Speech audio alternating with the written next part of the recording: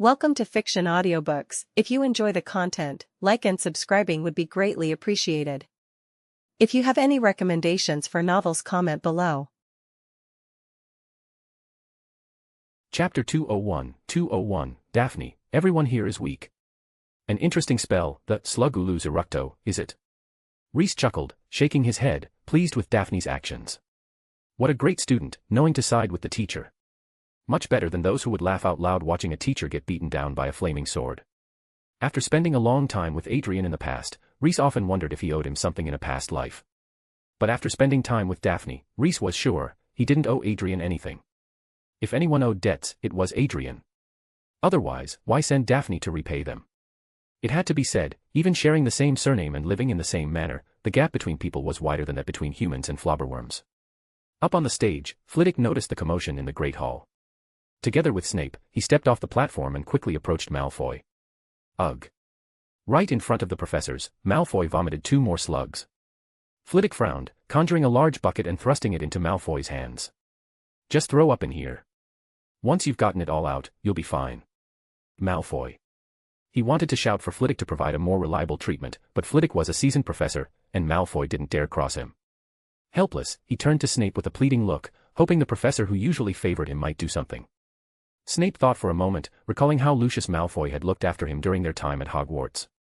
He reached into his robes and pulled out a small vial. Drink this. It'll help you vomit faster, Snape said, his face as impassive as ever. There was no other choice. With dozens of slugs writhing in Malfoy's stomach, the best solution was to expel them. Malfoy. Seeing that even his support had said so, he could only accept his fate, though these bitter consequences would have to wait until he finished vomiting slugs. As Malfoy silently hugged the bucket and expelled the contents of his stomach, the other students were energetically practicing the disarming charm. Snape's potion proved highly effective. After about 15 minutes, Malfoy stopped vomiting, having completely emptied his stomach of slugs. By this time, most of the young wizards had also become proficient in casting the disarming charm. Seeing that the majority of students could now disarm the wooden dummies, Professor Flitwick announced the final stage of the evening's activities, student duels. All right, children, it looks like you've all mastered the disarming charm, excellent work. Now, we can move on to the most exciting part of tonight. Hearing Professor Flitwick's words, the young wizards present began to suspect what was coming. Next, any student who wants to duel can come up to the stage for a match. The crowd erupted in cheers so loud that it felt as though the Great Hall's ceiling might be blown off. Professor Flitwick proceeded to explain the rules and rewards.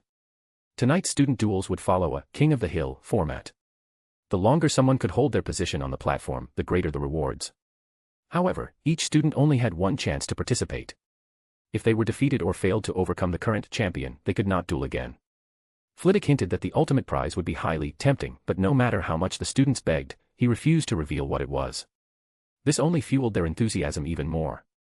Many young wizards began shouting loudly, hoping that Professor Flitwick would let them go first, their wands practically itching for action. Don't rush.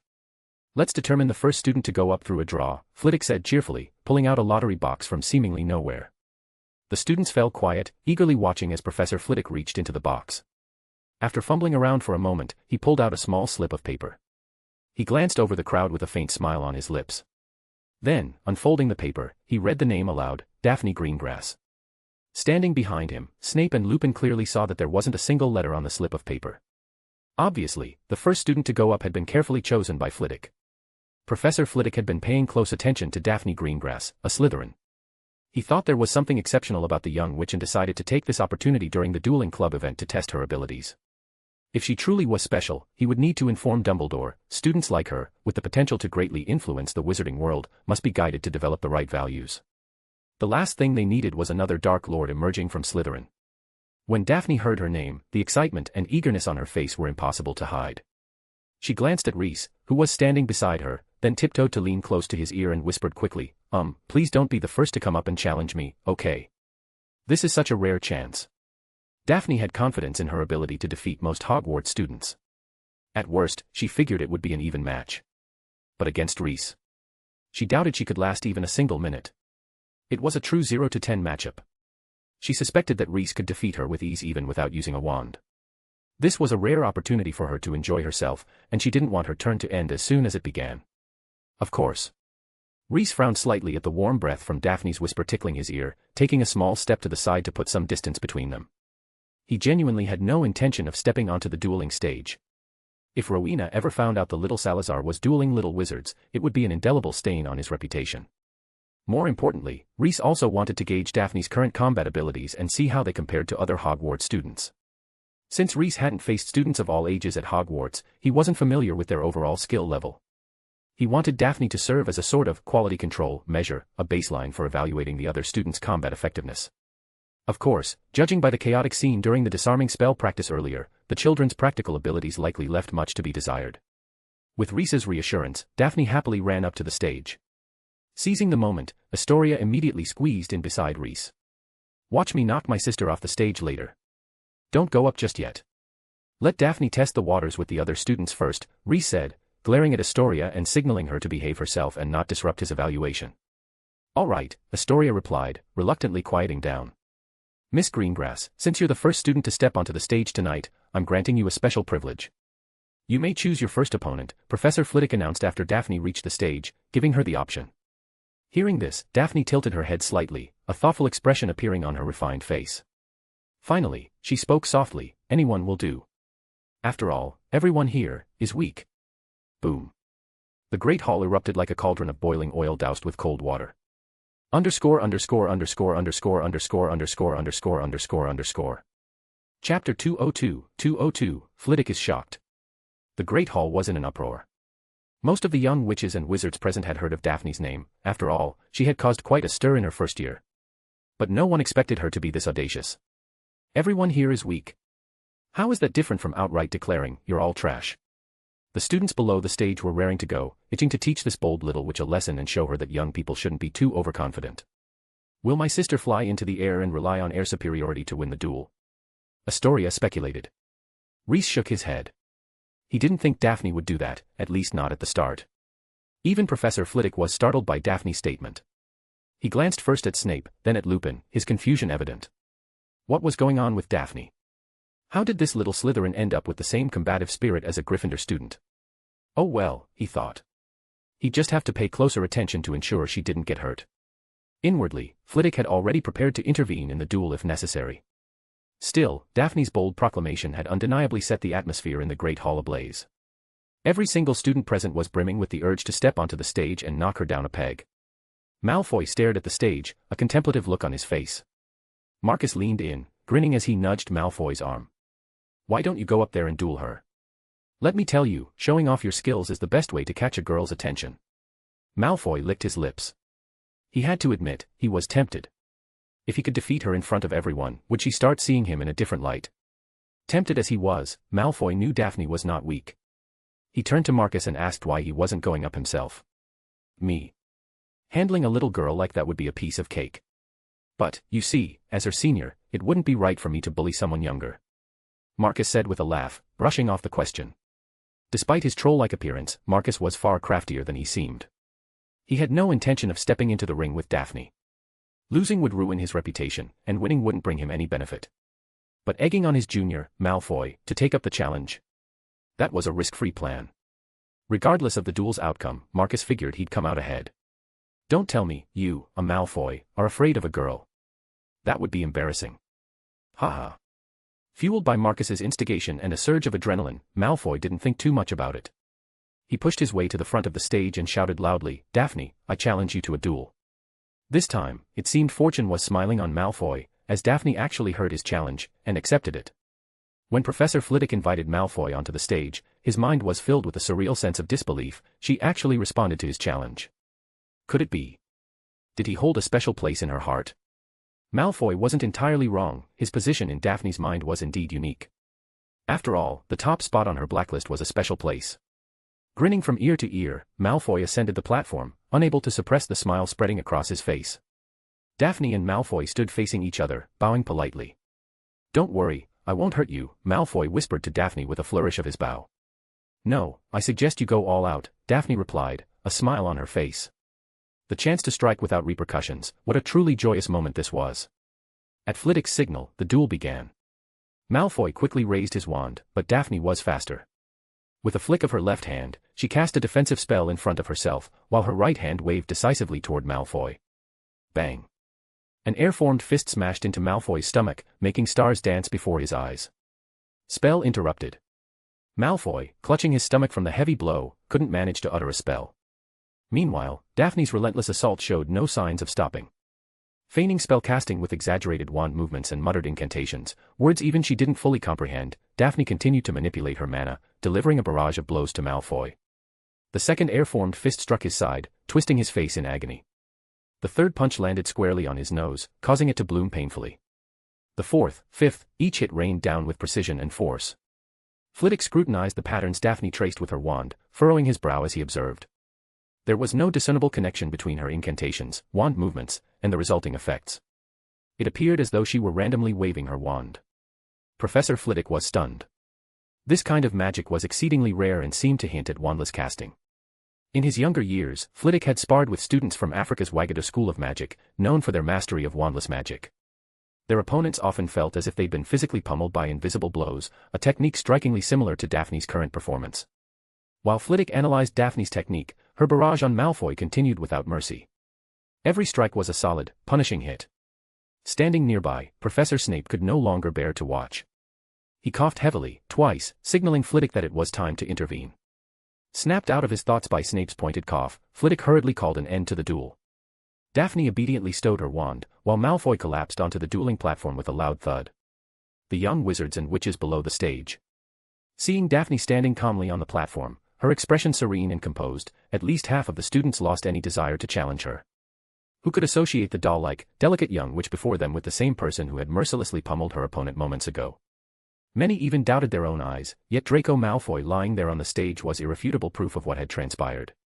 Professor Snape strode quickly to Malfoy's side and drew his wand. Innervate. The reviving spell healed Malfoy's physical wounds, but it couldn't mend his crushed spirit. At that moment, Malfoy had no intention of getting up, he couldn't bear to meet the gazes of those around him. Snape, however, was having none of it. He hauled Malfoy to his feet with a firm grip, then dragged him off the platform and handed him over to Marcus. Having witnessed Malfoy's thorough defeat at close range, Marcus felt a chill run down his spine. Could he really withstand that relentless barrage of attacks if he stepped onto the stage? He had no definitive answer. Maybe his sturdy physique would allow him to endure a few more punches. Next, Daphne's crisp voice rang out from the stage. Malfoy's eyes snapped open. He grabbed Marcus's arm with sudden urgency. Marcus instantly sensed trouble, but it was already too late. Why you have to avenge me? Malfoy pleaded, begging Marcus to step onto the stage and fight on his behalf. Right now, Malfoy didn't care about anything else, he just wanted someone to help him win back his pride. Marcus wanted to refuse, but Malfoy was bound to offer a condition he couldn't turn down. Underscore. Chapter 203, even the seniors can't win. Hogwarts is doomed. Marcus, stay calm. She's just a second-year kid. What's there to fear? Standing on the stage, Marcus kept trying to reassure himself. Yes, she was merely a little girl who could fly, knew a few strange spells, and had managed to foil a dark wizard's plot back in her first year. Marcus, fuck. He tried not to think about it any further, but at this point, backing down would mean losing all the benefits Malfoy had promised him. Not only that, he'd also become a laughingstock among the entire school. How could he ever hold his head high in front of Wood again? He had no way out now. From the moment he stepped onto the dueling platform, blinded by the lure of benefits, his only option was to defeat the girl in front of him and claim victory. Duelists, bow. Professor Flitwick's voice echoed nearby, though it felt strangely distant to Marcus. He bowed mechanically, and then an idea popped into his head. No matter how tricky Daphne's spells might be, she was still just a second-year girl. His physical strength far outclassed hers. A bold plan began to take shape in his mind. Marcus decided to endure Daphne's attacks, even if it meant taking a couple of hits. As long as he could grit his teeth and charge straight toward her, victory would be his. Whether a wizard winning by sheer force counted as legitimate, Marcus figured that since the rules didn't forbid it, it was fair game. So, as soon as the countdown ended, he let out a loud roar and charged at Daphne like an arrow loosed from a bowstring. The short distance of just a few meters was practically nothing for someone like Marcus, a sportsman through and through. The young witches and wizards watching from below widened their eyes in disbelief. Is this even a wizard's duel? Seeing Marcus charging at her like a rampaging troll, Daphne's pupils contracted. She quickly aimed the tip of her wand at his chest and unleashed a straightforward attack spell. Marcus's charge came to an abrupt halt. Boom. It was as if he had been hit at point-blank range by a shotgun blast. He was sent flying backward. Though his chest wasn't blown open, the impact caused his ribcage to cave in slightly, breaking several ribs in the process. Thankfully, at the very moment the spell was released, Daphne had regained her composure and consciously reduced its power. Otherwise, Marcus would have been guaranteed to miss next week's Quidditch match. Daphne wins. Slytherin earns 5 points. Flitwick hastily declared Daphne's victory, anxious to prevent her from delivering any follow-up blows like in her previous duel. Snape once again assumed the role of a medic, using magic to mend Marcus's fractured ribs and giving him a few restorative potions to drink. Watching the now defeated and dispirited Marcus on stage and the stunned Malfoy below, Snape decided to have someone escort the two to the infirmary to rest for the night. With Daphne's single spell sending Marcus to the infirmary, the number of students willing to step up to the platform drastically decreased. If earlier over half the students had wanted to challenge her, now that number had dwindled to less than a third. No matter how lacking Marcus might be, he was still a fifth-year student, and yet, he was defeated in an instant. How could that not leave everyone stunned? When Daphne was beating up Malfoy, Reese was quite pleased.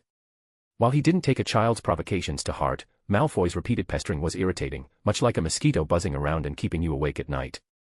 Now that Daphne had stepped in to deal with that mosquito for him, he naturally enjoyed the show. But when Daphne instantly obliterated Marcus, Reese's smile disappeared. A fifth year being instantly defeated by a second year? Could something be wrong? According to Reese's understanding, Daphne should be capable of winning such a battle spanning 3 years of difference, but it should have taken at least 5 or 6 exchanges to determine a victor. He could only attribute the outcome to Marcus's poor tactical choices. Many of the young witches and wizards in the audience shared Reese's thoughts. They believed that as long as they could engage Daphne in a proper magical duel, their own experience and accumulated skills would give them the upper hand. As a result, the next challengers to step up were all senior students who were confident in their raw abilities. However, they either couldn't break through Daphne's defenses and ended up getting counterattacked, or they started by focusing on defense and ultimately succumbed under the relentless waves of Daphne's offensive. Before anyone realized it, Daphne had racked up 6 consecutive victories, even defeating a Hufflepuff 7th-year prefect after a prolonged duel. Daphne Greengrass, victorious. Slytherin gains 10 points. Here, this is a little reward for you. Professor Flitwick announced with a complex expression, handing a bag of Honeydukes candies to Daphne. Daphne's performance far exceeded his expectations, and Reese was certain the young girl before him hadn't even gone all out. Down below, Reese was completely stunned. He never could have imagined that even a 7th-year prefect would be no match for Daphne, a Hufflepuff prefect, no less. Prefects were supposed to be among the most capable students in the school. How many students were better duelists than them? If Hogwarts prefects couldn't even defeat Daphne, what hope was there? Reese had mentally estimated Daphne's strength to be roughly equivalent to a 5th-year student, capable of holding her own against 6th years and narrowly losing to 7th years if she didn't use her necklace. The necklace, of course, would be considered cheating. Under a surprise attack, even the professors hosting the gathering might struggle to defend themselves against it. And yet, the better Daphne performed, the heavier Reese's heart grew, as it pointed to one grim conclusion: the overall standard of Hogwarts students was alarmingly low. If this trend continued, what would become of the wizarding world once Dumbledore, McGonagall, Flitwick, and the rest of this older generation passed away? A couple of geniuses wouldn't be enough to ensure a stable future. The examples of the Bloody Baron and Helena Ravenclaw stood as stark reminders of how talent alone could not guarantee success. Reese's concerns were perhaps slightly misplaced. He hadn't fully grasped how much easier it was for modern young wizards to advance to the next year compared to the grueling training required of wizard apprentices 1,000 years ago. In the days when he and his old friends were teaching, the rule was simple: if a student didn't meet the standards, they couldn't advance to the next year. You either studied hard to improve your magical skills and moved up, or you locked off. There were no other options. Of course, if your family was exceptionally powerful and could offer a spell valuable enough to tempt even Rowena Ravenclaw, exceptions could be made, but if you couldn't keep up in the advanced years, you couldn't blame the founders. Modern times were different. As long as students weren't completely hopeless or didn't care about piling up a bunch of acceptable grades on their OWLS, they could move on to the next year. This led to a disconnect between year level and actual magical ability. Even so, Daphne's feat of defeating opponents across 5-year levels was extraordinarily shocking. "Reese, I want to go up and duel my sister." Watching Daphne on stage, radiating confidence after her 6 consecutive victories, Astoria was tempted. "You can't beat her," Reese shook his head. Astoria had been learning from him for too short a time to bridge the gap in skill between her and Daphne. "Does anyone else want to step forward?" Professor Flitwick asked. The young wizards below the stage remained silent. After just 6 duels, not a single student was willing to face her. "I will." A voice broke the silence. It was Gemma Farley. Underscore underscore underscore underscore underscore underscore underscore underscore underscore underscore underscore. Chapter 204, Gemma vs. Daphne. Gemma Farley, the 7th-year prefect, was a familiar face to the younger Slytherin students, as she was the one responsible for hosting the house's welcoming ceremony for new students. Now in her final year, Gemma boasted an impressive record of outstanding grades across all her OWLs. If she could maintain such excellence in her NEWTS, her future would undoubtedly be bright. Tonight, she had come to the Dueling Club purely to spectate and enjoy the show. However, witnessing her young housemate's remarkable performance had taken her by surprise. A 6-match winning streak, what a way to elevate the reputation of their house. It had also sparked Gemma's competitive spirit. She wanted to see if she could hold her own against this younger girl who hadn't even been at Hogwarts for 2 full years. What were kids eating these days to make them so formidable? When Gemma stepped forward to challenge Daphne, a buzz of whispers spread through the crowd of young witches and wizards. Given Gemma's outstanding track record, many were optimistic that she could turn the tide. After all, if a second-year student managed to defeat the entire school, where would that leave everyone else's dignity?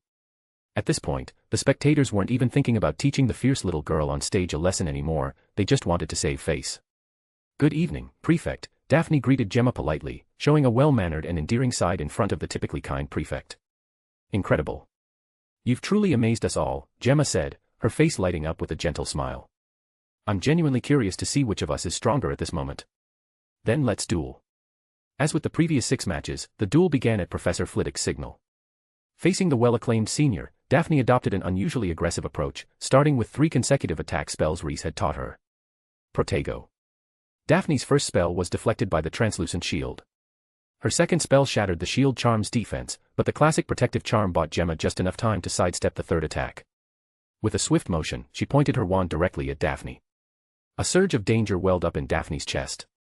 She quickly dodged to the side, and in the next moment, a sharp whoosh came from where she had just been standing. The spell narrowly missed her, slicing a large tear in her sleeve. If she hadn't moved in time, the match might already have been decided. Daphne frowned, recognizing the spell Gemma had just used, a plain and unremarkable severing charm, introduced to students during their first year at Hogwarts. Clearly, Gemma had her own mastery over this seemingly simple charm. Serpensortia. A black serpent lunged at Daphne but was swiftly cleaved in 2 by her attack spell. However, even such a devastating strike did not halt its advance.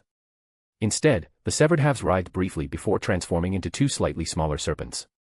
Daphne flicked her wand rapidly, blasting the 2 snakes into dozens of pieces. She reasoned that conjured magical creatures had a limit to their resilience. If she broke them into small enough fragments, her senior would no longer be able to restore them. It was a sound strategy, but dozens of pieces clearly hadn't reached that limit. Realizing Daphne had fallen into her trap, Gemma's smile grew even more confident.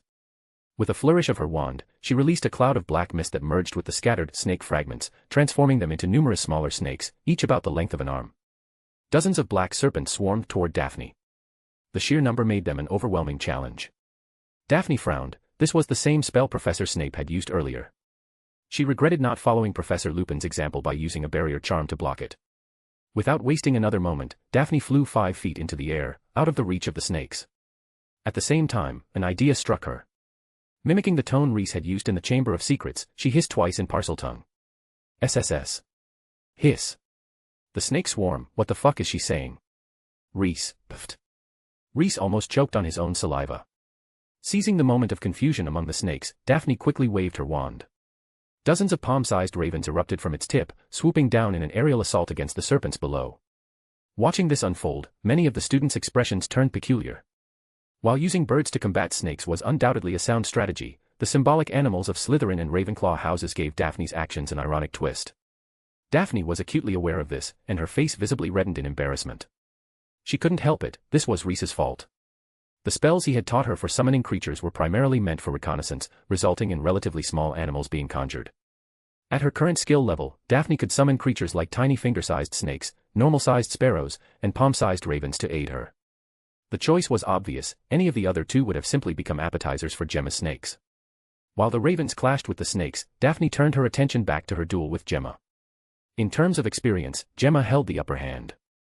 However, Daphne's elevated position in the air gave her a significant advantage. This positional edge allowed them to fight on nearly equal footing. Daphne knew all too well that if the duel continued at this stalemate, she would inevitably lose. Gemma was different from other upper-year students, she seemed to have a wealth of real duel experience. Engaging in an extended battle with someone like that could only end one way for Daphne. In such a situation, it would come down to who made fewer mistakes, and Daphne had little confidence in that regard. There was only one option left. She gripped her necklace tightly. In the next instant, a remarkably powerful attack spell shot toward Gemma. Simultaneously, Daphne cast 3 more attack spells around Gemma, aiming to restrict her movement. Gemma's face changed the moment she sensed the overwhelming power in the spell. She quickly reached into her robes, pulled out a small vial, and hurled it to the ground. The vial shattered on impact, and its fine, sandy contents scattered across the dueling platform. As the sand merged with the platform, the previously solid ground suddenly became as soft and fluid as water, and Gemma sank into it in an instant.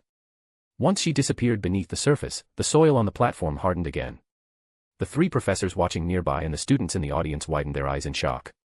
What kind of maneuver was that? Rhys was equally astonished. From his observations, the small vial of sand Gemma had thrown had activated some form of field effect that altered the platform's soil, making it extraordinarily pliable and easy to manipulate. Tisk. If Gemma truly possessed such a technique, Daphne knew she wouldn't stand a chance. Her strongest attack was a one-time move, and if Gemma could simply hide within the platform, Daphne would have no way to break through her defenses. Daphne's spell struck the platform, shattering half of its surface. The entire Great Hall was instantly engulfed in a cloud of dust and debris. The younger witches and wizards standing near the platform were all covered in a layer of dirt, their faces smeared with ash. But they had no time to complain. All they wanted to know was, who had won. Underscore.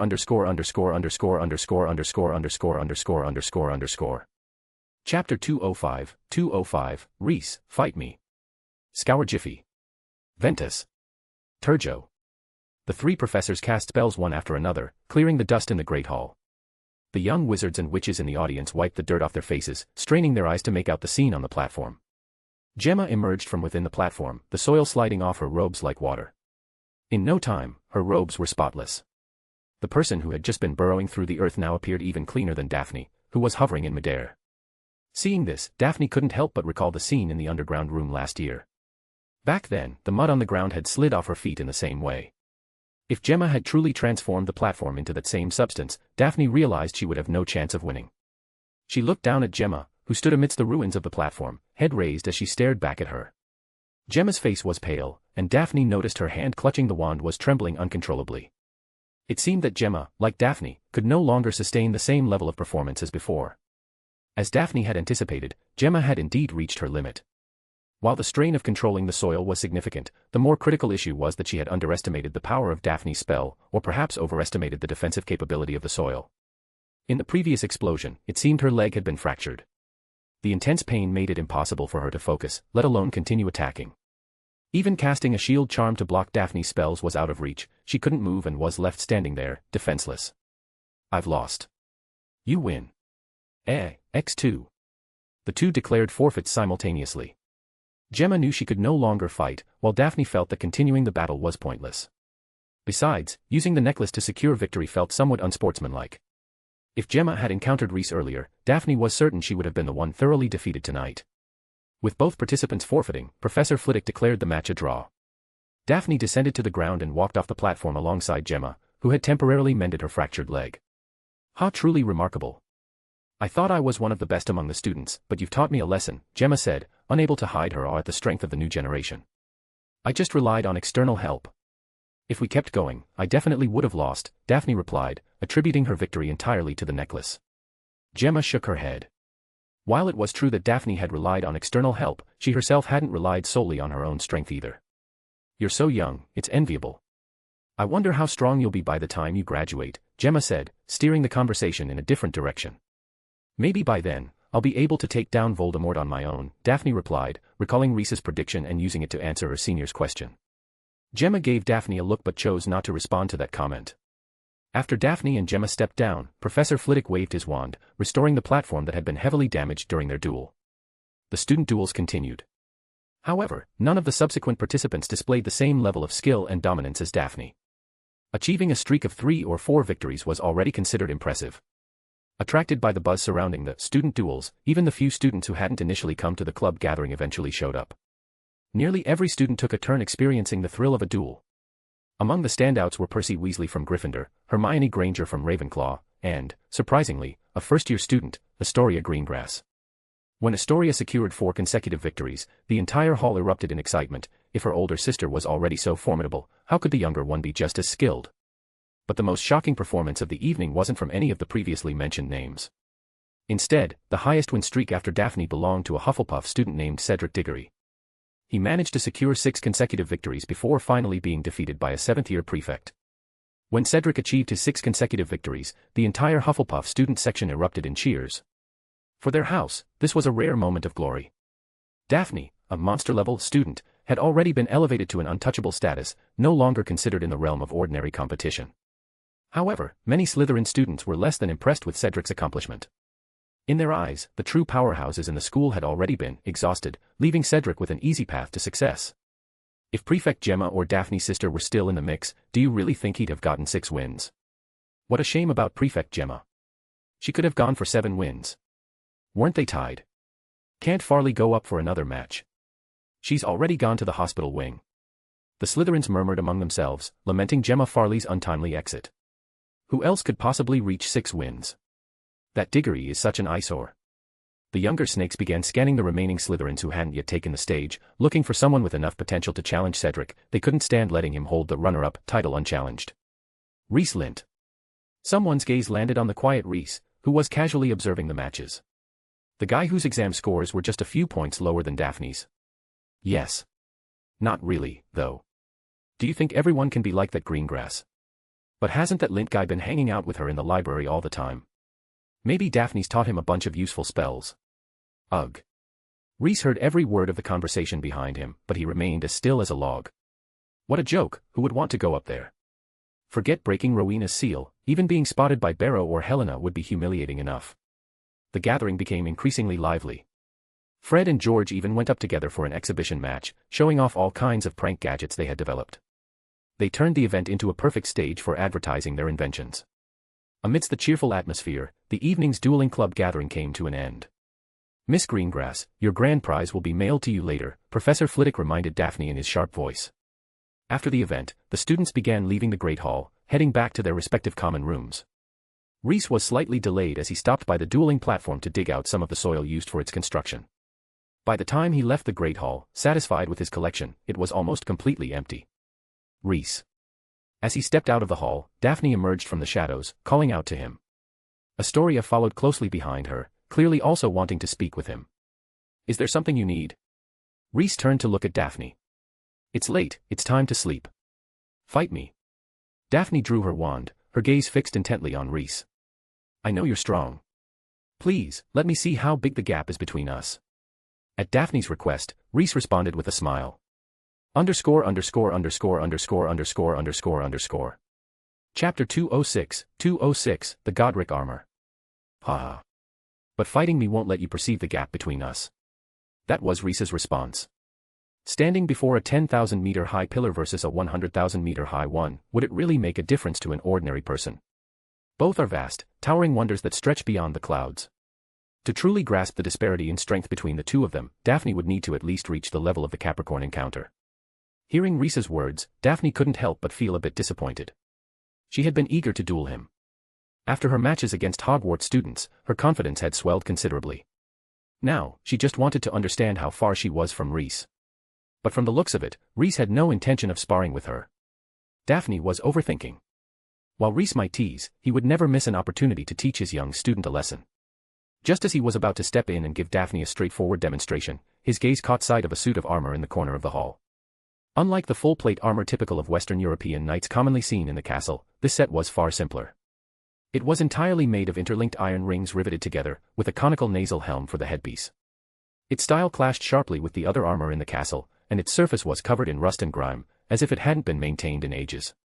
Filch must have dug up this relic from some forgotten corner and brought it to the first-floor hall, perhaps intending to restore it or simply discard the antique altogether. Wait. Why is this thing here? Rhys paused, startled. Daphne followed Rhys's gaze and also noticed the battered chainmail armor. Such a rare type of armor, she remarked, her attention drawn to the distinctive design. It's the style from the Norman conquest period, Rhys explained carefully, choosing his words with caution to avoid revealing too much. Which means this armor could very well date back to the Founders' era. Daphne's eyes widened. I've heard, Rhys continued, from a conversation with the Bloody Baron, that this type of armor had magic cast upon it. Once activated, it can engage in combat autonomously. A faint smile appeared on Daphne's lips. This time it's not from some wizard's letter. The letter mentioned it briefly, Rhys replied, his expression perfectly composed. So I confirmed it with the Baron. What was written was true. Unlike the stone statue scattered throughout the castle, tasked with defending the school, this armor was designed as a teaching tool, created by the 4 founders to let students practice combat. This type of armor, named after the founder most skilled in dueling, Godric Gryffindor, was called the Godric armor. The founders' time was limited, and they couldn't provide high-quality dueling instruction to every student. To solve this, they enchanted the Godric armors with dueling capabilities. Even more ingenious, the armor could switch combat styles, giving students a varied experience each time. Rhys quickly approached the armor, pulled out his wand, and waved it over the surface. The rust and grime between the iron rings vanished instantly. Even with its surface restored to a pristine state, the armor still lacked the grandeur of the imposing full-plate armor scattered throughout the castle. With precise taps of his wand on various parts of the armor, Rhys finished calibrating it. Whenever you can defeat this armor, come find me for a duel, Rhys declared, placing the armor before him as the qualifying challenge for Daphne. Really? Daphne's eyes lit up with excitement, and behind her, Astoria's face mirrored a similar eager anticipation. Of course. You can even team up with Astoria. A victory together still counts, Rhys said, generously lowering the difficulty of the challenge. No need.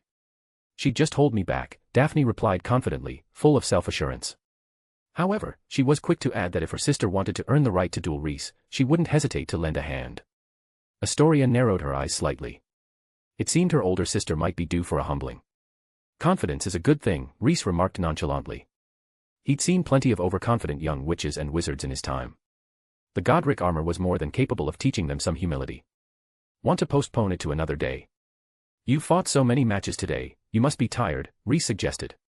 Daphne waved her hand dismissively, indicating she was ready now. All right. Rhys flicked his wand, and the armor came to life. A surge of air filled the cloth tunic beneath the chain mail, causing the previously deflated armor to puff up into the shape of a robust figure. From a distance, it now resembled a towering iron giant. The armor slowly stepped down from its stand. With a sudden flash, 2 red flames ignited within the visor of its pointed helmet. Daphne began to regret declining the offer to team up with her sister. This armor stood at least 2 meters tall, and with the flames flickering inside its helmet, it looked terrifying. The Godric armor, however, didn't care about a young witch's nerves. Fearful. Too bad, you still had to fight. Bow to it, and the duel will begin, Rhys instructed softly from the sidelines.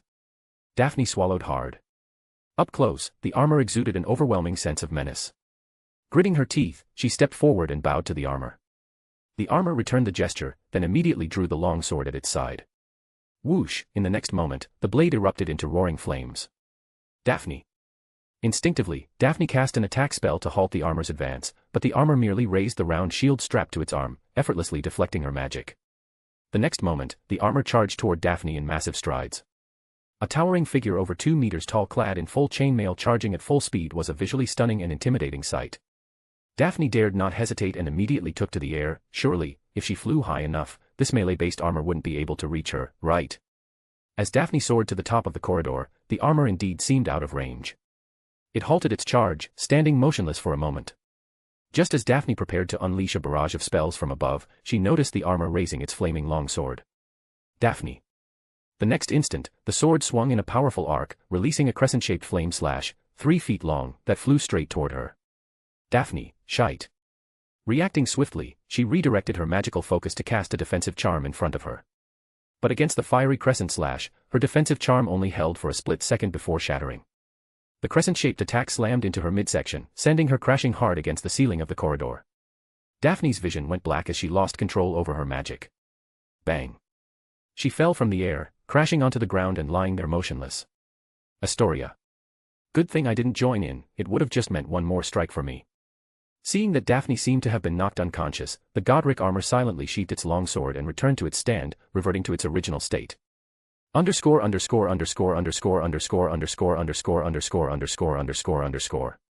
Chapter 207, Where is Rhys? She's just unconscious, not seriously hurt, Rhys said as he walked over to Daphne and checked her condition. Finding nothing major, he instructed Astoria to take her back to the girls' dormitory. Astoria. How am I supposed to explain this? Just moments ago, she was a dueling master on a 7-match winning streak, and now she's been knocked out cold, she asked, half laughing, half exasperated. Just say she was too tired and fell asleep halfway there, out like a light, Rhys said, winking at her. Fine, Astoria reluctantly accepted the excuse Rhys had come up with. Before he could do anything else, she quickly cast a levitation charm on her sister, causing Daphne to float beside her. Before heading back to the dormitory, Rhys walked over to the armor. In its inner lining, he wrote a phrase in Latin and used magic to make the inscription appear faint and aged, as though it had weathered a millennium. Watching Rhys, who walked ahead of her seemingly deep in thought, Astoria's eyes glimmered with contemplation. Her sister's sacrifice hadn't been in vain. At the cost of her own defeat, Daphne had managed to get a rough sense of the gap between her and Rhys. If it ever came to a real fight, Daphne could at most withstand one move from Rhys, as she couldn't even defeat the enchanted armor he had conjured. As for the talk about a wizard's letter and conversations with the Bloody Baron, that might fool children and simple-minded people like her sister, but it didn't fool her. Astoria was convinced that the fiery armor just now had been imbued with immense power by Rhys's magic. With such terrifying strength, Rhys could not possibly be just an ordinary student. However, Astoria had no intention of delving into Rhys's true identity or exposing his real intentions. After all, both she and her sister had been benefiting from him all along. To them, Rhys's true purpose didn't matter much, even if it might potentially go against the current laws of the wizarding world. When they returned to the common room, the fact that the dueling champion had been carried in lying down naturally drew a lot of attention. When asked about the situation, Astoria brushed it off with a uniform excuse: she was exhausted and fell asleep. Though the explanation was hard to believe, the students in the common room were tactful enough not to press further. Tonight's focus was celebrating Miss Daphne's impressive 7-match winning streak in the dueling competition. No one wanted trivial distractions to dampen the festive mood. Daphne regained consciousness the next morning. She abruptly sat up in bed, moving so quickly that she became dizzy and saw stars. It took her about 10 seconds to realize she was in her own dormitory bed. Her robes and trousers were sloppily folded at the foot of the bed, while her socks had been stuffed into her boots and left by the bedside. Pressing a hand to her head, Daphne struggled to piece together the events of the previous night. The winning streak in the dueling competition, issuing a challenge to Rhys, the moving armor. As fragments of memory gradually returned, the pain in her abdomen began to resurface as well. Ouch! Daphne didn't even need to look to know her stomach must be covered in bruises. That armor hit way too hard. Considering the fiery slash it delivered, it was already showing mercy by not cutting her into dephone pieces. What a monster! How could anyone possibly beat it? Daphne muttered to herself in a tone full of grievance while struggling to get dressed. The impact site was her lower abdomen, and every movement tugging at those muscles sent a sharp jolt of pain. After tidying herself up as best she could, Daphne made her way to the common room. Along the way, she encountered several other students. Younger first-years greeted her respectfully as a senior, while upper-year students warmly acknowledged her with friendly smiles and greetings. Daphne understood, it was all thanks to the reputation she had earned from last night's duels.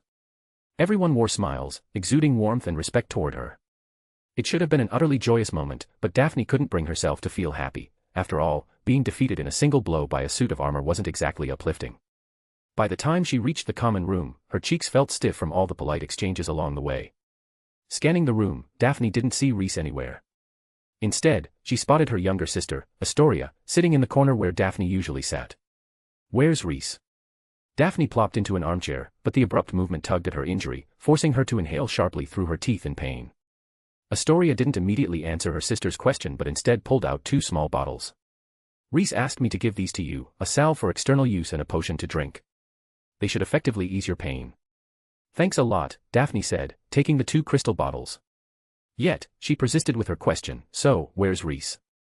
"He has class this morning, so he's probably eating fast so he can attend it," Astoria replied, her expression practically screaming "I have no idea." Daphne couldn't help but laugh in exasperation. "Astoria, do you even know what the first class for second-year Slytherins is this morning?" "It's history of magic. There is no way he would go to breakfast without waiting for me just for that class," Daphne said coldly, downing the potion in one go. "Astoria." She lowered her head, adopting an "I don't know anything, if you're mad, go ahead and hit me" look. Daphne ignored her and started applying the salve to her injury. To her surprise, the potion Rhys had prepared was incredibly effective. The pain disappeared almost instantly after drinking it, and the spot on her stomach where she applied the salve felt warm and soothing. Once she had finished tending to her wounds, Daphne walked straight out of the common room. Sure enough, she found Rhys in the Great Hall, happily enjoying a plate of maple syrup pancakes topped with whipped cream. "Just looking at your food makes my throat feel clogged," Daphne couldn't help but remark, criticizing Rhys's eating habits. "Sweetness is a preference etched into the soul," Rhys replied with a grin, sliding a plate of pancakes without maple syrup toward Daphne. You should really consider the oil, milk, and sugar already in the pancakes, Daphne said, shaking her head as she picked up a plain pancake and began eating it. To her, the taste was just right without any additional syrup. Yes, and while you're at it, could you pass me that Basque cheesecake? Daphne. This morning's first class is History of Magic. As she handed over the plate of Basque cheesecake, she mentioned this morning's class schedule intentionally or unintentionally. So what are your plans? Daphne pulled the plate back. Rhys, hey. I'm planning to take a trip to the Forbidden Forest. If you'd like, you can join me for a stroll. A large piece of Basque cheesecake was placed in front of Rhys, at just the right distance.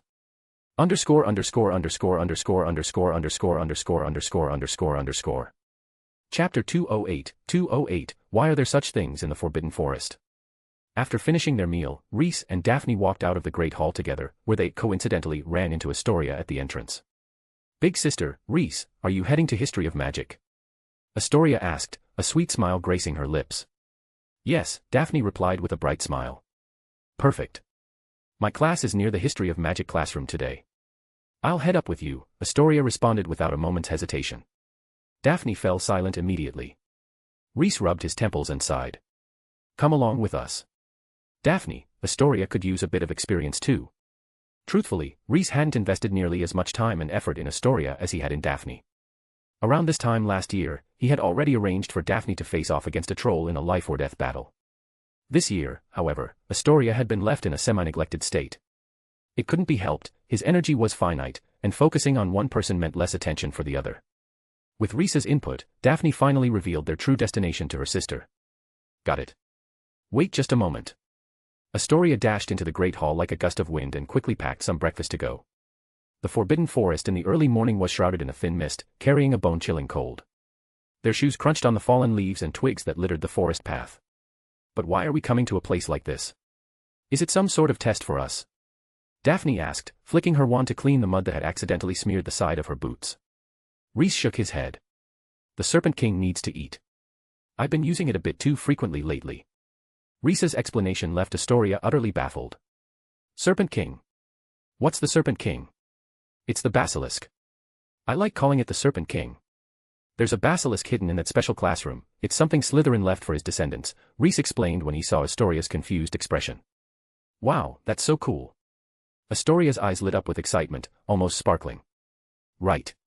Rhys was delighted to see that Astoria wasn't repelled by the idea of the basilisk. So, what are we going to catch for it? A unicorn. Rhys glanced at Astoria, feeding a unicorn to the serpent. Only you could think of that. 2 wild boars should be enough. The Forbidden Forest wasn't what it used to be 1,000 years ago. The population of magical creatures had significantly declined. Back then, even dragons could be found here. Now, finding a wyvern with dragon bloodline was considered fortunate. The three of them chatted and laughed as they ventured deeper into the forest. When the forest path became increasingly indistinct, Rhys noticed something peculiar about a pine tree by the roadside. The bark near its base was oddly missing. Approaching it for a closer look, Rhys studied the strange marks and confirmed that it was a wild boar rubbing tree. Wild boars that live in the wild often have long bristles on their backs, which are naturally infested with parasites. When they feel itchy, they find a pine tree to rub against. Interestingly, they tend to choose a specific pine tree for this purpose because the pine resin secreted from the bark soothes their wounds, makes their bristles smoother and tougher, and helps repel parasites. Seeing this tree meant there were wild boars nearby. After giving Daphne and Astoria a brief explanation, Rhys veered off the path and into the dense undergrowth. Daphne had heard from Hagrid in passing that as long as one didn't stray from the forest paths in the Forbidden Forest, they wouldn't encounter anything fatal. But Rhys clearly wasn't planning to follow that rule today, and the three of them didn't seem to care much about it either. With a cutting spell, Rhys slashed through obstructing vines and bushes, forging a path through the dense forest with sheer magic. He led the way, positioning himself ahead of Daphne and Astoria as they delved deeper into the Forbidden Forest. Wild boars, as prey, were too mundane to serve as proper training material for Astoria's growth, so Rhys took on the role of trailblazer, hoping to quickly hunt down some boars to feed the basilisk. As the three ventured further, Rhys suddenly picked up an unusual sound, a loud, clicking noise unlike anything he had heard before. Daphne and Astoria clearly heard it too. All three instinctively stopped in their tracks. While the Greengrass sisters tilted their heads, trying to discern the direction of the noise, Rhys flicked his wand and conjured a flock of sparrows, intending to use the birds to trace the sound source. However, just as the sparrows took flight, Rhys noticed something was amiss. He instinctively looked up and saw a massive shadow descending from above, hurtling straight toward him. Rhys. What the hell is that? There was no time to think. With a sharp motion, Rhys aimed his wand at the center of the oncoming shadow and blasted a massive hole through it. The crisis wasn't over. Rhys heard 2 heavy thuds behind him, and in an instant, he realized the creatures ambushing them weren't 1 but 3.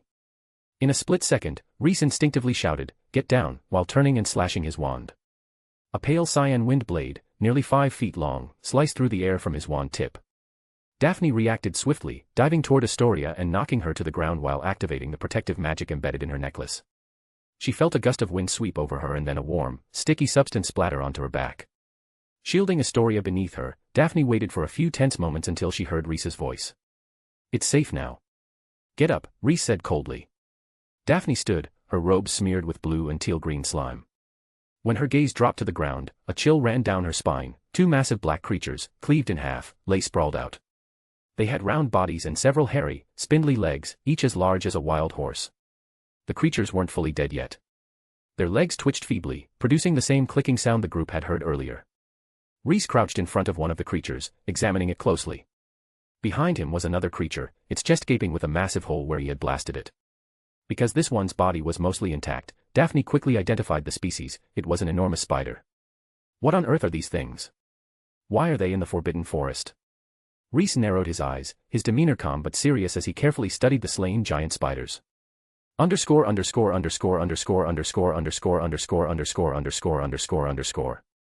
Chapter 209. The magic world has also made progress. After observing for a moment, Rhys realized that the giant spiders before him closely matched the description of a magical creature mentioned in Fantastic Beasts and Where to Find Them, the Acroantula. He approached the most intact spider body and counted its eyes, 8, just as described. Considering its other characteristics, Rhys was certain that this creature was indeed an Acroantula. These giant spiders originated in the dense jungles of Borneo, in Southeast Asia, and were a wizard-bred species designed to guard wizarding dwellings or treasures. A newly bred species, huh? Rhys thought to himself in realization. Although modern wizarding society had regressed significantly in some aspects compared to the magical world of 1,000 years ago, there had still been innovations and advancements over the centuries. The Acroantula was one such development. After a brief encounter, Rhys was convinced that these creatures were specifically designed to counter wizards. They moved unpredictably, emitted no magical energy, and attacked with astonishing speed. Worse still, they traveled in groups, making them a nightmare for wizards who struggled with close combat. Their only weakness was the distinct clicking sound they made while moving. If he hadn't been leading the group, or if he had reacted just a second slower, Aszkaban might have been taken. Daphne, at least, had her enchanted necklace for protection, but Aszkaban lacked such equipment. Considering that Acroantulas were known for their cruelty and their preference for human flesh, the outcome of being captured by one would have been grim. It's an Acroantula. I never expected to find such creatures in the Forbidden Forest. Looks like we won't need to hunt that wild boar anymore. Rhys said. The small sparrows he had sent out had relayed their findings. The boar he was searching for was currently wrapped head to toe in spider silk, hanging from the treetop not far away. Compared to the smelly, foul wild boar, Rhys figured his basilisk might actually prefer these spiders instead. Acroantula. I think I read about them in Fantastic Beasts and Where to Find Them. Daphne paused in cleaning the spider fluids off her robes, instead trying to recall what she had read about the creatures. I've seen them before in an apothecary. Their venom is incredibly valuable. 1 pint can sell for 100 galleons, Aszkaban suddenly remarked. Rhys immediately snapped his head up. 1 pint, 100 galleons. Was she serious? The fact that these things hadn't been hunted to extinction, was it because wizards were actually committed to animal conservation and sustainable development? Before his eyes, the 2 spider corpses underwent a dramatic transformation. They were no longer just monstrous remains but 2 towering mountains of gold. Are you serious? Their venom is worth that much? Rhys asked excitedly, quickly pulling out a crystal vial and a pair of dragon hide gloves before eagerly rummaging through the spider corpses in search of their venom sacs. Sure, he still had plenty of buried treasures stashed away, but one couldn't just sit back and deplete their savings forever, could they? Finding a new source of income was always a good thing. 1 pint for 100 galleons, just how many goblins would he have to kill to earn that? More importantly, Rhys didn't believe that modern wizards were all complete fools. If Acroantula venom could fetch such a high price, it had to be a crucial ingredient in some extremely valuable potions. Hearing Rhys's question, Aszkaban hesitated. She wasn't entirely sure if Acroantula venom was truly worth that much. After all, in their efforts to cure her illness, their father had been ruthlessly overcharged by merchants more times than she could count. It should be that expensive. Daphne, who had been a step behind in reacting, stepped in to analyze the situation for Rhys. Acroantulas aren't easy to hunt, they're far too dangerous. At this point, a lingering fear crept into her voice. If they had been just a second slower, Rhys would probably be chasing spiders through the dense forest right now. Rhys found her reasoning logical. However, given that rare goods were inherently valuable, if he suddenly dumped several gallons of Acroantula venom onto the market, he might end up crashing its price. The venom of most creatures had a relatively short shelf life. Even if someone bought it to store away, it would deteriorate in a short time. With this in mind, Rhys sped up his work. Following the fangs of the spiders, he successfully located their venom glands. He was in luck, neither the wind blade nor his previous attack spells had damaged the Acroantula's venom sacs. Compared to their massive bodies, the venom glands were surprisingly small. Even with 3 spiders combined, he had only managed to extract a single pint of venom. Given their enormous size, it seemed likely that the venom was primarily used for digesting prey rather than for attacking enemies. After extracting the venom, Rhys casually cleaned the grime off Daphne's robe, but that didn't shake her resolve to throw the robe away entirely. The last thing he needed to do before leaving was to deal with the spider corpses. I have a feeling these 3 aren't the only Acroantulas in the Forbidden Forest. There's probably a nest deeper inside, Atoria concluded after glancing at the size of the 3 spiders. That's obvious, Rhys agreed. The 3 spiders were similar in size and the same gender, making it unlikely that they were solitary creatures.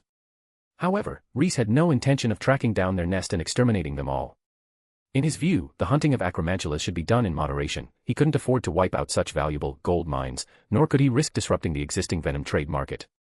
As for the risks posed by Acroantulas, the Forbidden Forest was already a perilous place. If it weren't dangerous enough, how could it serve as a proper training ground for students? He was even considering sending Aszkaban into the forest for her own training in the future. Rhys cast a freezing charm on the 3 spider corpses, sealing off their wounds with ice, and then followed up with disillusionment charms to make them disappear from sight. As the 3 massive spiders gradually vanished before her eyes, Daphne visibly relaxed. Those creatures were simply too terrifying to look at. Aszkaban noticed the change in her sister's expression, a thoughtful look flashing across her face. As they began their journey back, Rhys let the Greengrass sisters walk ahead. The 3 Acroantula corpses floated behind them, controlled by his levitation charm, while he brought up the rear of the group. Aszkaban took a bit of effort to pinpoint the position of one of the spiders.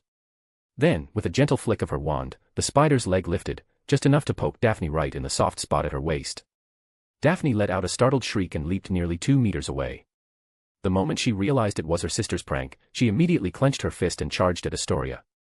Aszkaban laughed gleefully and sprinted down the path. With a cold huff, Daphne raised her wand, and one of the vines Rhys had previously cut sprang into the air, tripping Aszkaban solidly. Before Aszkaban could get back on her feet, Daphne pounced, straddling her back and mercilessly tickling her underarms and stomach. Watching the 2 sisters playfully tussling, Rhys could only shake his head and chuckle helplessly. He had completely lost control over these 2 troublemakers. Underscore.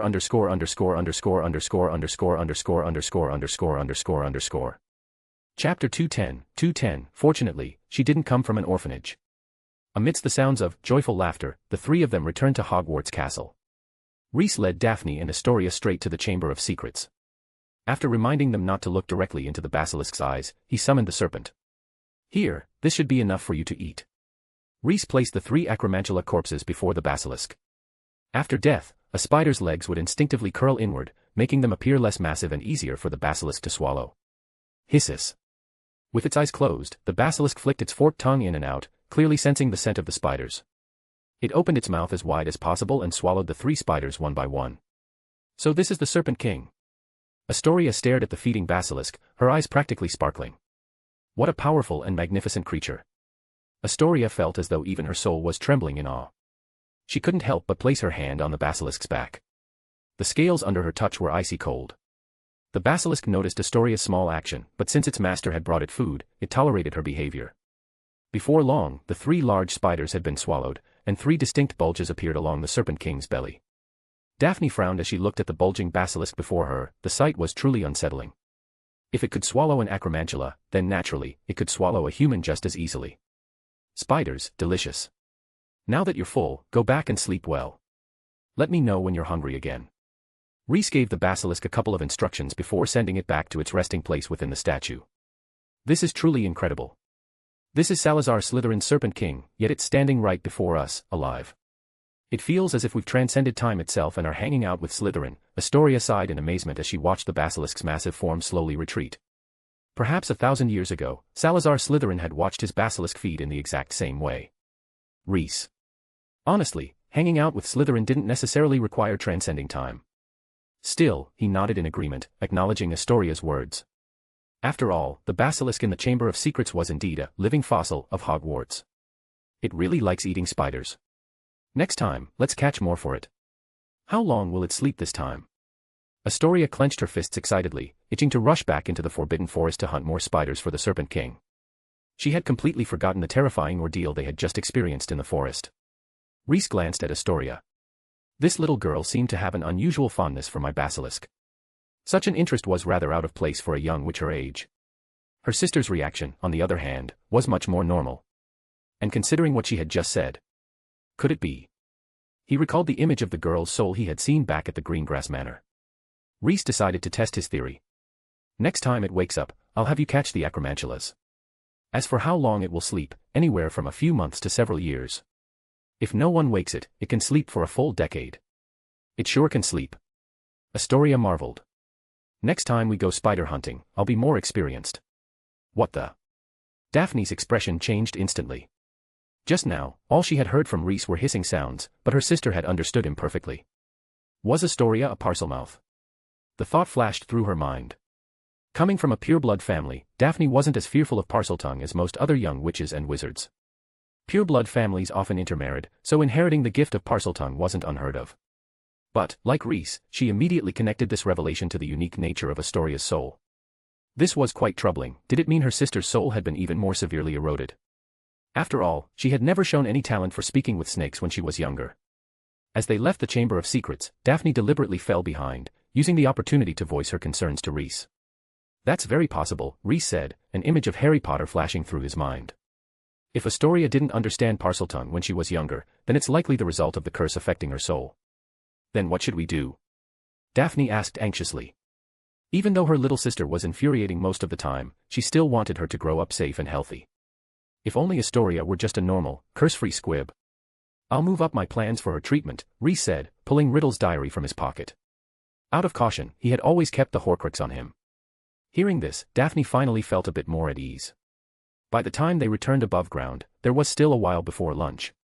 Reese made a quick trip to the Ollery, keeping a small portion of the Acroantula venom for himself before sending the rest to Lupit, asking her to sell it on his behalf.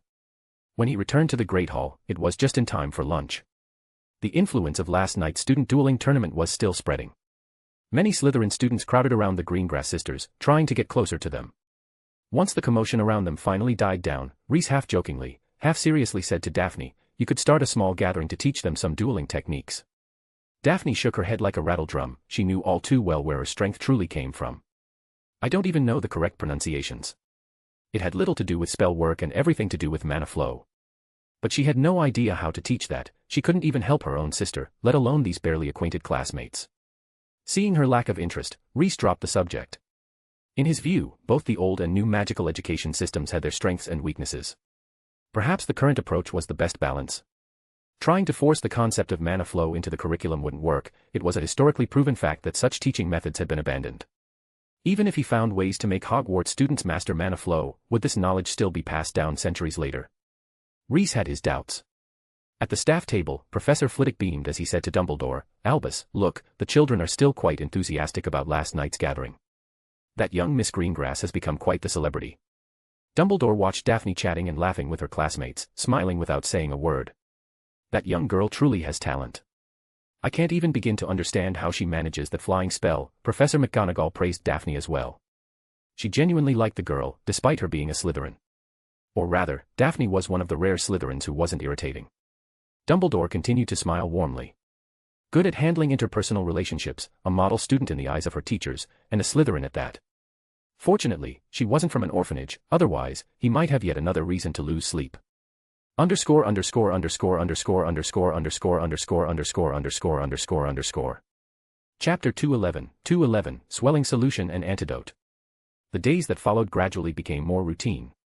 The dueling club meetings were scheduled to be held once a month. According to the professors, this frequency was enough for the students to learn practical defensive spells. The Quidditch tournament was held as scheduled, but Slytherin's performance was less than ideal. Not only did they lose to their archrival, Gryffindor, but they also suffered a defeat against Hufflepuff, which sent shockwaves throughout the entire house. Losing to Gryffindor seemed understandable, after all, their seeker was a once-in-a-century talent. As for their own seeker, although Draco had provided the team with new broomsticks, he clearly still needed a chance to prove himself. But losing to Hufflepuff was simply unacceptable. From players to equipment, every aspect of the Hufflepuff team was inferior to Slytherin. So how did they still end up losing? The poor performance of Seeker Malfoy and Captain Marcus was the main reason for their defeat. The duel had left both of them with deep psychological scars. If it weren't for Daphne's incredible winning streak, the two might have already taken a leave of absence. However, for someone like Rhys, who wasn't interested in Quidditch, the outcome didn't matter at all. Wasn't it perfectly normal for Slytherin students to be bad at Quidditch? Flying on broomsticks was Gryffindor's business after all. As December arrived, the temperature plummeted.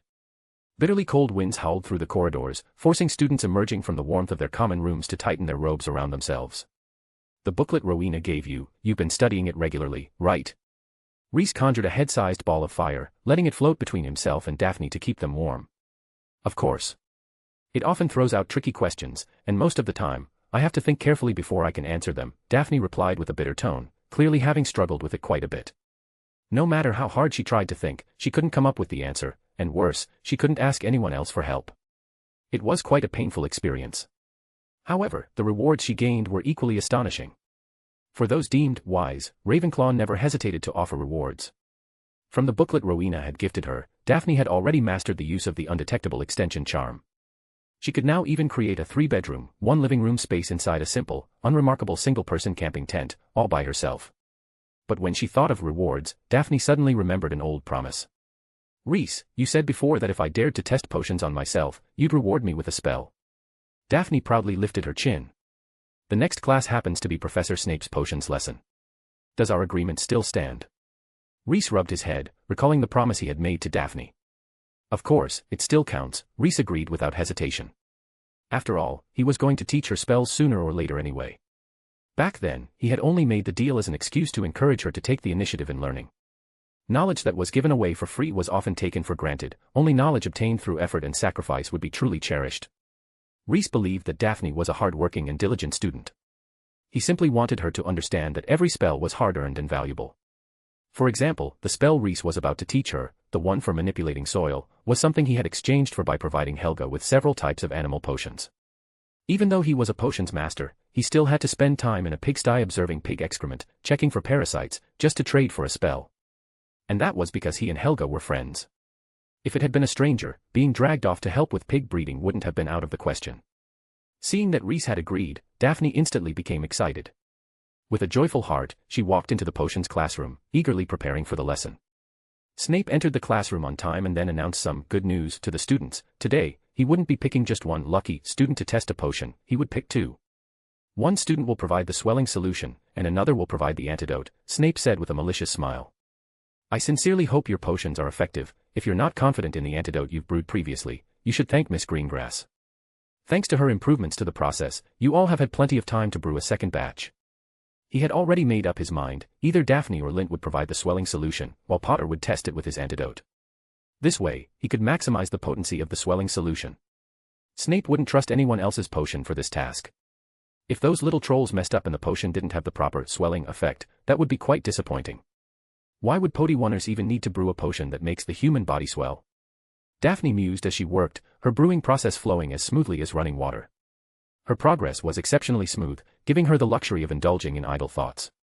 This time, in a rare occurrence, the usually all-knowing, seemingly omniscient Rhys did not answer her question. The swelling solution was a very ancient potion. 1,000 years ago, any wizard aspiring to become a Potty-Oneer would make sure to acquire a recipe for it and master its brewing. It was a crucial skill for making a living. Lords and nobles, down to common tavern-goers, were all potential customers. In theory, the swelling solution could be used as a combat enhancer, temporarily enlarging the body while boosting movement speed and attack speed. But Rhys could swear on his reputation that those damned Potty-Oneers hadn't limited their research on this potion to mere battle applications. Rhys glanced at Daphne. 1,000 years ago, a student from the Greengrass family had once broken into his potion storeroom and stolen enough ingredients to brew 10 batches of swelling solution. By the time Rhys caught him, the potion had already been used up. Don't ask how. If you asked, the answer was, used up in a fight. Rhys, do you also not know? Miss Greengrass, you must stay focused while brewing potions. Potty-Oneering is a delicate art that leaves no room for carelessness. You may have mastered the method of brewing the potion, but caution, attentiveness, and concentration are the eternal qualities of a true potion maker. Snape happened to be passing by Daphne's workstation when he overheard her question. He tapped on her desk, signaling that she should focus her attention on her cauldron. After being called out by Professor Snape, Daphne stuck out her tongue playfully and turned her full attention back to her swelling solution. Reese also let out a quiet sigh of relief and resumed his own brewing. While Snape was speaking to Daphne, many students had looked up, their attention drawn to the interaction, including Ron, who was sitting at the table next to Reese and Daphne. Ron lifted his head, his expression more focused than ever as he strained to catch every word from the neighboring table, not wanting to miss a single syllable.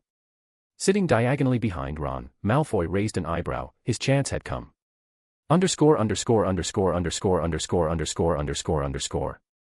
Chapter 212. I know too much about swelling potion. Malfoy, who had lost the Quidditch match, harbored deep resentment toward Harry. In his direct confrontation with Harry Potter, he had been completely reduced to a laughingstock, making him look like nothing more than a spoiled brat who had bought his way onto the team. Malfoy felt incredibly wronged. He had been selected for the Slytherin team first, and only then had he purchased broomsticks for his teammates. So why did everyone end up believing that his father had bought Nimbus 2001s for the whole team just to get him a spot? The sequence was all wrong. But there was no helping it. In competitive sports, being bad was the ultimate sin. If he had managed to catch the snitch in the match against Gryffindor, then even if he really had bribed his way onto the team, he would have still received countless praises. But unfortunately, he lost. Twice in a row. His reputation was utterly ruined. The young Draco Malfoy didn't understand this truth. He simply redirected his hatred onto Potter. In his mind, Potter was the one who bore the majority of the blame for his current humiliation. In the end, he decided to get back at Harry during potions class. Causing trouble in potions was obviously a risky move, but Malfoy was brimming with confidence, not for any particular reason other than the fact that he was Lucius Malfoy's son. His father's relationship with Professor Snape was as solid as a rock. To ordinary students, the potions classroom was like a den of horrors, but to Malfoy, it felt like home. Though he wasn't particularly fond of the atmosphere, he knew that Snape was exceptionally lenient with him. Seizing the moment while Ron and Harry were distracted, Malfoy stealthily pulled out a string of filibuster's fireworks. Ironically, he had even gone through a middleman to purchase them from Fred Weasley. With a swift tap of his wand, Malfoy ignited the firework. The thumb-sized cracker began to hiss, spitting out sparks. Taking a deep breath, Malfoy used a levitation charm to smoothly guide the firework into Ron's cauldron, barely causing a ripple. Harry and Ron, too engrossed in their eavesdropping, completely failed to notice Malfoy's sneaky maneuver. By the time they realized something was wrong, Ron's cauldron had already exploded. The nearly completed swelling solution erupted like a small fountain, spraying out of the cauldron. Snape spun around sharply, lifting his robe and shielding himself with his sleeve as the potion surged toward him. Reese also reacted swiftly, drawing his wand and casting a freezing charm, instantly turning most of the splashing potion into tiny ice pellets. After freezing the sprayed liquid, Reese conjured a barrier above Ron's cauldron, trapping the remaining potion within.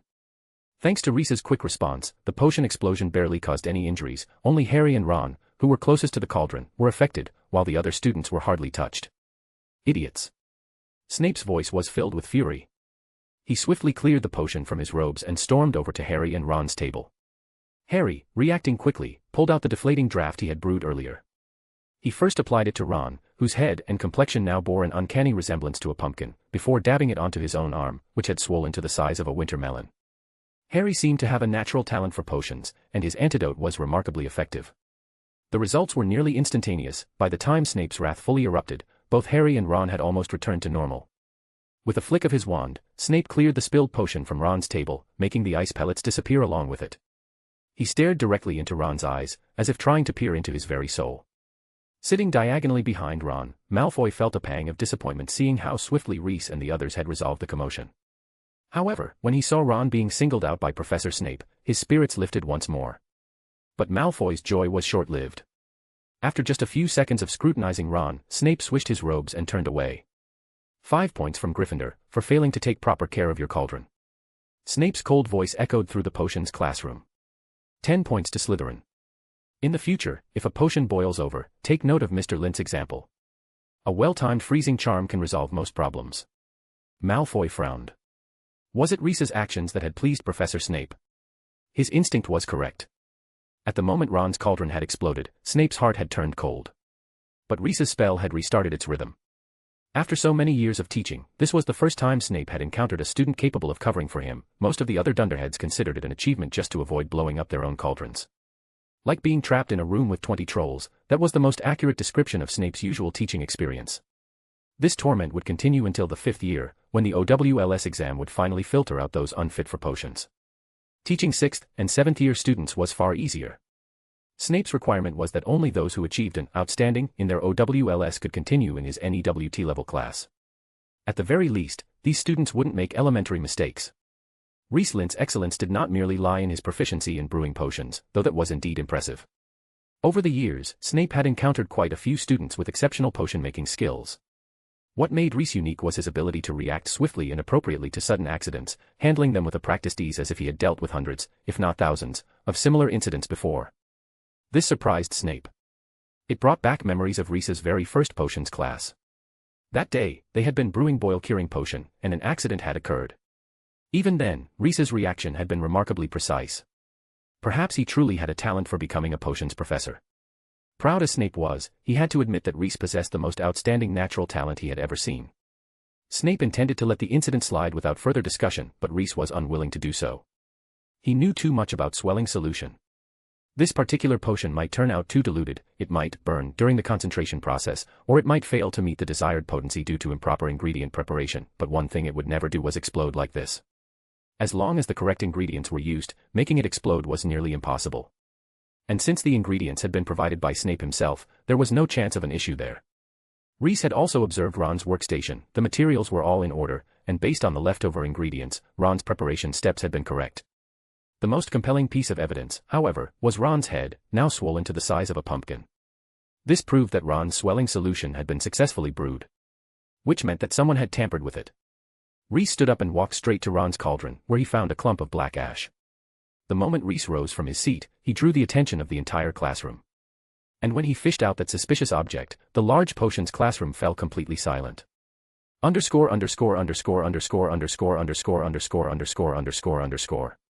Chapter 213, Helena's Enlightenment. Mr. Lint, please return to your seat. Snape's tone was unusually mild when addressing Reese. Someone threw a firework into Weasley's cauldron. That was the true cause of the accident. Reese did not follow Snape's instruction. His voice echoed through the underground classroom. The students all lowered their heads, not daring to breathe too loudly, fearing they would be dragged into this terrifying storm. The Slytherin students hung their heads in silence, feigning ignorance. The Gryffindors did the same, staring fixedly at the clutter on their desks, though their ears were all perked up. This was a direct confrontation between a Slytherin student and Snape. If someone recorded the conversation, it could sell for a fortune in the common room. If all it took was a single detention to witness this showdown, half of Gryffindor would be lining up to sign up, probably breaking down Filch's office door in the process. At the mention of firework, Ron and Harry's eyes widened in shock. They instinctively turned to look in Malfoy's direction.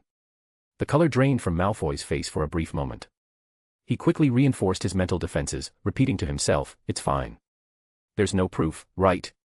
"Ah, interesting." Snape's voice finally carried a trace of coldness. "So, Mr. Lint, who do you think threw this firework into Mr. Weasley's cauldron?" He had tossed the ball back into Reese court.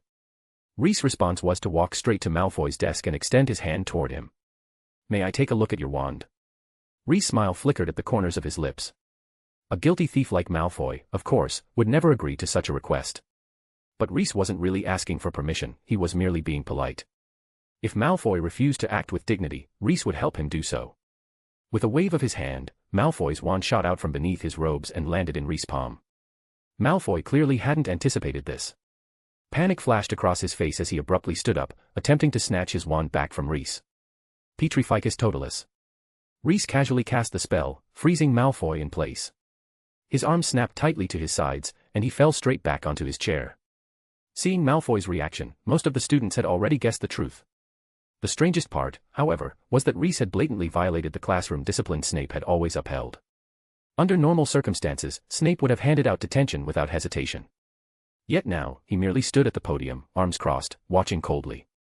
Many young wizards came to a silent realization: Reese had gained a special privilege from Professor Snape. "I once read about a simple spell in a book called 13 Magical Investigation Techniques," Reese said softly. "It's called the Prior Incantato Charm. It reveals the most recent spell cast by a wand." He glanced at Malfoy. We'll know the truth very soon, Draco. Reese's voice echoed through the underground classroom. If I have wronged you, I am willing to apologize and voluntarily request detention from Professor Snape. As for what would happen if Malfoy wasn't innocent, Reese didn't say, but fear had already filled Malfoy's eyes. Of course, he knew exactly what the last spell cast by his wand had been. Reese was so confident because he had already detected traces of Draco Malfoy's magic lingering on the remains of the firework. He raised his wand and tapped it against Malfoy's prior incantato. Under the effect of Reese's spell, a wisp of grey smoke curled out from the point where the two wands met, forming the shadowy outline of a firework. The spectral firework floated upward, drifted forward a short distance, and then vanished. Reese tossed Malfoy's wand back onto his desk and lifted the Petrificus Totalis spell. As the curse lifted, Malfoy collapsed into his chair. The prior incantato spell had provided undeniable proof of his act. There was no room left for denial. Fine. I'll accept it. I'll take the punishment. Malfoy decided to just let it be. After all, the potions professor was Snape. There was no way he would face any real consequences. Reese saw right through Malfoy's thoughts, and a surge of anger flared in his chest. Then, he did something that shocked every student in the room. Bang. Reese slammed his fist onto the desk, shaking Malfoy's wand so hard that it bounced into the air. If you can't behave in class, then get out. What do you think potion making is? Do you think this is your personal playground? Faced with Reese's outburst against Draco, Snape, for once, remained silent. After Malfoy had been caught red-handed, Snape had been this close to kicking him out of the classroom himself. But, mindful of his own carefully maintained persona, he had forcibly swallowed his anger. He needed to maintain good relations with Lucius Malfoy so that when Voldemort inevitably returned, he could infiltrate the Death Eaters once more. Reese had spoken the words Snape couldn't. No professor could tolerate Draco's behavior, especially not in a class involving dangerous experimental work. If the one caught had been Potter, Snape would have stormed straight to Dumbledore to file a complaint and kept him in detention until the end of the school year. But now that Reese had exposed the issue, it was much easier for Snape to act. Malfoy flinched at Reese's fury and instinctively glanced toward Professor Snape, only to find him standing with his arms crossed, gaze lowered, lost in thought. After a few seconds, it seemed Draco made up his mind. Slytherin loses 10 points. Draco Malfoy, from now on, you will serve detention in my office every Friday night until you understand what classroom discipline means. Additionally, you will write me a 1-foot-long letter of reflection. Snape had made his decision on Malfoy's punishment. Malfoy's face twisted in disbelief, but once Snape had spoken, there was no room for negotiation. After class, Daphne cheerfully walked out of the potions classroom alongside Reese. That was amazing. I've wanted to put that guy in his place for ages. The look on his face when Professor Snape announced the punishment, someone should have had an artist capture that and hang it in the Great Hall. Though, it's a bit of a shame we didn't get to test the potion after all. Daphne sneaked a cautious glance at Reese, unsure if he still meant what he had said before. Reese, of course, caught the hidden meaning behind her words. He pretended to ponder for a moment, then reached into his robes and pulled out an old, time-worn parchment scroll. He had originally intended to explain where the parchment came from, but he swallowed his words as a young and beautiful ghost emerged from the wall, floating before him. I have something to take care of. You can read through the notes on this scroll. If there's anything you don't understand, ask me later. With that, Reese lifted a hanging tapestry in the corridor and slipped into the hidden passage behind it. The castle was filled with these secret doorways, and using them wisely could save a significant amount of time when traveling between classrooms. Daphne wanted to follow, but she quickly realized that Reese had already locked the secret door from the other side. Seeing Helena enter the passage along with him, Reese nodded in satisfaction. Nana, are you ready? Helena Ravenclaw gave a small nod. She had steeled herself, she was ready to face her mother. That's wonderful. Reese stepped forward, leading Helena toward the dungeons. Underscore underscore underscore underscore underscore underscore underscore underscore underscore underscore underscore underscore underscore. Chapter 214, Rowena and Helena. Uncle Salazar, do you think Mother will be very angry? Though she had already mentally prepared herself, as they neared the dungeon where Rowena resided, Helena found it increasingly difficult to suppress her nervousness. The mistake she had made was one that would be hard to forgive, even for a biological daughter, let alone an adopted one taken in from the same bloodline. Reese pondered for a couple of seconds. He felt that Helena was probably overthinking it. No matter how angry Rowena had been, after 1,000 years, her anger should have long since subsided. Besides, even when she was alive, she had always tried to cover for Helena, even going so far as to lie in front of her old friends. Reese, until the moment of his death, had always believed that Helena had simply gone off to travel the world. I am a sinner. Helena continued to murmur beside Reese. It was my vanity, my own mistake. In front of her uncle, Helena could finally lower her usual facade, allowing herself to reveal her most vulnerable side without restraint. "Don't worry, it'll be fine," Rhys comforted her warmly. "You're a ghost now, there's nothing Rowena can do to you, probably." Helena. Uncle Salazar's response left her momentarily speechless. But it did seem to make some sense. After thinking it over, Helena finally let out a sigh. "I'd rather Mother just give me a good beating." This time, it was Rhys who fell silent. After all, he had actually been beaten by Rowena before.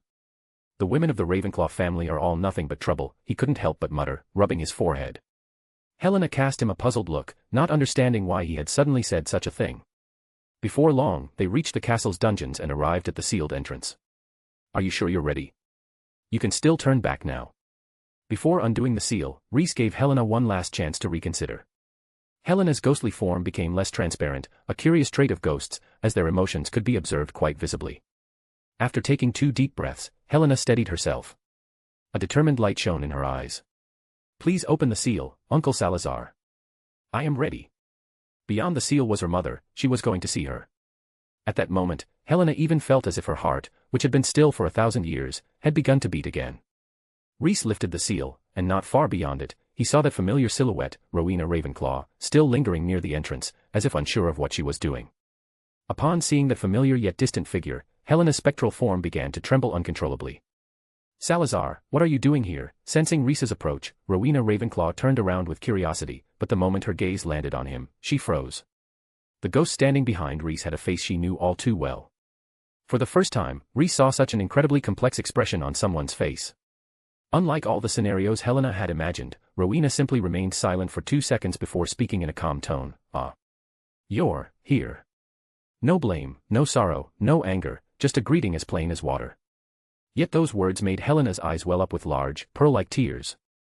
Like a gust of wind, she swept past Rhys and threw herself into her mother's embrace. Rowena's ghost held her the same way she had when Helena was a child, closing her eyes. Rhys quietly stepped back, giving the mother and daughter, separated for 1,000 years, a moment of their own.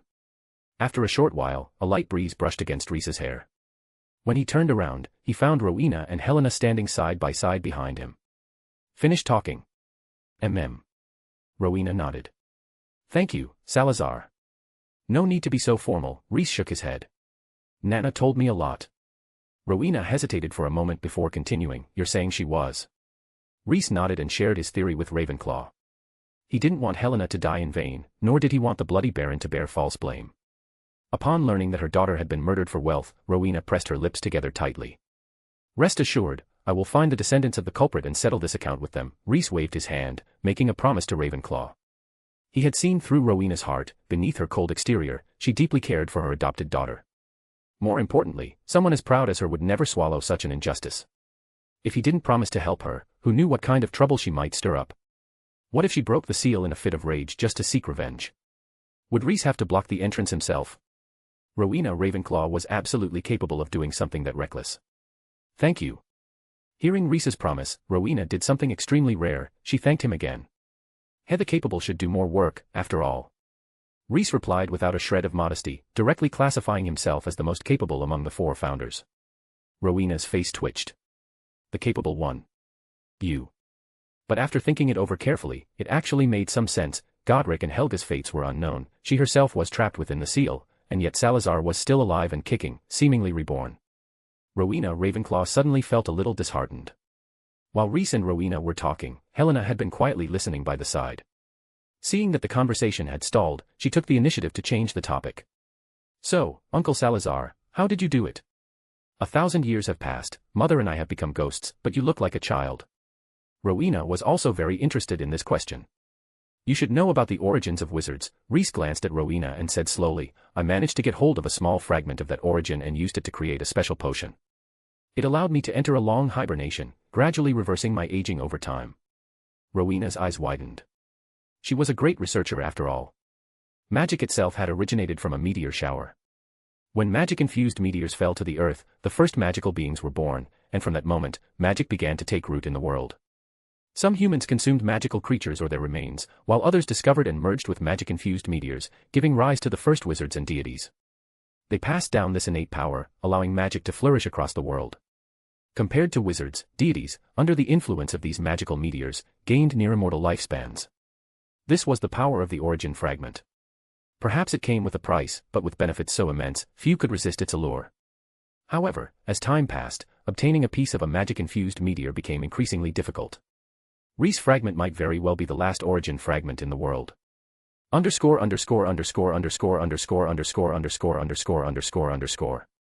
Chapter 215 Ghost to Spirit. Upon learning that Reese had used an origin fragment, Rowena Ravenclaw furrowed her brows.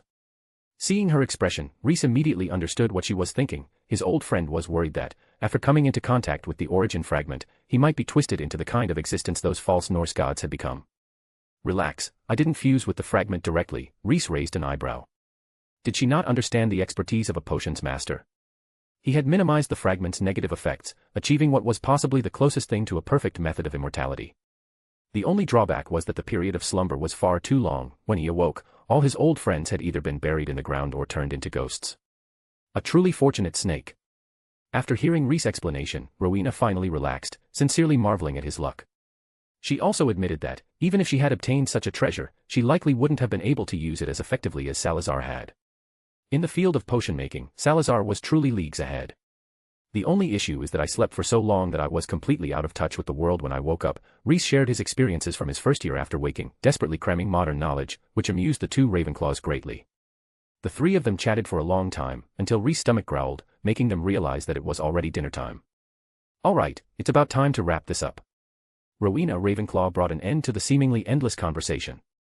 The words between her and Helena could easily last 3 days and nights. If they really wanted to talk to their heart's content, Salazar wouldn't have the patience to wait. Oh, right, there's something else. You're familiar with Helga, take a look at this and see if it has any connection to her.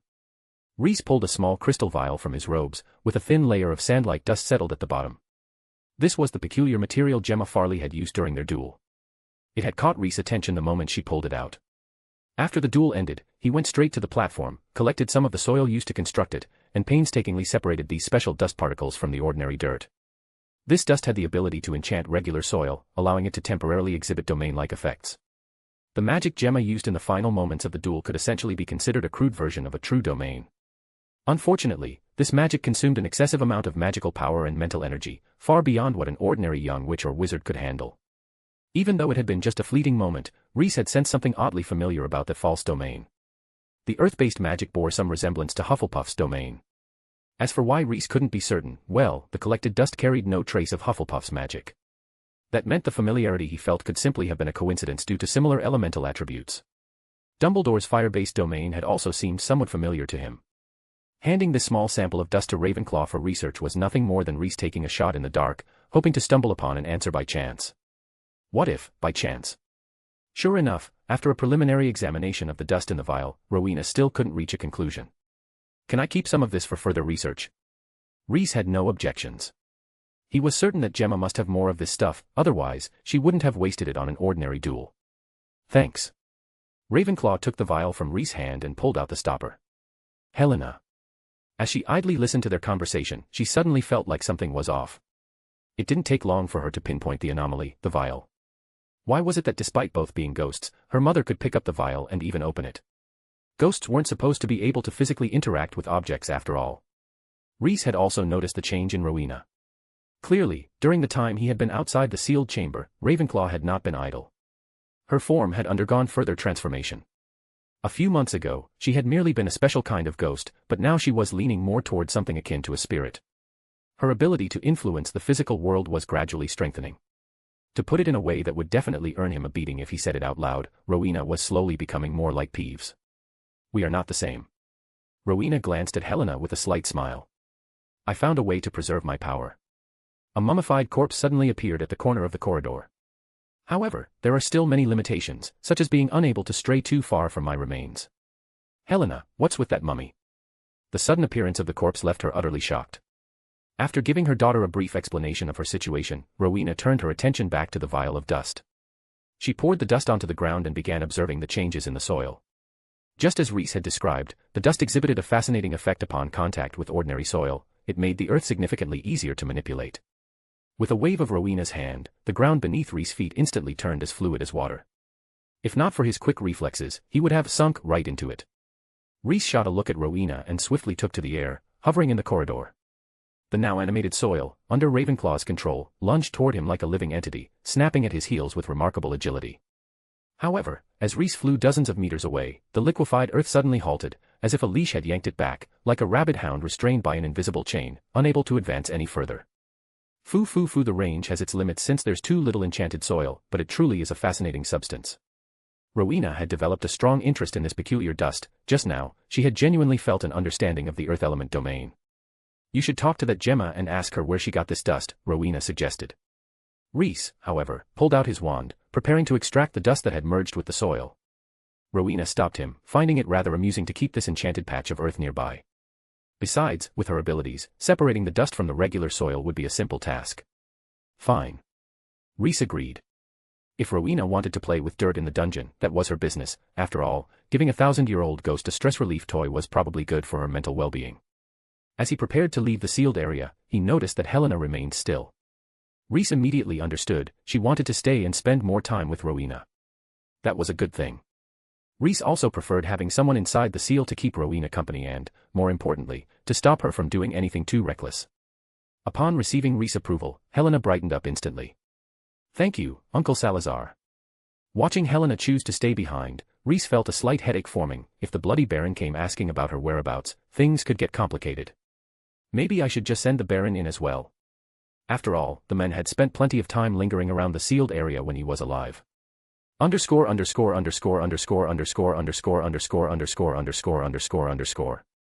Chapter 216. Helena, your students don't seem very smart. But if he rashly sent the Baron in, would it annoy Rowena and Helena? He didn't want to make things worse by trying to be clever. Strange thoughts kept swirling in Rhys' mind, making him shake his head irritably, trying to rid himself of these tangled ideas. This was ridiculous. What kind of wizard played matchmaker for ghosts? Noticing the change in her Uncle Salazar's expression, Helena curiously inquired about what was on his mind. Rhys, about Barrow, it's like this, His tongue felt as if it were tied in knots. This was an area he had never ventured into before, and no matter how he tried to phrase it, it all sounded off. Helena, however, immediately understood what he meant, and she couldn't help but laugh. Indeed, from Uncle Salazar's perspective, this topic was truly hard to bring up. If the Baron pesters you about my whereabouts, just tell him the truth, Helena said, the corners of her lips curling slightly. I doubt he has the courage to enter here. If he does, then I suppose he deserves to stay. Rhys nodded. He also thought the Baron wouldn't dare to face Rowena and Helena directly. Even if he hadn't been entirely responsible for Helena's death, the burden in his heart wouldn't be so easily resolved. The two stood at the entrance of the seal, casually chatting before their farewell. Meanwhile, Rowena was off in the distance, toying with her newfound plaything, showing no intention of coming over to bid her old friend goodbye. The not-so-bright girl you left outside the hidden door, is she your newly chosen student? Rhys raised an eyebrow. Why did Daphne leave that kind of impression on Helena? Daphne is quite talented. No matter what, Rhys would always defend his student's dignity, so he spoke a fair word for Daphne. She is a descendant of Adrian. I see, I should have thought of that. Helena suddenly understood. That silver hair is certainly a striking feature. Now it makes sense. She glanced at Rhys, her eyes full of amusement. Helena's gaze almost made Rhys break his composure. Helena, why don't you just say it outright? 1,000 years have passed, yet your taste in students remains unchanged. Rhys. You shouldn't say things like that. Daphne has a younger sister named Atoria, who is also an exceptionally gifted child. Helena maintained her faint smile, her expression eerily similar to the Rowena Ravenclaw statue in the Ravenclaw common room. Let's not just talk about me. Your mother has also taken on a student, an outstanding young witch named Hermione Granger. After being pricked by Helena's words multiple times, Rhys decided to counterattack. That statement landed a critical hit on Helena. She immediately started questioning him about Hermione's performance at school. The name sounded familiar to her, but she hadn't paid much attention before. To Helena, young students were like mushrooms sprouting from tree stumps, one batch after another. If she were to pay attention to every single one and remember all their names, her mind would surely be overwhelmed. The fact that she vaguely recognized the name and had some impression of it was already quite remarkable.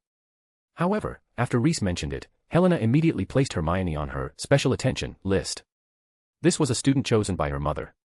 Subconsciously, Helena directly linked Hermione to herself and couldn't help but start comparing the girl to her own younger self. Hey, look at her face. Seeing Helena getting anxious, Rhys, on the other hand, took his time. He called out to Rowena in the distance, "Hey, do you have anything you'd like me to bring up to Granger?" To his surprise, Ravenclaw actually responded. She paused her actions, no longer playing with the lump of enchanted soil, and took out a bundle wrapped in animal hide. "I do have something I need you to deliver for me. I originally planned to teach her potion making in a while, but starting a bit earlier wouldn't be a bad idea. Inside the package are some potion ingredients and a few relatively simple potion recipes. Salazar, please pass them on to Granger for me, and if possible, offer her some guidance. You're a master in poti-wondering after all." After briefly explaining the package's contents and her request, Rowena once again floated away, returning to her study of the enchanted soil. Rhys checked the contents of the package and found that it contained some unique materials from the dungeon, useful for crafting ancient potion recipes. After her mother took action, Helena's gaze never left the potion ingredients. "Uncle Salazar," Helena's eyes twinkled with mischief as she came up with a new idea. "I feel like that girl Daphne is quite different. You mentioned before that she once stood up for you and taught a reckless young wizard a lesson." Rhys nodded. He had indeed mentioned how Daphne had played a prank on Malfoy. "That's truly unusual. I still remember back when Adrian." Helena trailed off midway, then suddenly changed the subject, saying that she also had a small gift for this charming young junior. What she offered was an address. According to her, it led to a hidden room where she had once stored some valuables that were too inconvenient to carry when she left the school. As Rhys listened to the room's location, he narrowed his eyes. This place sounded strangely familiar. If he wasn't mistaken, that area should be where Godric's private classroom was located. The four founders were all aware of the general locations of each other's private classrooms, but out of mutual respect, they never actively sought out or entered them. Some even left spells specifically designed to deter their old friends from intruding. For instance, in his own chamber, Rhys had placed an enchantment that would trigger if any of the other founders attempted to enter. Of course, his spell was more of a prank than a real threat. It wasn't lethal but was certainly humiliating enough to ensure that any intruder wouldn't be able to hold their head high in front of him afterward. Rhys decided that he would pass the address to Daphne later and let her explore the place. Seeing Helena's sincerity, Rhys also shared everything he knew about Hermione with her. These details weren't hard to find. If Helena left the sealed chamber and asked a few students, she could gather the same information herself. But since she was eager to know right now, Rhys obliged. "A remarkable child," Helena murmured, carefully comparing herself to Hermione, only to be surprised by how similar their achievements were. Back when she was a student, she had also been top of her class. Her library time might not have been as extensive, but that was simply due to the era she lived in. Hogwarts' book collection wasn't nearly as vast back then, and students had additional responsibilities. But when it came to enthusiasm for reading, Helena believed that her passion was no less than Miss Granger's. Wait. Her expression grew complicated. Underscore.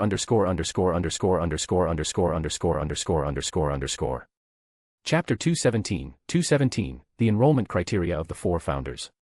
You see, Rowena's selection criteria have always been like this. Even if you weren't her daughter, I still believe you could have become one of her chamber students. Rhys casually reassured Helena before turning away and stepping out of the sealed chamber. Even after the stone wall of the seal closed, Helena remained frozen in place, her mind replaying her uncle's words over and over.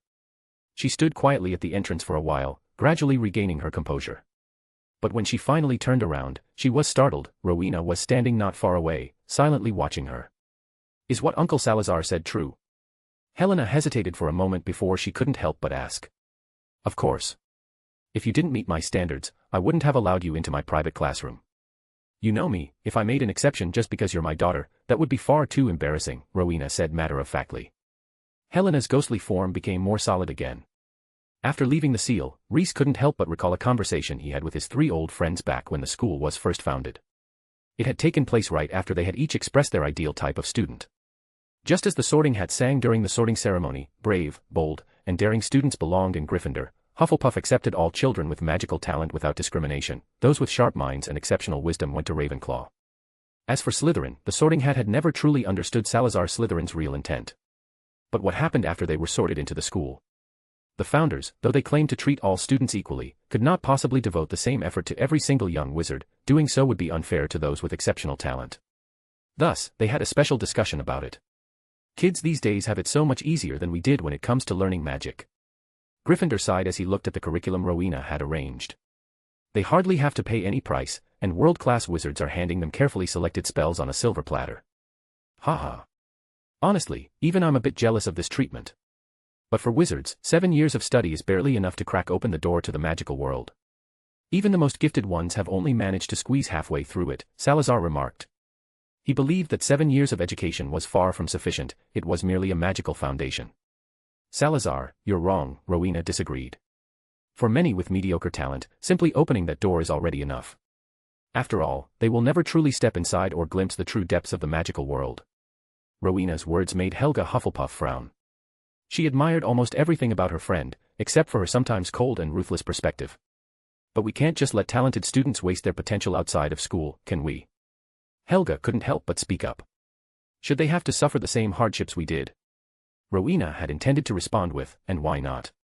But when she met her old friend's warm brown eyes, she found herself unexpectedly softening. Instead, she offered a compromise. We can select the students who show real promise, allow them to remain at the school after graduation to continue their studies, and have them assist with teaching a few classes in return. Rowena's proposal was met with unanimous approval from the other 3 founders. Even someone as kind as Helga Hufflepuff understood that there was no need to keep less talented students at school for too long. They could venture out into the world sooner, experiencing its vast and colorful wonders. However, if a student wants to receive my advanced tutelage, their talent must be truly exceptional, Rowena stated firmly. She made it clear that she would significantly raise the bar for selecting students, only the best could study under her. The most obvious proof of talent is, of course, academic performance. Anyone who hasn't taken first place should forget about becoming my advanced student. Besides talent, I also want them to share my love for books. After all, I intend to pass down my personal library to them in the future. Ravenclaw counted the necessary qualities of her ideal student on her fingers. Godric was momentarily stunned. He hadn't given this matter much thought before. If he were to take on an advanced student, what kind of person should they be? He glanced at Salazar standing beside him and suddenly had a realization. He needed someone as resourceful and cunning as Salazar, someone who could help him manage the overly energetic troublemakers in his house.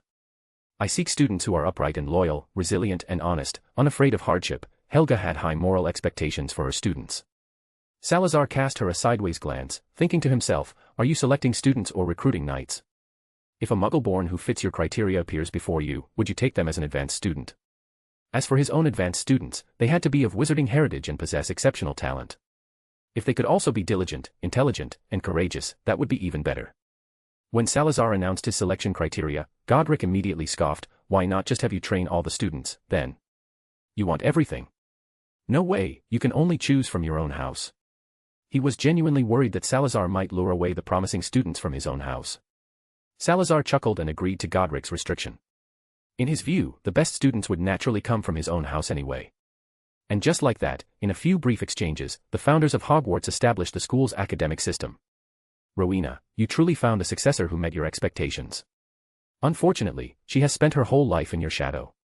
Reese shook his head, feeling a deep sense of regret for Helena and Rowena Ravenclaw. After returning from the underground seal to the Slytherin common room, Reese briefly explained his recent whereabouts to Daphne. You should know that ghost's identity, right? He sank into an armchair and looked at Daphne, who sat across from him. Daphne nodded. That was the ghost of Ravenclaw House. Though she always called herself Grey, well-informed people knew she was actually Rowena Ravenclaw's daughter. As for why she had sought out Reese, Daphne could make a reasonable guess. She must have wanted him to take her to see her mother. She just couldn't understand why Reese had refused to take her along. She had already met Lady Ravenclaw before, hadn't she? Oh, right. Here's an address, you can check it out if you're interested in the future. It's a gift from Helena. Reese passed on Helena's gesture of goodwill to Daphne. The 7th floor of the castle. Daphne memorized the location, deciding to explore it when she had the time. _________________________________________________ Chapter 218, Gemma and Reese. After a brief chat with Daphne, Reese returned to his dormitory to rest. What a luxury it was to take an undisturbed afternoon nap on a soft bed under the warm sunlight. Daphne, meanwhile, stayed in the common room, opening the booklet that Ravenclaw had given her and beginning to study its contents. As usual, she picked up her quill and wrote on the pages of the booklet. Hello, Rowena. I'm Daphne. The booklet responded as always, Hello, Daphne.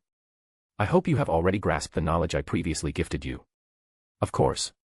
I've finished reading a detailed explanation of spatial magic, Part 3, and have mastered its contents. I can now cast the undetectable extension charm. Very good. However, spatial magic is an exceptionally profound and complex field. The 3 documents you've received merely scratch the surface, so please remain diligent and humble. There is still new wisdom awaiting you, but as always, you must correctly answer one question before you can obtain it. Daphne nodded, already accustomed to the booklet style. As the last line of text faded away, a lengthy passage emerged on the pages. In the wilderness, there stands a 10-story wizard tower, with a sapphire on each floor. The sapphires vary in size.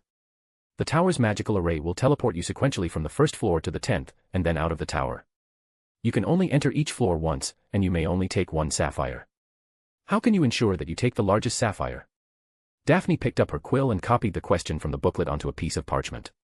Her Latin had improved significantly recently, making it much easier to comprehend the problem. She quickly came up with an answer. Pick up the sapphire on the first floor, then, on each subsequent floor, compare the sapphire in your hand with the one on that floor. If the new sapphire is larger, swap the one in your hand for it. Congratulations, you answered correctly. As your reward, here is how to create a miniature world inside a crystal ball, Part 1. Since you already have a foundation in spatial magic, you can now try crafting more complex magical artifacts. Using spatial magic merely for lunchboxes and tents would be a waste. Staring at the words appearing on the pages, Daphne was completely stunned. She suddenly remembered, hadn't she accidentally broken a crystal ball left behind by Ravenclaw before? Did this mean she could recreate one using the information in this document? Hell yes. Her eyes lit up with excitement. Without hesitation, she procured a crystal ball from an older student and immediately began experimenting with it as her base. She even went out of her way to keep it a secret from Rhys, planning to surprise him. Rhys hadn't noticed Daphne's little secret project. Right now, he was on his way to find Gemma Farley to ask about the origins of that vial of dust. Gemma wasn't hard to find. Lately, she had been frequenting the library, as she was determined to achieve all outstanding grades in her NEWT exams. While preparing for her exams, she was also sending out resumes to major companies in the wizarding world, hoping to secure a pre-employment agreement. For a Hogwarts prefect with straight, outstanding OWL scores, finding a job was as easy as reaching out her hand. Gemma had already received multiple offers, regardless of how her NEWT scores turned out, companies were eager to hire her. Among her offers was one from the Ministry of Magic itself. Amelia Bones, head of the Department of Magical Law Enforcement, wanted her as a personal secretary, provided her NEWT scores matched her OWLs. However, Gemma wasn't interested in an office job. She wanted a more adventurous career, and becoming a Gringotts cursebreaker seemed like a promising choice. She recalled that an older Gryffindor student had taken that path. When Rhys found her, she was in the middle of writing a letter to him. "Good afternoon, Lint," Gemma greeted when she saw who had approached her. Though a bit surprised, the prefect still pulled out a chair and invited Rhys to sit beside her. Rhys tended to keep a low profile. Aside from his consistently excellent exam scores, his exceptional talent in potions, and his close ties with the two Greengrass sisters, he usually didn't attract much attention. He hadn't made dazzling plays in Quidditch like Harry Potter or Cedric Diggory, nor had he caused a school-wide commotion at the end of the year like Daphne Greengrass or Ron Weasley. Even in regular classes, his presence wasn't as striking as Ravenclaw's Miss Granger. He hadn't even participated in the dueling tournament. Gemma figured that if Rhys had entered the competition, he might have achieved results just as impressive as Daphne's. After all, someone as tough as herself had been knocked out by Daphne. He reminded her of the sand burrow snake she had encountered in the Sahara Desert, low-key and inconspicuous. But she didn't see Rhys as just an ordinary second-year wizard. As a seventh-year student on the verge of graduation, she viewed things differently from most of her schoolmates. Her perspective was closer to that of an adult wizard. Even if Rhys were truly unremarkable, his close relationship with the Greengrass sisters alone made it worthwhile to build a positive connection with him. Those were the two direct heiresses of the Greengrass family, destined to inherit a considerable fortune. Given the family's status, if the Greengrass patriarch ever decided to enter politics, he could easily reach a department head position in the Ministry of Magic. Under their protection, Rhys's future was undoubtedly bright. And considering the Greengrass family's habit of staying behind the scenes, it was entirely possible that Rhys would be the one taking that department head position instead. "Good afternoon. Am I interrupting you?" "Of course you are," but Gemma didn't mind. She set her quill aside and told Rhys that she was writing to Bill Weasley of Gryffindor. He had once been the Gryffindor prefect and later became the head boy of the school. Now, he worked as a cursebreaker for Gringotts. Back when Gemma had first entered Hogwarts, Bill had already been one of the most well-known figures in the school. "You're interested in becoming a cursebreaker?" Rhys immediately understood her intentions after hearing Gemma's introduction of Bill. "Why not?" "It's an interesting job," Gemma admitted. "It's a dangerous one. A few cursebreakers died in Scotland not too long ago," Rhys reminded her kindly. He had always been somewhat wary of cursebreakers. Exploring ancient ruins was an incredibly dangerous task. Even back in his own time, when he and his old friends ventured into the remnants left by ancient wizards, they had to maintain absolute vigilance. After all, a single misstep could lead to disaster. As for these modern cursebreakers, well, Rhys found it difficult to form a fair opinion of them. Underscore. Chapter 219, from Egypt. If Rhys had to sum up cursebreakers in one sentence, it would be, how do you even dare?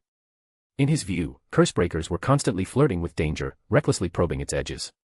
Most of them lacked real power and knowledge, yet they still insisted on diving headfirst into ancient ruins as if they had a death wish. If they were only exploring medieval wizard sites or ruins that medieval wizards had already discovered, it wouldn't be too concerning.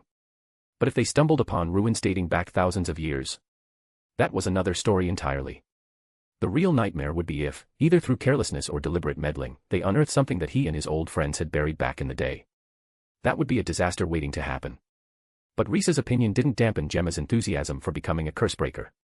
She simply assured him that she would be careful. Seeing her determination, Rhys didn't press the issue. Instead, he decided he'd keep in touch with his senior through letters in the future, just in case she really did stir up some ancient catastrophe. If she ever found a ruin from thousands of years ago, he might just have to go on an expedition himself. By the way, where did you get that dust you used during duel night?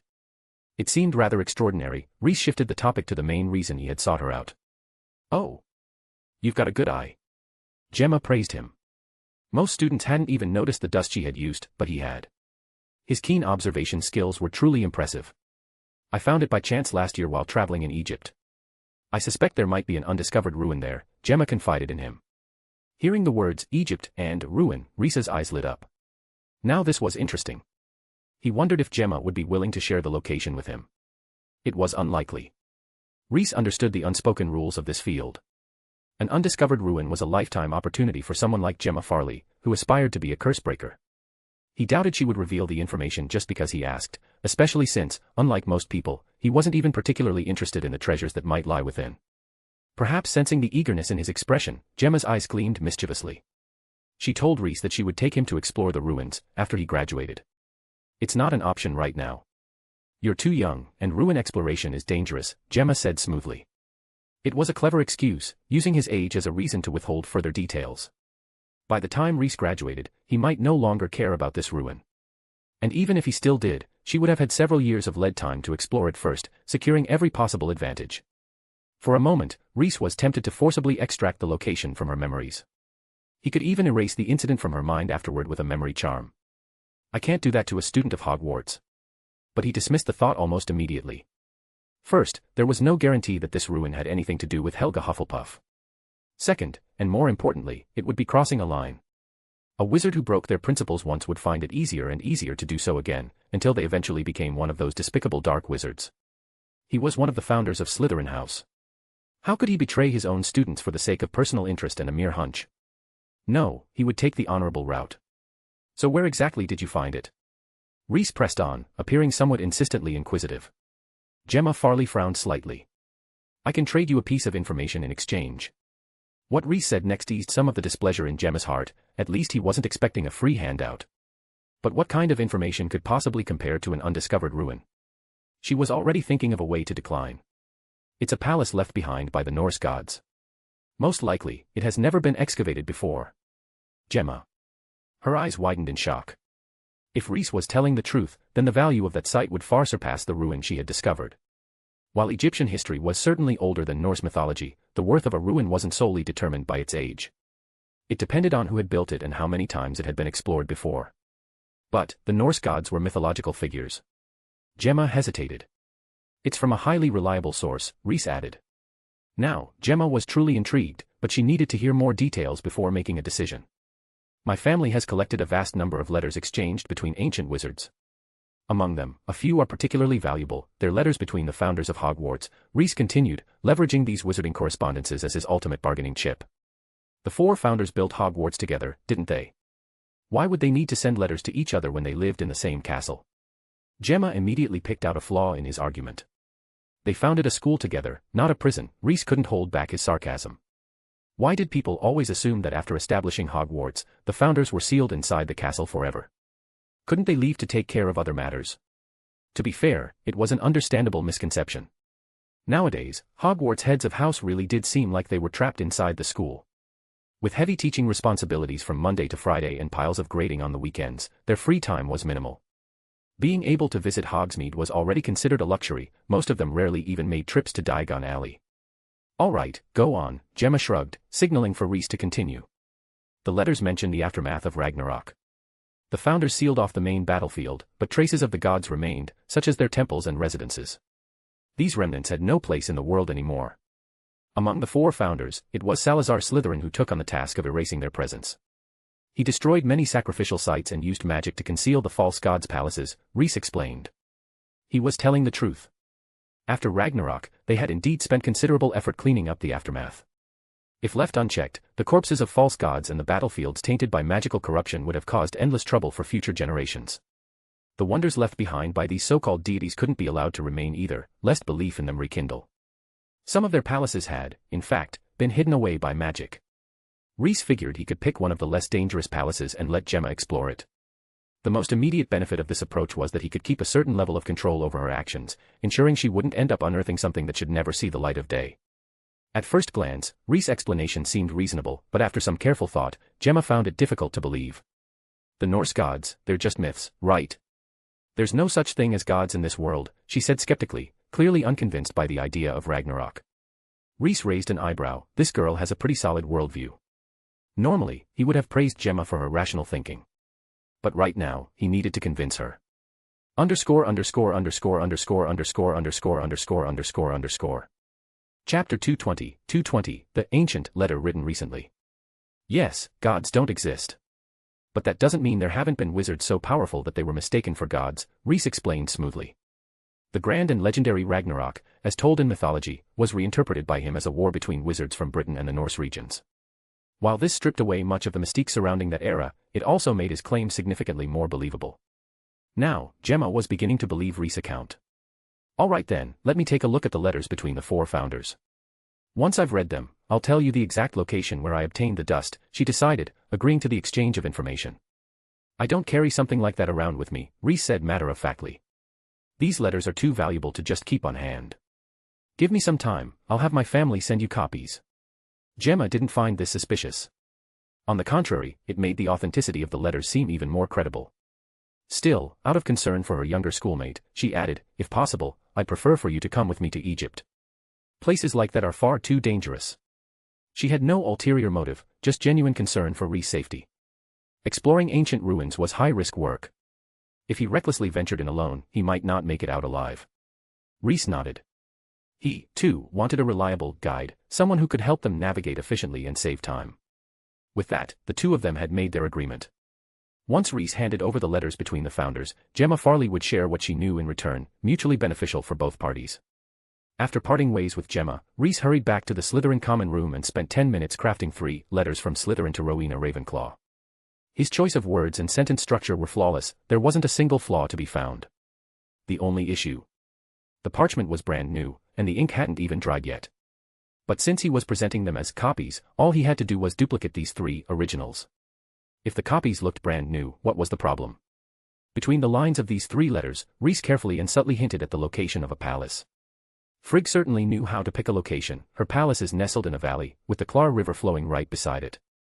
The river is full of plump salmon, which I've sent along with this letter for Helga. They can be eaten raw without heating, the flesh is rich, tender, and delicious. The climate here is eternally spring-like, even better than the site we chose for Hogwarts. Honestly, if the school weren't already built, I'd have considered moving it here. As per your suggestion, I've concealed the palace with magic. It cannot be marked on any map, nor can Muggles find their way here.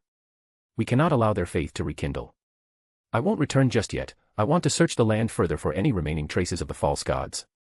I departed from Frigg's bedchamber and traveled southwest for 3 days and 3 nights before reaching a small town called Orelfram.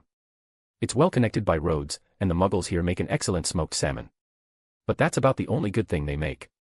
Not gonna lie, trying to craft a convincing conversation while casually mentioning the location of Frigg's palace was enough to make Rhys feel like he was going bald.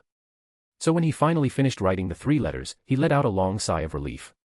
Back in the day, they had been far too busy to have the luxury of writing letters. Rhys couldn't help but grumble, letter writing was such an inefficient means of communication.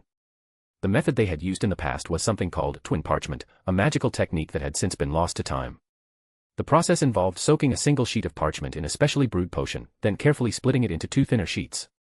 These two sheets would then be enchanted to form an inseparable connection. Whatever was written on one would instantly appear on the other, allowing for seamless communication over vast distances. Yet, since Rhys had awakened, he hadn't seen a single wizard using this method to stay in touch. Modern wizards seem to prefer owl post. When in doubt, just send a letter via owl. Satisfied with his work, Rhys carefully put the letters away. The only thing left to do was make copies. With his task completed, he was in a good mood. He casually grabbed a book, spread it open on the table, and started reading with great interest. Before long, Daphne appeared, reminding him that it was time to fulfill his promise. Oh, right. Rhys suddenly remembered, he was supposed to teach Daphne how to control the land. To be honest, after witnessing Gemma's bottle of dust, Rhys felt that Helga's soil manipulation spell was almost obsolete. Months or even years of painstaking research, yet it couldn't compare to the convenience of a single bottle. The moment this thought crossed Rhys's mind, he was startled by himself. How could he have such an absurd idea? He quickly shook his head, forcing the terrifying thought out of his mind. Indeed, using magic-infused dust could significantly reduce the difficulty of manipulating soil, but it was merely a shortcut, offering no real benefit to the user. If casting a spell was like applying a formula, then using this dust was like copying the answer without understanding the problem. It was even worse than blindly following a formula. Someone who graduated without understanding the principles behind magic could hardly be called an excellent wizard. Magic craftsman would be a more fitting title. It was true that years of effort from a wizarding apprentice might not match the effects of a single bottle. But for students like Daphne, if she dedicated more time and effort to mastering soil magic, she would eventually be able to crush those who relied solely on tossing bottles. Yet, even he had momentarily entertained such thoughts. No wonder the magical world had ultimately abandoned true magic education. They had eradicated the Nordic false gods so thoroughly that wizards had lost their sense of crisis. Without the pressure of life and death, why would anyone push themselves to study magic? Rhys couldn't help but recall the conversation he had with Helga when she entrusted him with her insights on soil manipulation magic. These potions, when mixed into pig feed, can effectively prevent swine fever and enhance nutrient absorption. This way, your pigs can eat the least amount of feed while growing the most meat. When Salazar handed over a large jar of prepared potion to Helga, his expression was incredibly complicated. He, one of the world's top potions masters, was now developing anti-diarrhea and weight gain potions for pigs, just to learn a spell. The way his life had turned out, truly. Helga Hufflepuff saw right through Salazar's thoughts and rolled her eyes. Don't underestimate the craft of pig farming. If you're so high and mighty, then don't eat any of the pork raised at Hogwarts from now on. Go hunt wild boars with your little apprentices instead. Chapter 221, Hufflepuff's Advice. Helga's threat made Salazar's expression change instantly. Wild boar meat, was that even edible? It was gamey, smelly, and so tough it could crack a person's molars. The only remotely tender part of the entire animal might be the tongue. If he really angered Helga and she cut off their pork supply, the students of Slytherin House would have no choice but to gather at the Black Lake and start fishing for their meals. I have never once underestimated this craft. Salazar surrendered immediately. Look, isn't this me contributing to technological advancement? You call this contribution? Helga let out a cold laugh and pulled out a roll of parchment, waving it in front of Salazar. Do you have some sort of misunderstanding about what contribution means? Salazar fell completely silent, afraid that saying anything more would further provoke this little firecracker in front of him. He could understand why Helga was in a foul mood. A herd of wild boars had charged out of the forbidden forest during the night, trampling and destroying most of the fields she had painstakingly cultivated. And to make matters worse, the students who were supposed to be on duty last night had snuck out to go drinking. One could only imagine Helga's fury when she stormed into a tavern outside the school and found those students dead drunk. Why had he chosen this exact moment to negotiate with her? Salazar deeply regretted his timing. After venting her frustration at her old friend, Helga finally handed over her insights on earth manipulation magic to Salazar. Then, she turned to the students working hard in the fields and shouted, "No one eats or sleeps until the replanting is done, without magic." As punishment, those students had to replant the fields that the wild boars had destroyed, without using magic, relying solely on manual labor. Don't worry. I'll discuss it with Godric later. We'll head into the Forbidden Forest, hunt down a batch of wild boars, and use them as fertilizer for the fields, Salazar reassured her. Only then did most of Helga's anger dissipate. For wizards, especially a witch like her, who specialized in earth manipulation magic, achieving a bountiful harvest was actually quite easy. She could even complete the entire process of sowing, watering, fertilizing, pest control, and harvesting purely through magical means. Under the influence of magic, the yield per acre of grain or produce was significantly higher than what Muggles could achieve. For instance, she could grow pumpkins as large as carriages, wheat stalks with heads as long as a person's arm, and even cover freshly tilled land with several feet of rich humus overnight. But just because the work was easy didn't mean the fruits of their labor could be wantonly wasted. This was why the usually kind and gentle Helga had decided to severely punish those students. After receiving the booklet, Salazar flipped through it. When he finished, he couldn't help but sigh. What's wrong? Is there something wrong with my writing? Helga immediately leaned over to ask when she heard his sigh. I was just thinking, with a grand sorceress like you, a master of earth manipulation, leading the way, what's the point of me studying soul-controlling spells? Salazar suddenly felt a sense of emptiness. No matter how deeply he delved into the knowledge recorded in the booklet, could he really surpass Helga Hufflepuff, the one who ruled over the domain of Earth, the very which some Muggles revered as the mother goddess of the land? Oh, so that's what's bothering you. I thought I had written something wrong. Helga patted her chest in relief. So what if I'm good at controlling the earth? Does that mean you should stop studying this kind of magic just because I'm an expert? I'm still researching ways to make the sky bring down rain, she scolded Salazar. Every spell has its value. Remember that ridiculous, make your enemy's weapon fly away, spell we saw in that village? It turned out to be incredibly powerful, almost ripped Godric's arm off. Even the silliest-looking spell, when studied deeply, can reveal unexpected value. There's a fable from ancient Greece about a tortoise and a hare. If the tortoise hadn't taken one steady step at a time, it wouldn't have won the race, no matter how long the hare slept. As Helga spoke, she took back the parchment she had given him, added a final note, and then handed it back to Salazar. Later, using Helga's insights, Salazar combined them with his own domain and developed a spell with an astonishingly high endurance. Once he mastered it, no one could ever outlast him in a battle of attrition again. If he wished, and if his enemy could endure it, he could fight continuously for months, even years. Rhys slowly returned to reality. He lifted his gaze toward Daphne, who was standing nearby, holding the parchment he had given her. Taking Helga Hufflepuff's notes from her hands, Rhys flipped through them and found that the pages were pristine, no damage, no wear, not even a single crease. He was a bit surprised. I can tell you've taken great care of it. That's good, because this is Helga's original work, Rhys praised Daphne. Silently, Daphne stretched out her hands and unfurled the parchment. At the very top, in bold Latin script, was an inscription. For my friend, Salazar Slytherin. May he and his students come to understand the significance of Earth to humanity and the value of unwavering perseverance. Helga Hufflepuff. Yeah. This is a relic of Hufflepuff herself, she exclaimed loudly. I copied everything from it directly, I never even flipped through the original. How could you just let people handle something this valuable without protection? Why didn't you warn me beforehand? Daphne's tone was full of reproach. When she had first received the parchment, she hadn't thought much of it and had simply stuffed it into her bag. When she realized the parchment's true origins, she broke out in a cold sweat. She had actually stuffed such a priceless artifact alongside heavy books and ink bottles. That was practically a crime. If it had been damaged, she wasn't sure she could afford to compensate for it. Her family didn't possess relics of equivalent value, at least, not that her father had ever disclosed to them. Something came up at the time, and I forgot. It's fine, if it gets dirty, magic can restore it, Rhys said, not particularly concerned. What Daphne saw as a priceless treasure, he regarded as nothing more than a keepsake from an old friend. Once he found that friend, he would have as many of these as he wanted. I told you, my family has a collection of many valuable artifacts. Now do you believe me? Daphne, meanwhile, was silently thinking, even my ancestors, who were Salazar Slytherin students, didn't leave behind this many precious documents. But your family? You have medieval letters, handwritten manuscripts from the founders, this is ridiculous. The more she thought about it, the more convinced she became that Rhys must be a direct descendant of Slytherin himself. __________________________________________ Chapter 222, It's Christmas again. So, you've definitely understood everything written in there, right? Rhys changed the subject. Of course, Daphne hadn't understood it at all. Helga's notes were written in Latin, and since they were intended for Salazar, the content was rather obscure, not intentionally so, but because both of them had such a high starting point. What was common knowledge to them was practically indecipherable to young wizards in later generations. Seeing the pure and clueless confusion in Daphne's eyes, Rhys immediately understood. If she had actually understood everything in the text, she wouldn't have come back to him with questions so soon.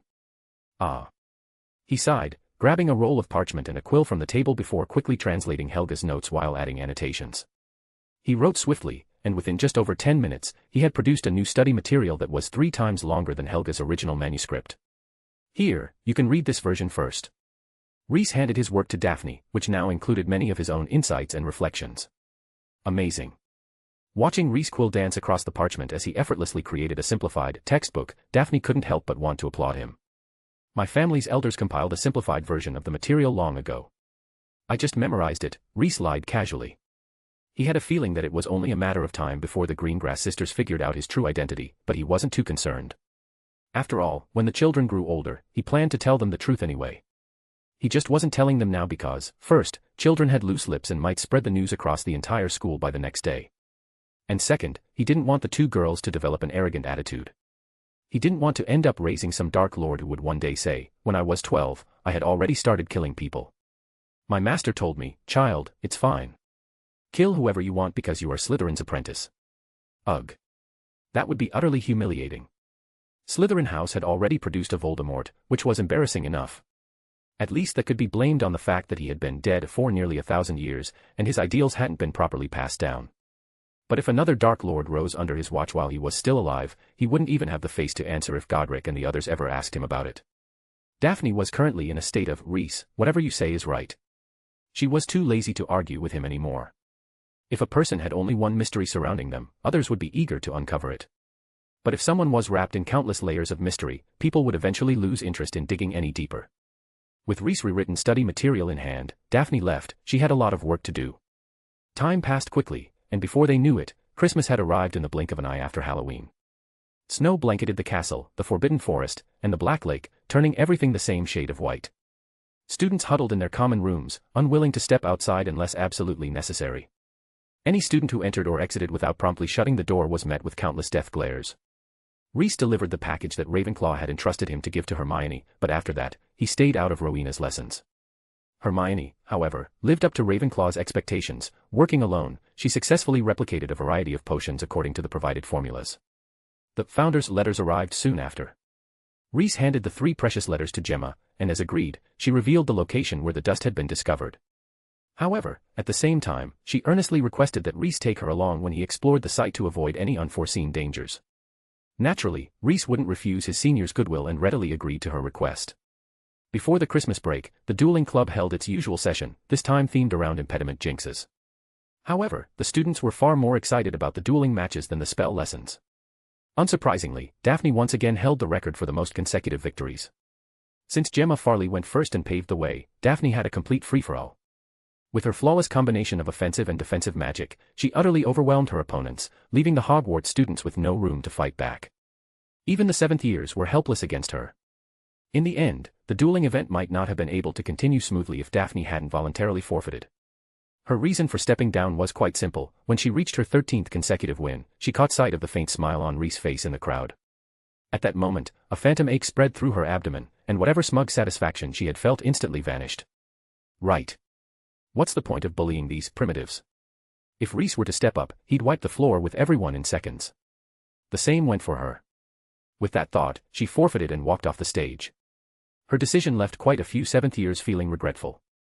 It was somewhat counterintuitive, but these soon-to-graduate students genuinely wanted a chance to duel Daphne.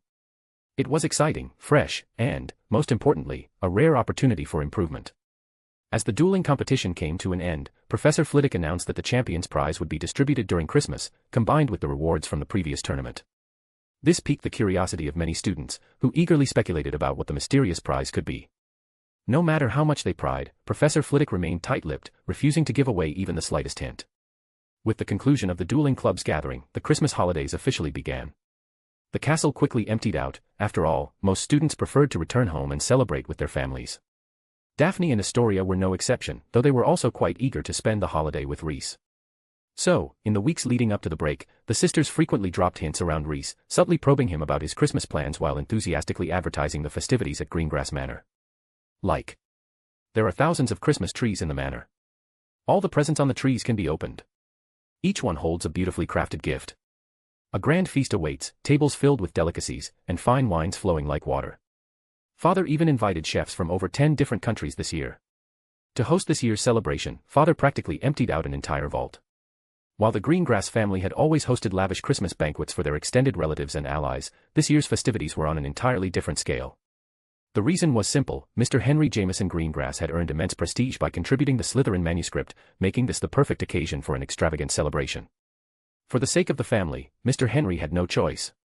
This was the burden of pureblood aristocrats. Even though they knew such lavish affairs would consume an enormous amount of wealth, they were obligated to uphold their dignity and status. Of course, successfully hosting such a grand event came with great benefits. The Greengrass family would continue to maintain its exceptional reputation, and Mr. Henry himself would accumulate astonishing political capital, enough to influence the selection of the next Minister of Magic. After Daphne and Astoria's relentless promotion of the event, even Rhys couldn't help but be a little tempted. After all, he also loved a lively celebration. Underscore underscore underscore underscore underscore underscore underscore underscore underscore underscore underscore underscore underscore underscore. Chapter 223, Christmas at Greengrass Manor. Alright, but are you sure I won't be disturbing you? Rhys finally agreed to the Greengrass sisters and accepted their invitation. Yay! Daphne and Astoria couldn't help but cheer. Of course not. There will definitely be many guests at our house this year. If anything, you should be the one worrying about whether the guests will disturb you. Daphne replied with a playful smile. Rhys had originally thought that Astoria's phrase, emptying a vault, was an exaggeration. However, the morning after accepting the invitation, an owl male changed his mind, because the owl brought him a golden invitation. The invitation was made of gold, with elegant lines of text outlined in silver thread. Dear Mr. Rhys Sala Lint, as the Christmas banquet of this year approaches, I extend my sincerest greetings on behalf of the Greengrass family. We look forward to meeting you at the Greengrass Manor. This invitation serves as the key to the manor. Please keep it safe. Henry Jameson Greengrass. In the upper left corner of the invitation, a string of numbers was counting down, ticking closer to 0 with each passing second. Clearly, this invitation was actually a portkey. Once the countdown reached 0, it would transport the invited guests directly to Greengrass Manor. Seeing this invitation, Rhys realized that Astoria might have actually been understating things. After dealing with a pile of miscellaneous tasks, the first semester of the school year finally came to an end. Overnight, the students were ready to depart. In reality, there wasn't much to prepare. Going home for Christmas was different from going home at the end of the school year. There wasn't nearly as much luggage to pack. Bringing a few textbooks and the homework assigned by the professors was enough. Some young wizards didn't even bother bringing their homework, choosing instead to perform a miracle on the last night of the Christmas holidays. Rhys and the Greengrass sisters traveled light, carrying almost no luggage, just a backpack each. Rhys wasn't sure about Daphne and Astoria, but he had packed everything he needed into a backpack enchanted with an undetectable extension charm. The three of them boarded the Hogwarts Express for the journey home. With the sound of the whistle, the train carried a group of young wizards through the vast expanse of white snow, heading toward London. As the train departed, Rhys caught a glimpse of a flash of red outside the compartment door. When he pulled the door open, several red-haired heads came into view. The corridor outside was almost completely packed with what could only be described as a Weasley family bucket: Percy, Fred, George, Ron, and Ginny. Among the sea of red hair, there was also a hint of black. Harry was on the train too. You all are? Rhys asked, slightly confused. After a brief inquiry, he learned that the Weasley family had also received an invitation from Mr. Henry Greengrass. That made perfect sense. While the Weasleys weren't particularly wealthy, they were still a long-standing pureblood family. The Greengrass family, even just out of politeness, would naturally send them an invitation. As for Harry's presence, that was even less surprising. The boy who lived, the savior of the wizarding world, if he was willing to attend, the Greengrass family would have made sure an invitation reached him as quickly as possible. Looking at the group of Weasleys crowding the corridor, Rhys had a feeling that this year's Greengrass Christmas banquet was going to be especially lively. When the train arrived at the station, Rhys had originally planned to stay in Diagon Alley for a while. However, a simple sentence from Astoria completely changed his mind. Dad invited a lot of pastry chefs from different countries. We can taste their creations in advance and help decide which desserts should have more prominence at the banquet. Rhys immediately changed his plans. He wanted to experience desserts from all over the world, to see how centuries of history had influenced global cuisine. Surely, things must have improved over time, right? There was no way the entire world had regressed in terms of food. The decline of the magical world was understandable, but Muggles had no excuse for culinary deterioration, though Rhys was being a bit naive. The truth was, the downfall of British cuisine and the stagnation of the wizarding world stemmed from the same root cause: simpler, standardized methods replacing the original, more labor-intensive practices that once required true passion and dedication. Simpler, more straightforward spells replaced the intricate flow of magic. Industrialized, mass-produced dishes took the place of traditional local cuisine. As a result, 1,000 years later, Rhys found himself at Hogwarts without a single wizard who understood magical flow, and in London, the only food he could find was fish and chips or black pudding, classic examples of British cuisine. Fortunately, not every European country had suffered the same fate as Britain when it came to food. France, Italy, and Turkey had all preserved the essence of their culinary traditions, providing the greatest comfort to diners' taste buds. After moving into Greengrass Manor, Rhys was completely stunned by the variety of desserts that had developed over the past 1,000 years, especially the ones from Turkey, which were particularly astonishing. Turkish sweets, made with generous amounts of pistachios, walnuts, dried fruits, honey, and butter, fully embodied the concept of sweetness. One dessert in particular left Rhys in awe: angel's hair. It was made by frying 2 layers of hair-thin noodles until golden and then soaking them in a sugary syrup before being removed. Sandwiched between the delicate strands was a layer of creamy cheese filling, and the dessert was finally topped with crushed pistachios. Every bite burst with warmth and richness, delivering an unparalleled sense of happiness. Surrounded by a dazzling array of sweets, Rhys felt as if he had fallen into a honeypot. The sheer amount of desserts he consumed daily even made Daphne visibly uneasy. "Shouldn't you show some restraint?" she often tried to persuade him, though her attempts were always in vain. "Sweetness is the source of happiness," he would always reply with unwavering conviction. Soon, Christmas Eve arrived. Greengrass Manor underwent a sudden transformation. What had previously been a somewhat bleak winter valley was, overnight, filled with lush greenery and blooming flowers. Every tree was once again covered in tender leaves and blossoms. Hanging from the branches were various small gift packages, each containing delightful surprises. Opening one might reveal a wizard's chess set, a fine hat, but more often than not, they contained consumables like sweets and festive crackers. After all, most guests probably didn't need another chess set, but setting off a cracker or lighting a firework was always a joy. From a distance, the valley looked as though it had been transported back to spring. At first, Rhys assumed that the flowers and leaves had been conjured by magic. But upon closer inspection, he was stunned. The Greengrass family had actually decorated everything with artificial flowers and leaves. This was far more extravagant than simply conjuring them with magic. Each flower and leaf looked so incredibly lifelike that Rhys couldn't help but be amazed. Before nightfall, and before the guests even began to arrive, the first to reach the manor was a batch of magical creatures, procured by none other than Mr. Henry Greengrass himself. Underscore underscore underscore underscore underscore underscore underscore underscore underscore underscore underscore underscore. Chapter 224, Dark Tide and Bustling Greengrass Manor. On most days, there weren't many magical creatures in the valley of Greengrass Manor. The most common sights were ordinary birds, wild rabbits, and perhaps a few grass snakes. But today, in celebration of Christmas, Mr. Henry Jameson Greengrass had somehow arranged for a batch of luminous deer, fairies, golden beetles, and white peacocks to be brought in and released into the valley, enhancing the festive atmosphere. Seeing the now lively valley, Rhys nodded in approval. Mr. Henry certainly had an eye for detail. "Come to think of it, you don't seem to have many magical creatures here usually, do you?" Hearing the sound of approaching footsteps behind him, Rhys didn't even need to turn around to know that it had to be Daphne and Atoria. The Greengrass couple was still outside the manor, busy with final preparations to welcome the guests, so they wouldn't be here. Sure enough, Daphne's voice rang out, "We do have quite a few bowtruckles, nifflers, flobberworms, and maybe some gnomes." "No way. Douda would never allow gnomes in the house," Atoria immediately countered. Douda was the Greengrass family's house elf, who was currently in the kitchen, overseeing the chefs at work. "I meant large magical creatures, like unicorns, thestrals, or hippogriffs," Rhys said as he turned around, only to be met with the sight of one silver and one green figure standing before him. Today was an important occasion, and Daphne and Atoria had to take it seriously. Both sisters had changed into brand new formal robes. Their outfits were identical in design, differing only in color. Rhys also noticed that they had swapped their usual shoes for high heels with ribbon bows at the heels, making them appear taller and more slender. It was clear they had put effort into their appearance. Rhys was no exception. He had changed into a green formal robe that he had prepared beforehand, with silver-trimmed sleeves. The robe itself was plain, without excessive embellishments, but it suited his temperament quite well.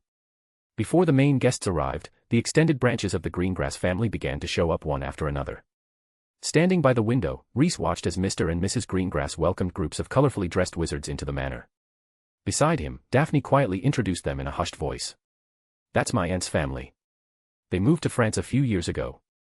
She looks like a tomboy, but she's actually a nice person. She's been married twice and has a son from each marriage, my cousin and my half-cousin. Both of them are quite interesting. That old woman over there. My great-great-aunt, a terribly annoying person. Never share any gossip with her. Him? I don't remember too well. I think he's one of Mom's relatives. Oh, right, he's my distant great-uncle from Switzerland. His father and my grandmother were siblings. His father wasn't just any wizard, though. He followed Grindelwald in his youth. Even now, he still wears a necklace marked with Grindelwald's symbol around his neck. Not exactly a popular choice. Daphne rattled off the identities and characteristics of each arriving guest like a machine gun. Ironically, the long and complicated names were actually the easiest part to remember. Her memory in this regard was astonishing. Rhys cast a surprised glance at Daphne. This girl's memory is that good. Looks like I can start giving her more responsibilities in the future. Poor Daphne had no idea that she had just been thoroughly assigned future tasks without her knowledge. From downstairs, the sounds of chatter and commotion gradually grew louder. Clearly, the relatives had officially entered the Greengrass Manor. Daphne glanced at Astoria, signaling for her to quickly lock the door to Rhys's bedroom. I can't be bothered to deal with those people. Every time, I have to keep a straight face, put on some phony smile, say empty words, and watch them do the same. It's absolutely exhausting. Daphne grumbled non-stop. Rhys listened with a smile. This kid is a perfect heir to the family. And somehow, her words sounded awfully familiar. Oh, right. Adrian. Professor, dealing with those noble guests and relatives is such a pain. Okay. None of them are good people, all smiles to your face, knives to your back. I really don't want to interact with them anymore. Even if they bring along beautiful countesses and baronesses, I'm still not going. It's just too tiring. In his memory, the girl in front of him gradually overlapped with the image of a high-spirited young man. They're so similar. Wait, no. It's just their attitude towards socializing that's a bit alike. Rhys startled himself with that thought. What nonsense, Adrian. Compared to Daphne. Not a chance. These two must not be alike. Retreat, retreat, retreat. He forcefully yanked the boy's image away from Daphne's, crumpled it into a ball, and threw it out of his mind. Adrian was Adrian. Daphne was Daphne. The only thing they had in common was the Greengrass surname, nothing else. Rhys reaffirmed his belief, one student like Adrian is already more than enough. As night fell, the guests began arriving in waves. The first to appear were the Weasley family and Potter. The Weasleys were truly a thriving family, their arrival instantly dyed the valley red. From a high vantage point, the valley even looked like it had been set ablaze. Following the Weasleys was a middle-aged man with perfectly pressed clothes and a mustache so neatly trimmed it might as well have been measured with a ruler. The moment he arrived, he immediately engaged Henry Greengrass in conversation. But judging by their expressions, they weren't exchanging pleasantries, they were handling official business. After that workaholic, the Malfoys, Flints, Ollivanders, and other pure-blood families started making their appearances. By the end, even Minister of Magic Cornelius Fudge had shown up. The Greengrass Manor had officially come to life. A sharp pop echoed through the air as the house elf Dodo appeared in the bedroom. Miss Daphne, Miss Astoria, you two must go out now, the guests are eager to see you. She gave the three of them a deep bow before shrilly reminding the Greengrass sisters that hiding here any longer would be impolite. Daphne almost asked if Astoria could go handle the guests alone, but she swallowed the words before they left her lips. She already knew the answer. Absolutely impossible. She could only sigh and reluctantly leave the room with her sister. As for Rhys, he was practically invisible in this situation, he could easily stay here until dinner began. Meanwhile, on the other side of the world, another place was just as lively as Greengrass Manor. Inside a warmly lit banquet hall, dozens of men and women gathered, slowly enjoying their Christmas feast to the sound of music. Speaking of which, the operation over there should have started by now, right? A voice asked. Of course. Gemini, Pisces, Aries, and Taurus are probably at Aszkaban already, another voice replied. Underscore underscore underscore underscore underscore underscore underscore underscore underscore underscore. Chapter 225, Christmas and the Prisoner of Aszkaban. In stark contrast to the lively and warm Greengrass Manor, Aszkaban Wizarding Prison, located on a desolate island in the North Sea, remained as bleak and miserable as ever, even on Christmas. In most places around the world, holidays bring a small reprieve even to prisoners, guards provide better meals, and supervision loosens slightly. But in Aszkaban, such a thing simply did not exist, even though prisoners here were also given a few Christmas-themed foods. However, the reason behind this was not humanitarian at all. Aszkaban's wardens were not human after all. They were a species of dark creatures known as Dementors. No one knew how they came into existence, whether they could die, or how they reproduced. They had simply appeared, intruding into the wizarding world's awareness. The first recorded encounter between Dementors and wizards dated back to the 15th century. At that time, Aszkaban was still privately owned by a man named Acrisdes, who had seized the island and built a fortress upon it, where he abducted Muggles and tortured them to death. After Acrisdes died, the concealment magic over the island faded, revealing a nightmarish scene. The entire island was now crawling with Dementors. Wizards clashed with these creatures multiple times, but eventually had to admit they couldn't eradicate them. Fortunately, they discovered a powerful counterspell against Dementors, leading to a delicate balance between the two sides. Wizards left the Dementors alone, did not destroy their fortress, and in return, the Dementors refrained from actively attacking wizards. As for Muggle fishing boats that accidentally strayed too close or coastal villages nearby, they became sacrificial victims, their happiness devoured by the Dementors. Aszkaban became a wizarding prison in 1718. After the Statute of Secrecy was enacted, wizards no longer wanted Dementors wandering into Muggle lands to hunt, and at the same time, there was a growing need for a centralized facility to imprison wizarding criminals.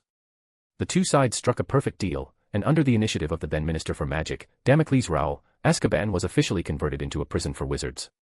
No prisoner had ever escaped from here. The Dementors would drain every last trace of happiness from the inmates' souls, leaving them in utter despair, waiting for death. It was the Dementors who provided food to the prisoners, even distributing different types of meals during holidays, but their intention was not kindness. Their only goal was to provoke even the faintest flicker of joy in their victims' souls, so they could feast upon it. But even a soul's joy has its limits.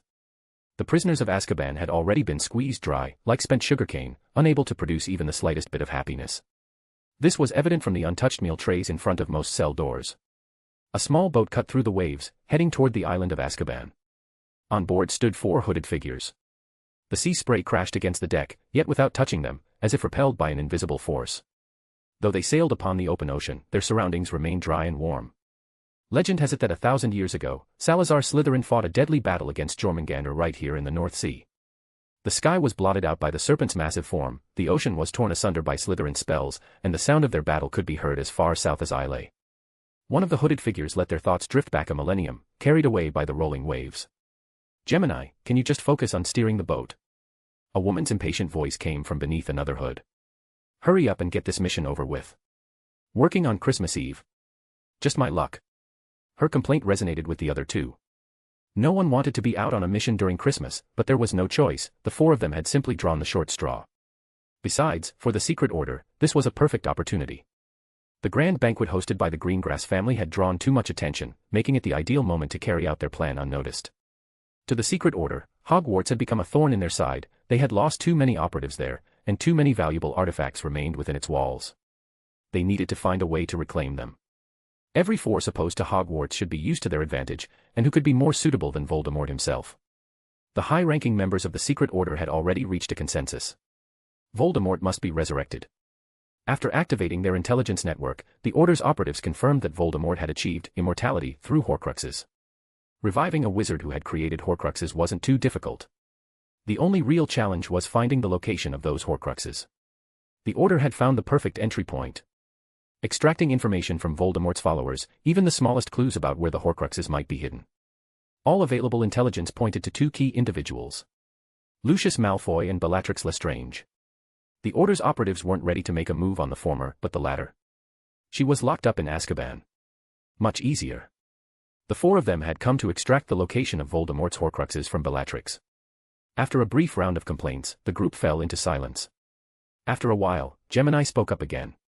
"If Dumbledore is such a big obstacle, why don't we just wait for him to die of old age before making a move on Hogwarts? I mean, he's already over 100. Pisces, Aries, Taurus." Nobody responded. An awkward silence settled over the boat. Gemini. Finally, Taurus broke the silence, lightly easing the tension. "And when do you think he'll die? This year? Next year? 5 years from now? 10? The Order can't afford to wait for something so uncertain. The divine remains must be retrieved as soon as possible." More importantly, there was no guarantee that Dumbledore hadn't used some method to extend his lifespan. For a wizard of his caliber, prolonging life wasn't particularly difficult, especially when he had a friend like Nicholas Flamel. Before long, their small boat arrived at Aszkaban. What a terrible environment. Stepping onto the island, Aries frowned, she hated the atmosphere here.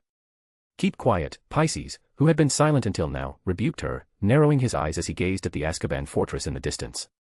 At the same time, the Dementors, drawn by the scent of fresh souls, began to gather.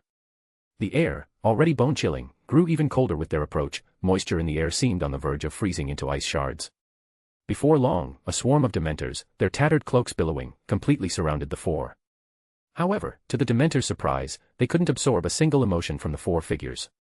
Now, that was unusual. _________________________________________________________________________________________________ Chapter 226, Happy Crystal Ball. Visitors, present the Ministry of Magic's authorization. For Dementors, taking advantage of visiting humans, siphoning away their happiness, was an open secret among their kind. Aside from high-ranking ministry officials, every other wizard had to go through this experience. This time, however, they hit a dead end with the 4 visitors before them. This not only puzzled the Dementors but also made them more cautious. Following protocol, they demanded to see the visitors' authorization documents. Taurus pulled open his robe and retrieved a crystal ball from his robes. Unlike ordinary prophecy orbs, this one was filled with swirling, multicolored mist. Just a single glance at it could evoke a deep sense of joy. The moment the Dementors laid eyes on the orb, they stirred restlessly. "This is our authorization document.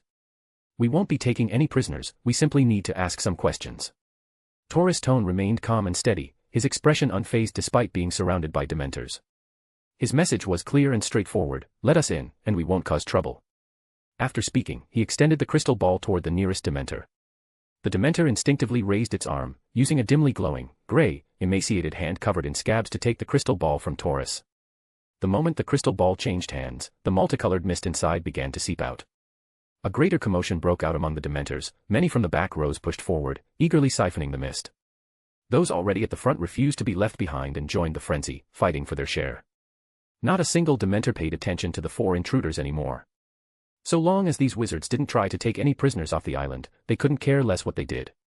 Seeing that the Dementors had stopped obstructing them, Taurus immediately led his 3 companions deeper into Aszkaban. Bottling emotions into crystal balls, what a genius idea. Gemini couldn't help but praise the concept as soon as they entered the fortress. "You're too kind," Taurus replied. He was, after all, the inventor of these specialized crystal balls, and being suddenly praised like this caught him slightly off guard. But besides feeding Dementors, do these emotion-infused crystal balls serve any other purpose?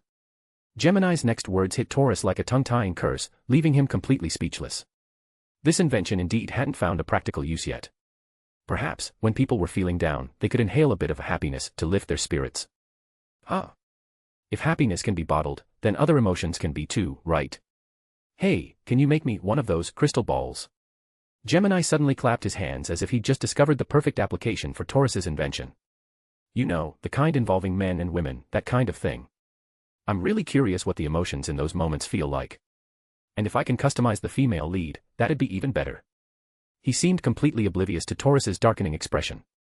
"Gemini, if you want to make it back to headquarters alive, you'd better shut your mouth." Ares barely managed to hold back a laugh as she cut him off. A flicker of confusion and bewilderment flashed across Gemini's eyes. He was helping Taurus find a practical use for his invention. Shouldn't Taurus be thanking him instead? But after seeing Taurus's face steadily turning crimson, Gemini wisely chose to stay silent. The 4 of them stepped into Aszkaban, passing by row after row of cells. The cells were semi-open, with no solid walls to block the view, only black iron bars imprisoning the inmates. These bars were scarred by time, so worn that a few strong kicks might just break them. But the prisoners of Aszkaban, after rotting away in this place for so long, had long become half-dead, incapable of even thinking about escaping. As the 4 of them passed by the prison cells, they noticed that most of the inmates were wrapped in filthy blankets, curled up in the corners of their cells, completely motionless, almost as if they were asleep. At the entrances of the cells, their meal trays lay untouched, the food inside as cold as ice, showing no signs of having been eaten. But then, something caught Gemini's attention. One cell was different. While every other meal tray remained untouched, the tray at the entrance of this particular cell was empty. A flicker of curiosity rose in Gemini's mind. Who in this wretched place still had the appetite to eat? He was certain that Dementors didn't have any culinary skills to make the food appealing. The turkey, bread, jerky, and pickled vegetables that had been on the plate were probably just barely edible, cooked just enough to not be raw. He peered inside the cell.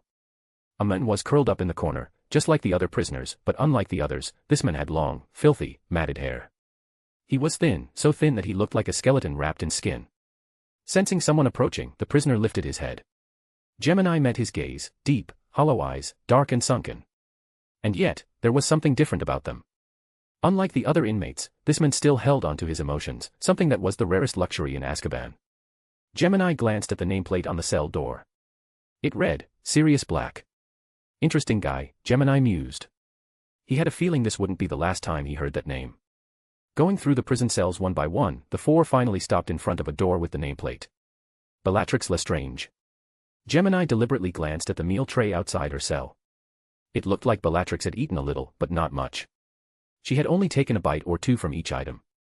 Bellatrix. Ares called out her name. But the prisoner inside gave no response, as if she hadn't heard them at all. Taurus exchanged a look with Gemini before reaching into his robes and pulling out a crystal ball, identical to the one they had used to bribe the Dementors earlier. This is its real purpose. Taurus murmured, gently stroking the crystal ball. Inside, the colorful mist began to swirl and drift out, flowing toward the prisoner inside. With each slow breath, the mist slipped into her nostrils. Ha! Ha! A change swept over Bellatrix's expression. The joy that Taurus infused into her soul was like rain soaking into parched earth, replenishing her spirit, bringing a faint spark of life back into her. A trace of color returned to her hollow cheeks. The mist continued to flow, and Bellatrix's condition gradually improved. When a hint of rosiness finally appeared on her face, Taurus cut off the supply. And that was when she reacted. Her head snapped up, her greedy gaze locking onto the crystal ball in Taurus's hand. More, give me more. A hoarse, almost desperate voice rasped from her throat. Underscore.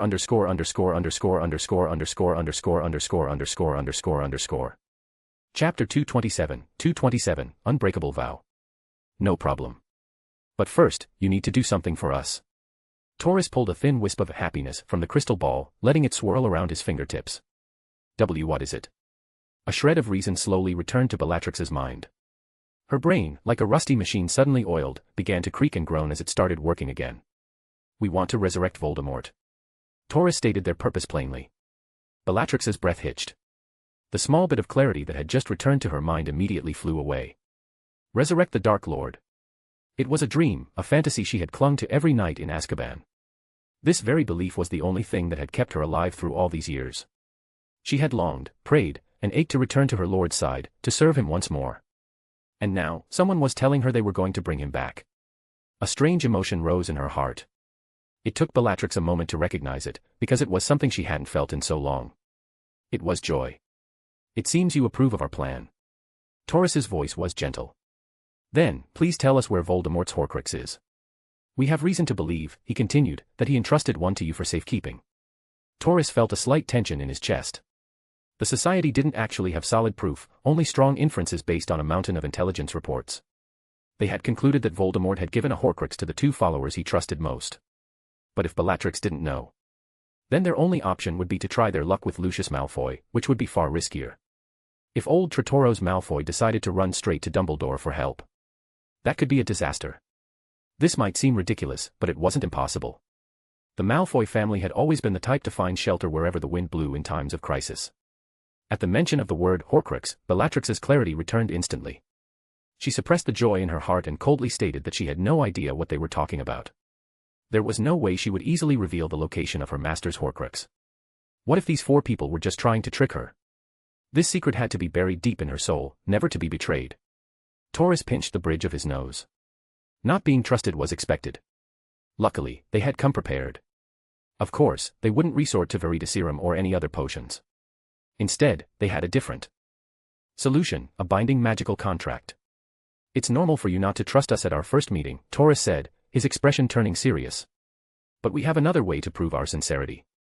I am willing to make an unbreakable vow with you, swearing to dedicate my everything to bringing your Lord Voldemort back to life. At the mention of an unbreakable vow, Bellatrix's eyes widened in shock. After all, the unbreakable vow was a magical contract that bound wizards to their promises. If broken, the one who made the vow would die. Hearing this, Bellatrix finally believed that he was serious about resurrecting her master. Why? Her gaze sharpened. I need an explanation. I've never seen any of you at our gatherings before. At this moment, Bellatrix was completely back to her former self, sharp, ruthless, and as shrewd as she had been more than a decade ago. We need him to deal with Dumbledore.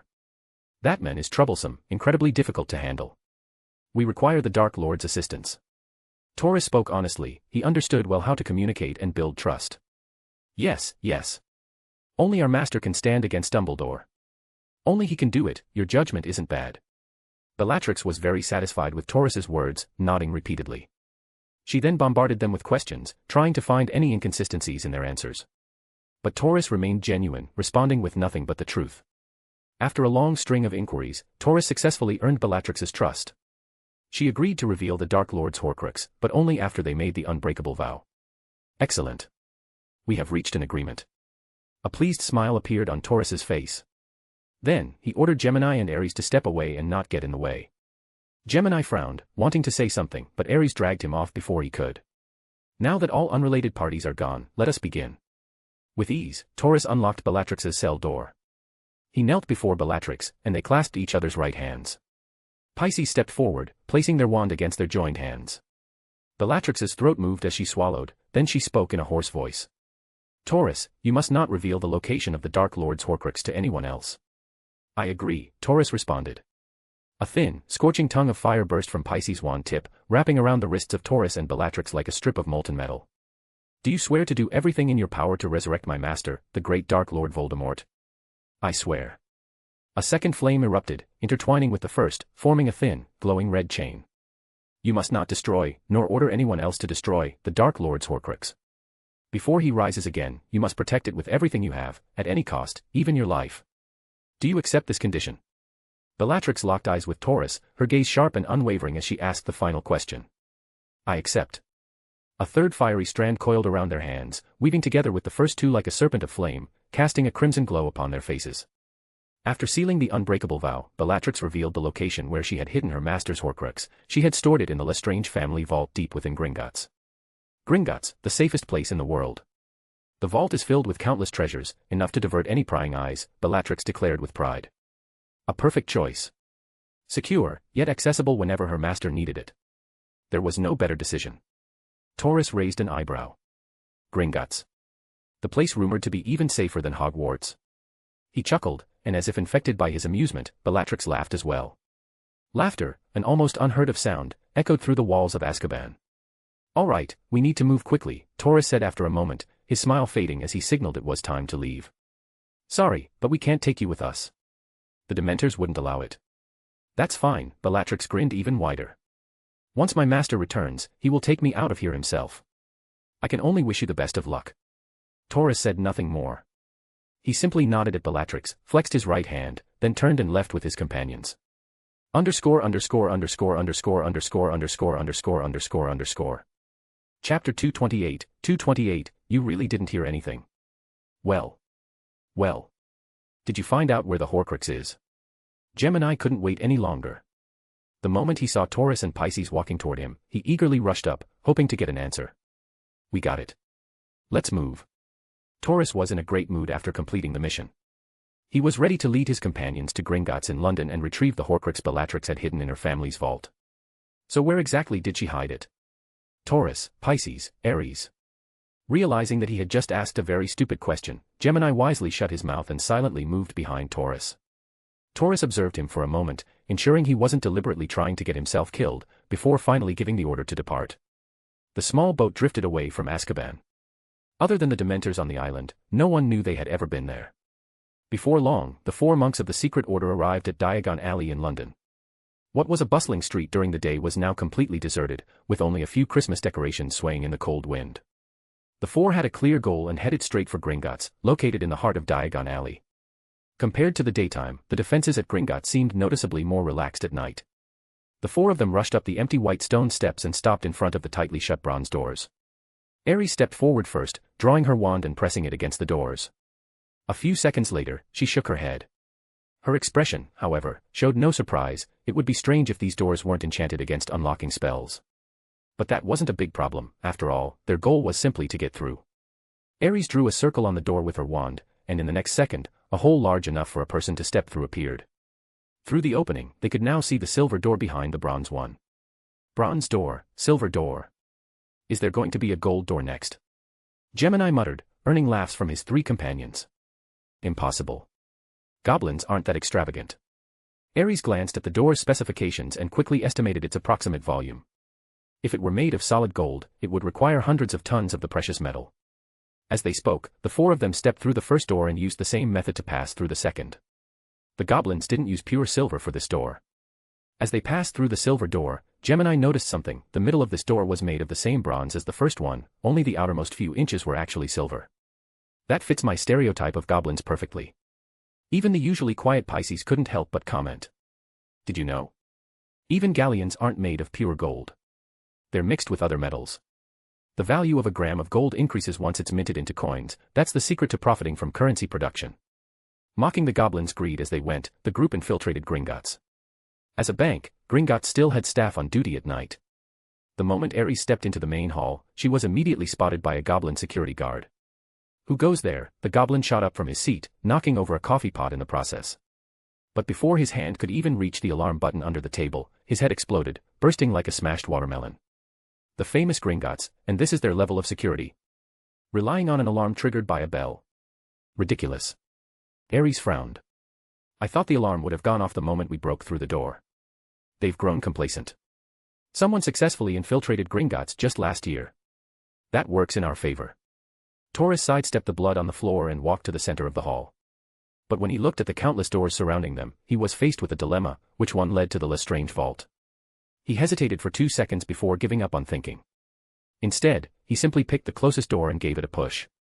The moment his hand touched the door panel, the alarm blared. "Looks like only goblins can open these doors." Taurus smiled as if he'd just solved a math problem. Seconds later, a commotion erupted outside the hall, followed by the sound of hurried footsteps.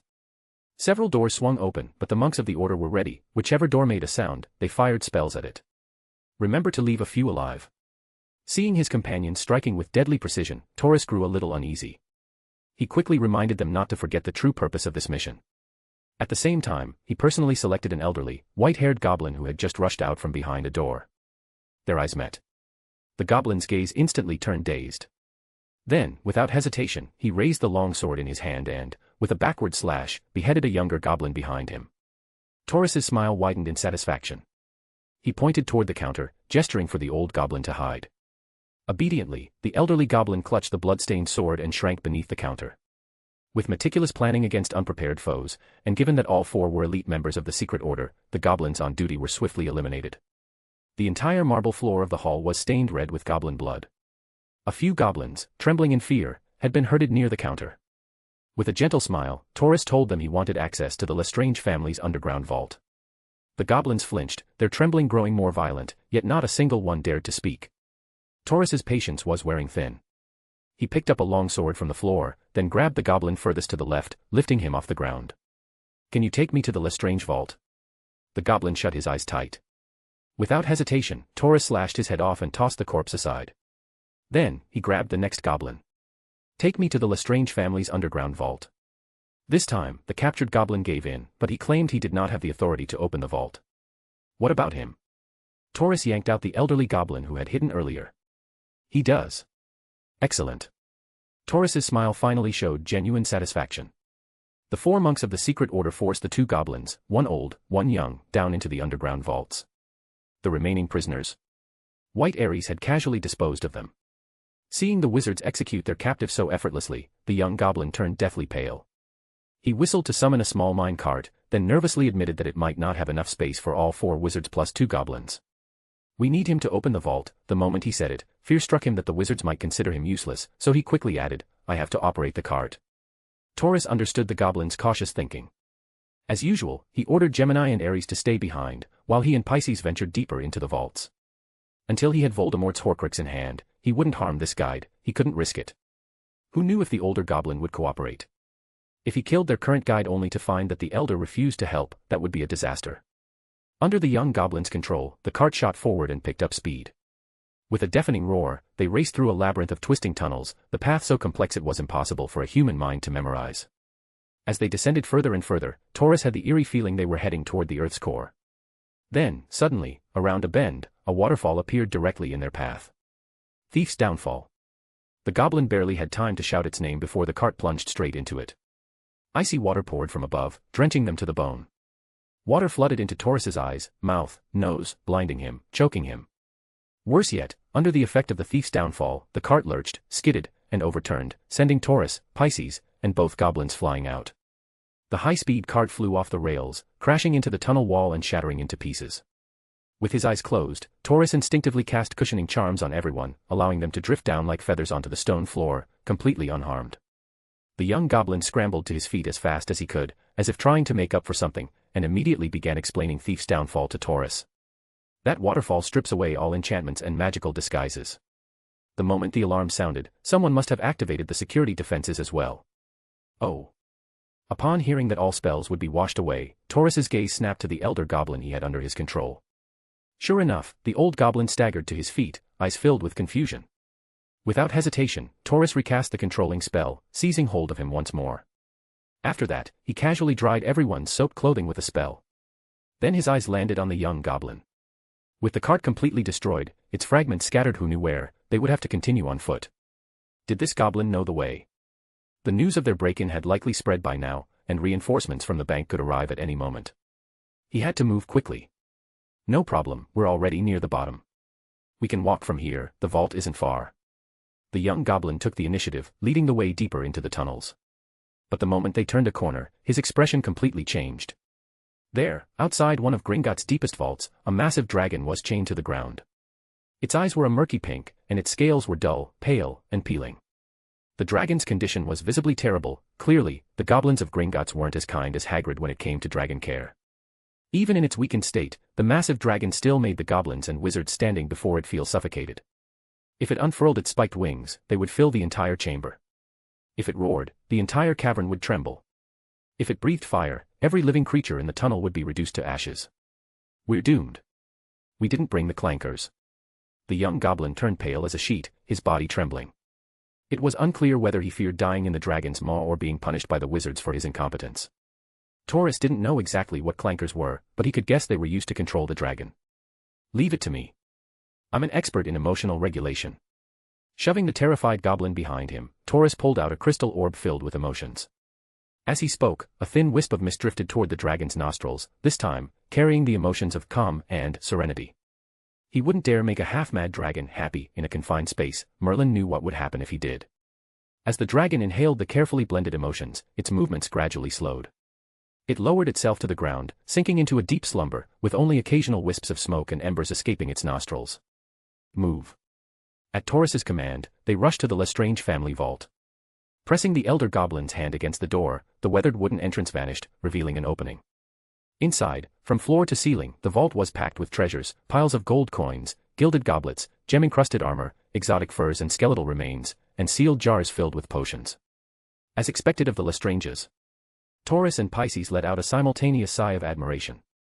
Most of the treasures here are enchanted with the Gemino and Flagranti curses, the young goblin warned them. Anything you touch will multiply and become searing hot. The copies will also be cursed. Taurus glanced at him, then grinned widely. Thanks.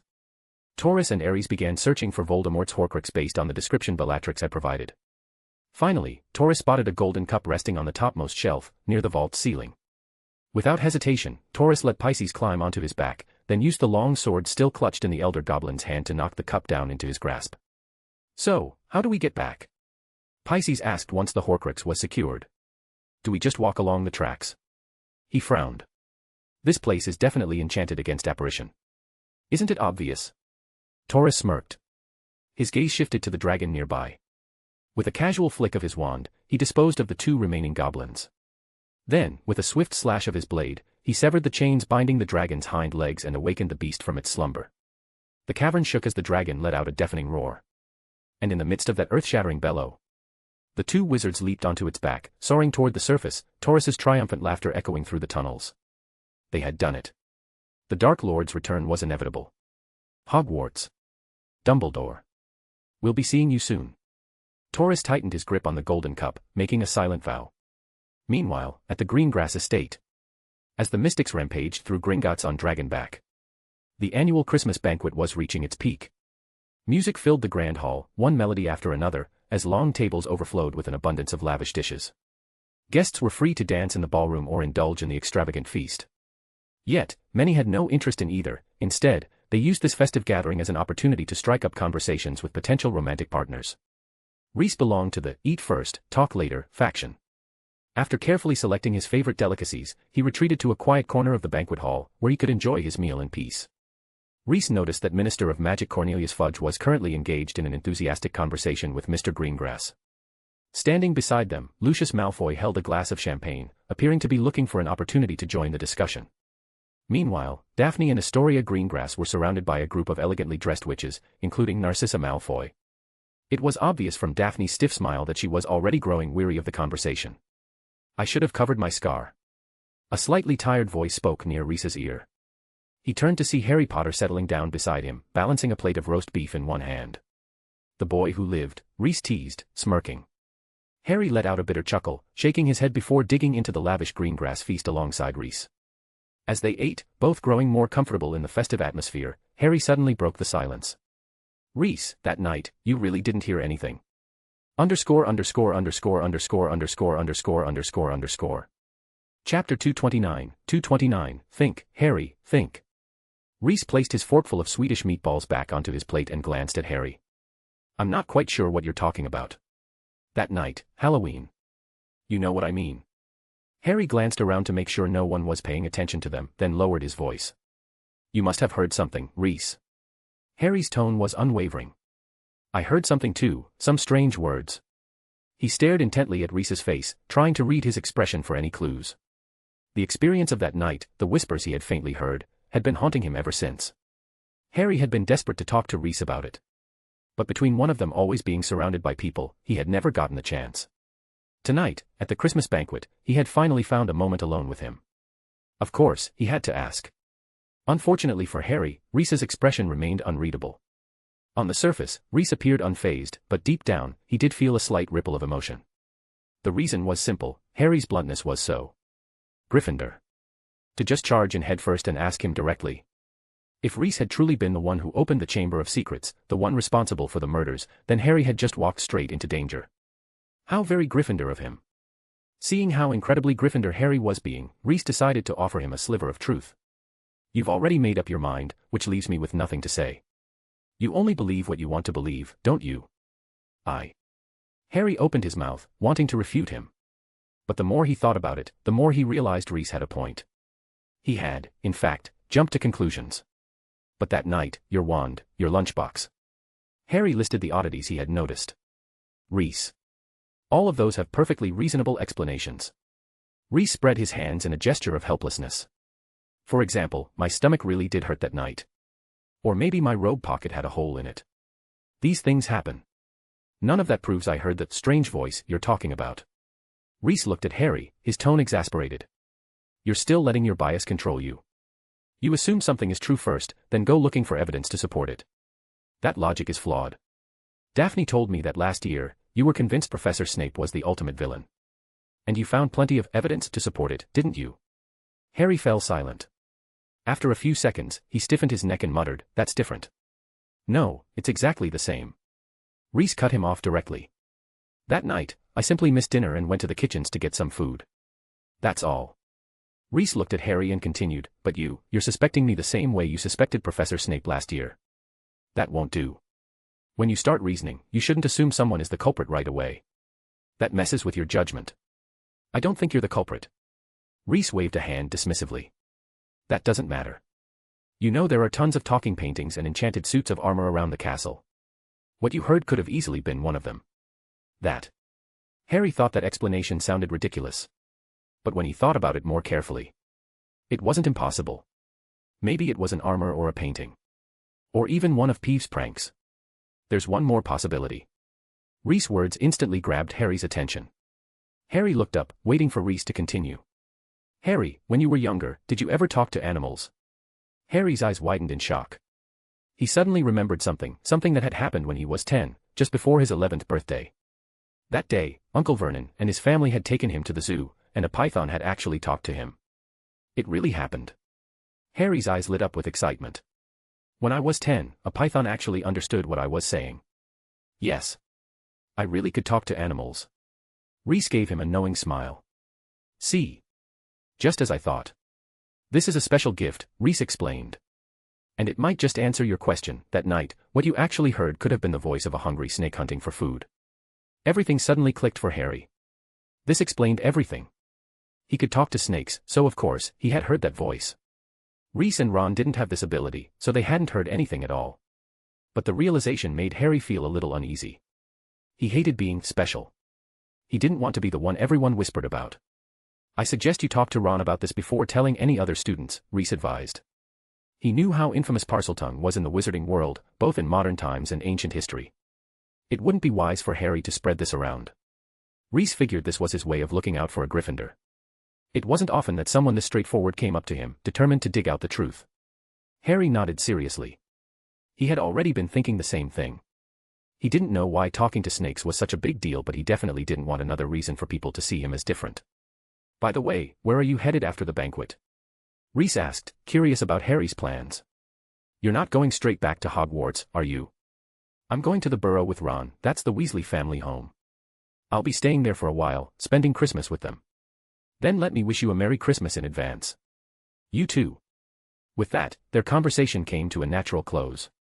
Harry had gotten the answer he was looking for, and Reese had revealed a part of the truth to him. As for why he didn't tell Harry everything, well, Reese wasn't sure if the kid could handle it. If he laid out the whole truth in just a few sentences and Harry ended up jumping into the Black Lake over it, Dumbledore would definitely come knocking. And at that point, where would Hogwarts' dignity even be? When the clock struck midnight, fireworks lit up the sky over the manor. Guests from all across the country, and even from abroad, began to take their leave. Harry left with the Weasleys, while Daphne and Astoria, visibly exhausted, finally made their way back to Reese. Want something to eat? Reese asked, pulling out a few dishes. I kept them warm with magic. Thank Merlin.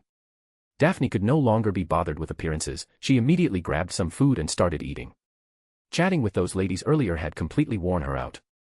It was as if they could survive on nothing but the vibrations of their own vocal cords, they had barely eaten anything throughout the entire banquet. Watching Daphne devour her food, and Astoria, who ate a little more gracefully but just as quickly, Reese couldn't help but smile wryly. These two had it rough too. And just like that, Christmas Eve quietly slipped away. Unfortunately, Reese couldn't sleep yet, he still had to prepare Christmas gifts for his friends.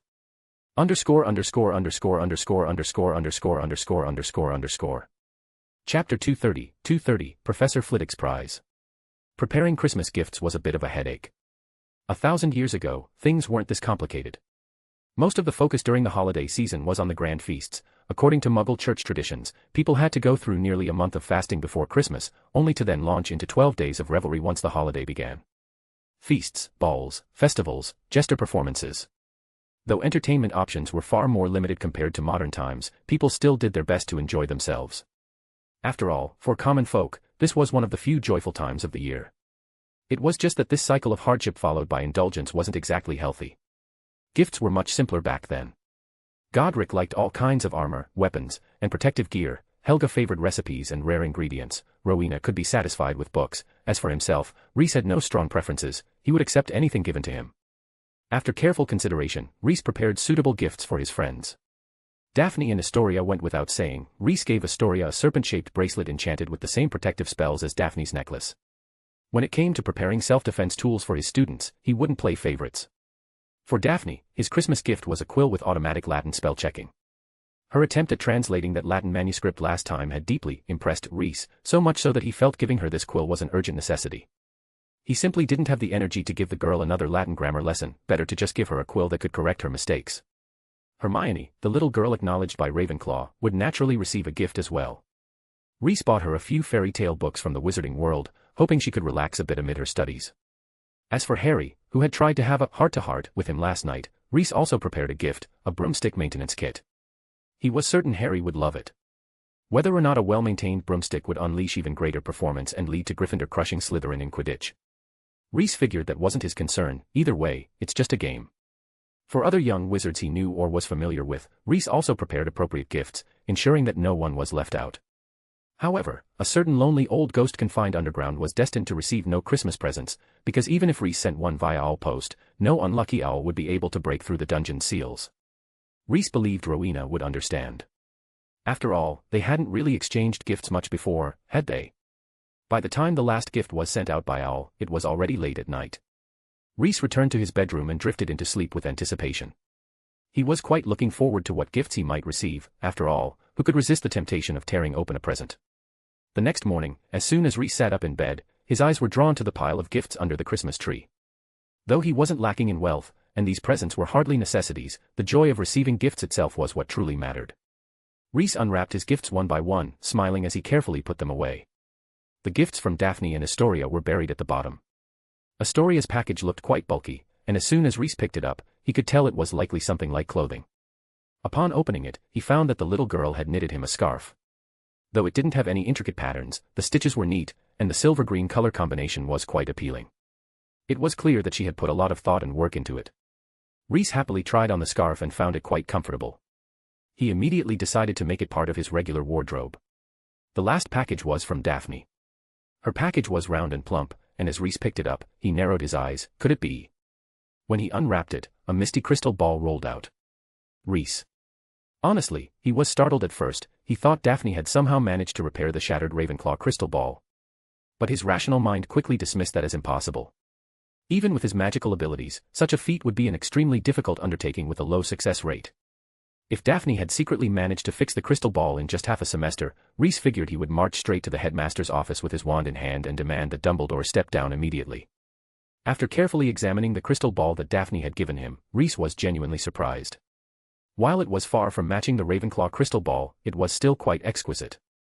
The inside of the crystal ball had been enchanted with an undetectable extension charm, and within it was a miniature model of Hogwarts castle. Ha! Her mastery of the undetectable extension charm is becoming more refined, Rhys mused, recognizing Daphne's progress from the craftsmanship of the crystal ball. After carefully storing away all the gifts from his friends, Rhys stepped out of his bedroom. The moment he did, he was met with a startled exclamation. Professor Flitwick's prize turned out to be this thing. Rhys turned toward the source of the voice and saw Daphne standing at her bedroom door, looking utterly bewildered while holding a long, slender package.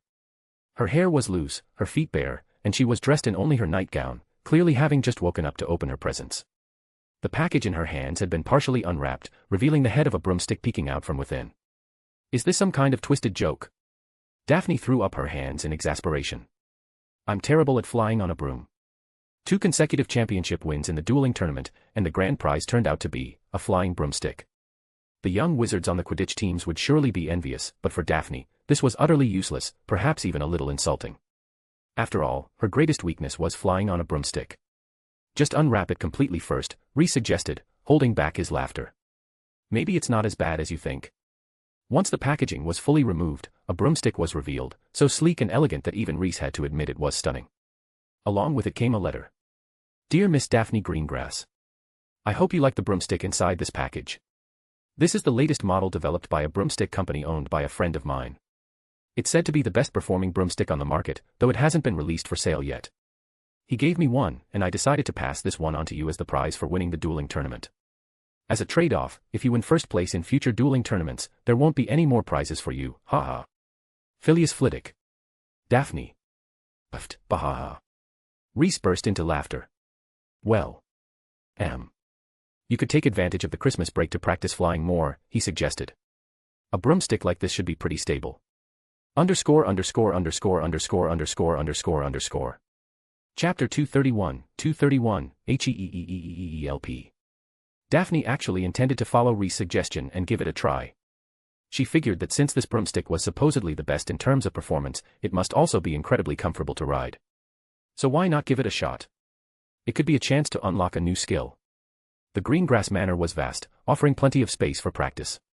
She changed into more comfortable clothes for movement, put on her shoes, and carried the broomstick outside.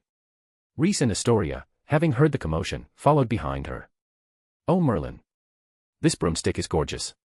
The moment Astoria laid eyes on it, she was captivated by its design. The entire broom had a sleek, elegant shape. The long, straight white ash handle gleamed under the light, polished to perfection. The twigs at the tail end were carefully selected and arranged, looking impossibly smooth rather than messy. Hearing both her sister and Rhys praise the broomstick's appearance, Daphne couldn't help but feel pleased as well. Can I hold it for a moment? Astoria asked. Of course. As Astoria took the broomstick, Daphne noticed a silver bracelet around her wrist. Ah. It's the Christmas gift Rhys gave me. Astoria happily told her sister, excited that she now had a treasure just like Daphne's. Daphne blinked in surprise, so this thing wasn't one of a kind. She had always assumed that her necklace was a unique artifact of its level. She never expected Rhys to produce another magical item with identical functions. Had he made it himself? Yet another mystery about Rhys had surfaced. While Astoria was playing with Daphne's broomstick, Rhys casually took it as well, helping her inspect its condition. Although he wasn't particularly knowledgeable about broomsticks, he knew magic well. The moment he got his hands on it, he realized that this broom was anything but ordinary. It was enchanted with complex spells. Not only did it have an excellent breaking charm, but it was also incredibly stable. If Harry had been riding a broom like this last year, it was questionable whether Quirrell would have been able to interfere with it at all. Rhys also noticed a line of gold embossed lettering on the lower part of the broom handle. He turned it over and saw the words, Firebolt, inscribed on it. A strange name. I've never heard of it before. He knew of several broomstick manufacturers in the wizarding world, with Nimbus and Clean Sweep being the most famous. But Firebolt was completely unfamiliar to him. That made sense, though. The Firebolt was a product of the Ellerby and Spudmore Broom Company, which had previously only produced two models, the Swift Stick and the Tinderblast, neither of which had gained much recognition compared to the Nimbus and Clean Sweep series. It was only after they created the Firebolt that they became famous worldwide. After handing the broom back to Daphne, she excitedly ran out to the garden outside the manor, eager to try flying. "Rhys, I suggest you be ready. I have a feeling my sister is either going to fall off or crash into a tree or the house," Astoria whispered as she stood beside him. Rhys pressed his lips together. Though he didn't say it out loud, he had to admit he agreed with her. Suddenly, a thought occurred to him. He turned to the girl and asked, "How good are you at riding a broom?" Astoria's face instantly flushed red. Seeing her expression, Rhys understood everything immediately and burst out laughing. Astoria's ears turned red as well. "It's fine," Rhys said confidently, trying to comfort her. "True Slytherins don't know how to ride brooms anyway." Then he added with a smirk, "Have you ever looked at the people on our Quidditch team? None of them have real Slytherin spirit, they're just a bunch of disgraceful sellouts ruining our house's reputation." Now that she thought about it, that actually made sense. If you took out some prefects, not everyone was smart enough to, the team's captain was a troll, and the seeker was a git. Astoria nodded thoughtfully, and the redness on her ears faded a little. Rhys' words might have been completely absurd, but she had to admit, they were oddly reassuring. What exactly is the Slytherin spirit? This question momentarily stumped Rhys, as he couldn't come up with a concise answer right away. After thinking for a moment, inspiration struck, and he came up with a brilliant response. Just take Draco Malfoy and reverse everything about him, that should be the spirit of Slytherin. Rhys couldn't immediately summarize the qualities he wanted in a student, but he could easily define what he didn't want. Oh. Astoria's face lit up with a look of sudden realization. She, too, thought that Git, Malfoy was rather unimpressive. Then what about my sister and me? You and your sister both embody the true spirit of Slytherin. You're good kids. While the two were chatting, Daphne had already mounted her broom. Here I go. Woo, oh, shy-ite. She kicked off the ground, shooting up like an arrow leaving the bowstring. A second later, a piercing scream echoed across the Greengrass Manor. Help! Help! Help! Astoria covered her eyes, she couldn't bear to watch. What was her sister even doing? Even if true Slytherins weren't great at flying, this was just ridiculous. Rhys had already drawn his wand, aiming it at Daphne as she sped through the sky. The intense acceleration and roaring wind made it impossible for Daphne to keep her eyes open. Within seconds of being airborne, she made a decision, she was jumping off. She was certain Rhys would catch her. With that thought, Daphne didn't hesitate. She flipped off the broom and let go. Sure enough, Rhys didn't disappoint. As soon as she left the broom, she didn't experience the terrifying sensation of plummeting to the ground. Instead, she floated gently in midair. Without the broom's interference, she was now in her element. She released her magic, controlling her descent as she slowly drifted toward the ground. Arresto momentum.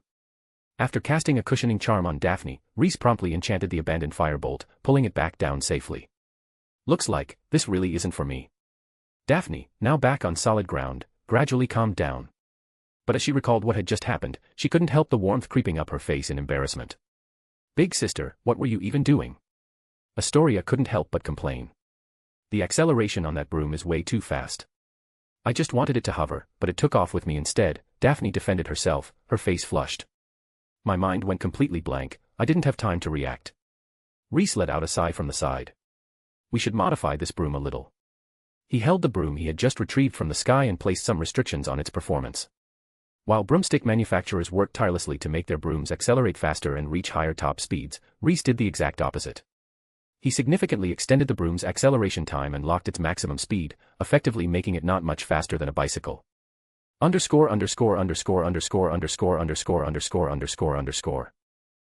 232, The Invasion That Does Not Exist. After Rhys had restricted the broom's performance, it finally became suitable for Daphne to ride. However, this time, Daphne had learned her lesson, she handed the broom straight to her younger sister, Astoria, clearly up to no good. Astoria. My foolish sister, do you really think I would make the same mistake as you? This broom has already been adjusted by Rhys, it's as steady as can be. She sat sideways on the broom, and it slowly floated about 5 feet off the ground, drifting forward at a pace even slower than a Muggle bicycle. The modifications were a complete success, Rhys nodded in satisfaction. Though, it was a bit of a waste, this firebolt had pretty much been squandered in Daphne's hands. If you ever want to unlock its full performance, it won't be difficult. I left a rune on the broom, destroy it with your wand, and all its capabilities will be restored. Daphne nodded but had already decided she would never touch that rune. What's wrong with flying slowly? Perhaps feeling sorry for such an excellent broom being wasted, Rhys offered Daphne a suggestion. You could lend the broom to Harry for a few rides, he'd be very grateful. Wouldn't that be aiding the enemy? Atoria imagined what would happen if Harry got his hands on the firebolt and immediately felt that the Slytherin team might as well give up. They wouldn't stand a chance against a strengthened Gryffindor team. It's not like those guys could beat Gryffindor anyway, so letting Harry borrow it wouldn't make much difference. Daphne had never cared about so-called best game of the world. She had no respect for the Slytherin Quidditch team members. Still, despite looking down on Malfoy and Marcus, she had no intention of lending the broom to Harry. Why would she need Potter's gratitude? Could she eat it? To her, aside from Rhys, no one was worth making an effort to befriend. While Rhys was having fun with the broom at the Greengrass estate, chaos reigned in Diagon Alley. The roof of Gringotts, the landmark building of the alley, had collapsed halfway. A massive fire-breathing dragon, nearly 70 feet long, lay motionless on the stone steps of the bank. From the hideous wounds on its body and the way the entire staircase was stained red with its blood, it was clear that the dragon was dead. Below the steps, rows of body bags, each about half the height of a person, were lined up in 6 neat rows, blocking off nearly half the street. It was clear that Gringotts had paid a heavy price last night to take down the dragon within Diagon Alley. Minister of Magic Cornelius Fudge stood beside the dragon's corpse, his face dark as thunder.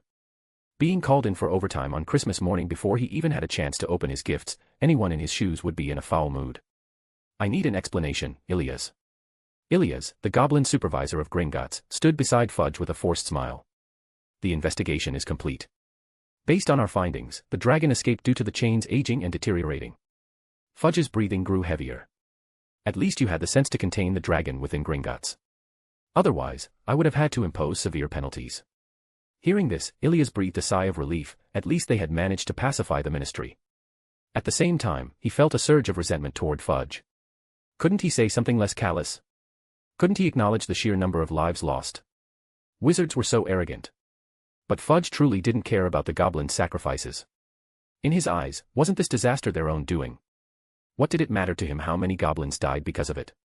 As long as they kept the dragon contained in Diagon Alley and didn't trouble the wizarding world, their losses were of no consequence to him. Oh, but they had better not all die, he still needed goblins to handle the finances. The 4 culprits behind the incident had their traces meticulously erased by Ilias and the other senior members of Gringotts. They couldn't afford to let outsiders know that a mere 4 wizards had broken through what was supposedly an impenetrable defense and looted the Lestrange family vault.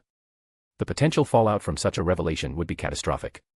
If copycats emerged, Gringotts would be in serious trouble. After all, the dark wizards out there didn't know how strong those 4 intruders were. All they would see was that just 4 people had managed to tear through Gringotts' defenses. If last year's break-in resurfaced in public discourse, combined with this scandal, it could trigger a mass withdrawal of funds. Wizards wouldn't entrust their family's generational wealth to a bank that wasn't secure enough. Fortunately, most of the ministry's higher-ups had been attending the Christmas banquet at the Greengrass Manor last night. Thankfully, the battle with the dragon had left the scene in utter ruins, giving the goblins a chance to bury the truth. They attributed the deaths of the goblin guards, who had actually been slain by the dark wizards, to the dragon. After all, they were goblins. Wizards wouldn't bother digging too deeply into their cause of death. In reality, not many goblins had perished in the effort to subdue the dragon, nearly 2/3 of the casualties had been caused by those 4 wizards. The goblins were seething with hatred for those uninvited intruders, but they had no clue about their identities. They had already begun using their connections to investigate in secret, yet no information had surfaced. Gringotts hadn't even managed to determine what exactly had been stolen, making it even harder to track down the culprits. Prepare a detailed incident report, Fudge instructed. Also, draft an emergency response plan for similar incidents in the future. And put together a maintenance and upkeep schedule for Gringotts' security infrastructure. Once all of this is done, submit it to the ministry. I need to give them an explanation. Perhaps we'll even assign a few security officers to Gringotts, but that's just a thought. I'll have to consider it carefully. With these brief instructions, Fudge left the scene. From Fudge's perspective, this was a win-win situation. The goblins hadn't caused any trouble for him or the ministry. Sure, there had been a bit of chaos, but it was understandable. Most importantly, no wizards were injured, and no muggles had been disturbed. This was just perfect. Nearly 60 goblins dead, but was that really a bad thing? After he left, the head goblin of Gringotts was so furious that his face turned a deep shade of purple. What kind of nonsense was this? And that talk about security officers, he immediately understood what Fudge was really after. The minister was fishing for benefits. As long as they fed this greedy pig well enough, the idea of placing security officers in Gringotts would remain just that, an idea. But if they didn't provide sufficient benefits, they could forget about having a moment's peace. Constant security inspections would turn their lives into a living nightmare. And if Fudge happened to have a good relationship with his successor, he might even pass this little tool of leverage along to the next minister. The thought made Ilya's head pound. Damn wizards. Underscore. Chapter 233, Tom's Special Medicine. Reese, can I borrow that pen of yours that can write homework automatically? I mean for research. I swear on the honor of the Greengrass family that I will personally write the assignments for all key subjects. After much coaxing and pleading, Daphne finally managed to borrow Reese's enchanted quill that could write essays on its own, just before the end of the Christmas holiday. Now, it was time for one night and one miracle. Daphne brewed a pot of coffee, adjusted her chair to a comfortable position, and then sat down at her desk, spreading out all the assignments assigned by her professors. Now, it's time for a battle to the death, she declared with a serious expression. The goal was to finish everything before 3 a.m. If she couldn't manage that, she'd continue on the train ride back to school. She quickly prioritized which assignments needed to be done first and which could be delayed, depending on which subjects had their first class on which day after term started. Suddenly, there was a knock on her bedroom door. When she opened it, Daphne saw Atoria standing at the doorway, holding a silver tray in her hands. Sis, are you hungry? I brought you some delicious snacks, Atoria smiled as she squeezed into her sister's bedroom. The coffee smells amazing. This must be the beans Dad brought back from Ethiopia, right? Your taste is getting better and better. Listening to Astoria's endless flattery, Daphne frowned. What is this little brat up to? She knew her sister far too well. When someone acted overly nice for no reason, they were definitely up to something. Sure enough, when Daphne chose to ignore her, Atoria couldn't sit still any longer. I heard you got a quill that can write homework automatically. Who told you that? Dowdu. Atoria immediately revealed her source. Daphne nodded. That made sense. But borrowing the quill wouldn't be that easy. It was time to set some conditions. After making a series of compromises, Atoria successfully secured the right to use the quill. With its help, their history of magic essays were completed at lightning speed. Before they even had time to react, their astronomy star charts were also finished. Amazing. Astoria's eyes were filled with awe as she watched the quill dance across the parchment.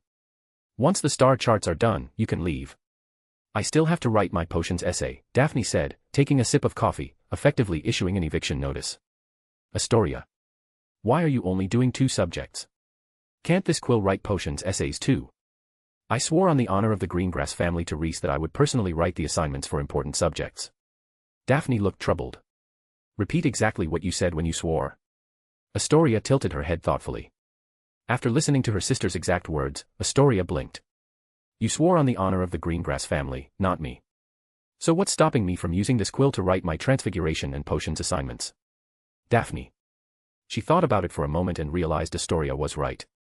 But just imagining herself struggling under the dim light to finish her assignments while Atoria, having used the quill, was already lying in bed sound asleep made her grind her teeth in frustration. No, I'm not lending it to you. That's final. She made up her mind and spoke earnestly to Atoria. You're still young, you need to build a strong foundation. Don't slack off on something this important. If Reese finds out you used the quill for those subjects, he won't be happy. Surprisingly, that actually convinced Atoria, especially when she heard that her sister was also going to write those assignments by hand. And so, it was destined to be a sleepless night for the Greengrass sisters. The next morning, as everyone prepared to board the train back to Hogwarts, both Daphne and Atoria looked utterly exhausted, barely able to keep their eyes open. You finished your assignments? Daphne couldn't help but ask as she looked at Reese, who appeared full of energy. Reese smiled and nodded. Of course, he had finished them. And how did he do it? Naturally, with the enchanted quill. Before inventing the automatic writing quill, he had to find ways to do his assignments. After inventing it, if he still had to do them himself, then what was the point? A wizard of his caliber had no need to waste time on homework. This is so unfair. It took Daphne just 1 second to realize, Reese had absolutely used the quill to cheat. Damn it. He wouldn't let her use the quill for major assignments, yet he was using it more than anyone. Well, how about I just leave all my homework to you from now on? Reese glanced at Daphne. Daphne shut her mouth. With the whistle of the train, the young wizards returned to Hogwarts, marking the official start of the second half of the school year. As Christmas passed, the weather gradually warmed, and spring returned to the campus. Everything seemed to fall back into place, and Hogwarts entered a rare period of peace. During this time, Reese received quite a few packages, mostly potion ingredients. Using the materials he got from Lupit, along with the donation from Snape last year, he brewed a large supply of potions for Astoria as part of the preliminary phase of her treatment. At the same time, Reese kept a close eye on the condition of the main ingredient, the fragment of Riddle's soul inside the diary. From his perspective, it was in great condition. But in reality, it was so weak it could barely function. After the trauma it suffered in Ginny's subconscious world, the diary could hardly respond to external stimuli. At this point, even if Reese threw the diary out into the world, it wouldn't be able to cause any trouble for decades. "How have you been feeling lately?" Reese asked, watching as Astoria downed a cup of green potion in one gulp. "I'm not very energetic, I feel like sleeping all the time," Astoria answered truthfully under Daphne's worried gaze. Reese, however, chuckled. "That's a very good sign. Your soul has stabilized and is no longer overly active, that's exactly what I wanted to see." His goal was to put Astoria's soul into a dormant state. This would also reduce the activity of the curse parasitizing her soul, making it much easier for Voldemort to extract the curse later. Hearing that it was a good sign, both Daphne and Astoria smiled with relief. "It will get better." The two sisters encouraged each other, cheering each other on. Meanwhile, Reese stood to the side, calculating the date for Astoria's procedure. Chapter 234, Death cannot take a soul without my permission. The surgery was scheduled for Friday. On one hand, this was because Astoria's soul activity would be at its lowest by then. On the other, it would allow her to rest better after the procedure. During the week leading up to the surgery, many students noticed something unusual about Astoria. She seemed especially drowsy and often fell asleep in class. When others asked what was wrong, she would simply yawn and say she hadn't slept well the night before. If this continued, Astoria would inevitably get detention for dozing off in class. Fortunately, Friday finally arrived. Accompanied by her sister, she made her way to the Chamber of Secrets, where Reese was already waiting. "It will be okay, right?" Astoria grew nervous as she looked at the platform set up in the center of the chamber. "Trust Reese. He can do anything." Daphne squeezed Astoria's hand, trying to encourage her. The Chamber of Secrets was empty and silent, any small sound could carry far. Naturally, Reese heard the sisters' conversation. He could only shake his head helplessly. "I can do anything." There were many things he couldn't do, many things beyond his power. He wasn't sure if it was a good thing or a bad thing for these girls to have such high expectations of him. "Lie down," Reese gestured for Astoria to get onto the platform. Astoria obediently climbed onto it and lay flat on her back. The platform Reese had prepared was large, making her seem small and fragile in contrast. Dressed in a white robe, lying on the cold stone, she looked just like a sacrificial offering placed upon an altar. Seeing her sister like this, Daphne couldn't help but think of bodies laid out in a mortuary. She shook her head forcefully, trying to drive the terrifying thought away.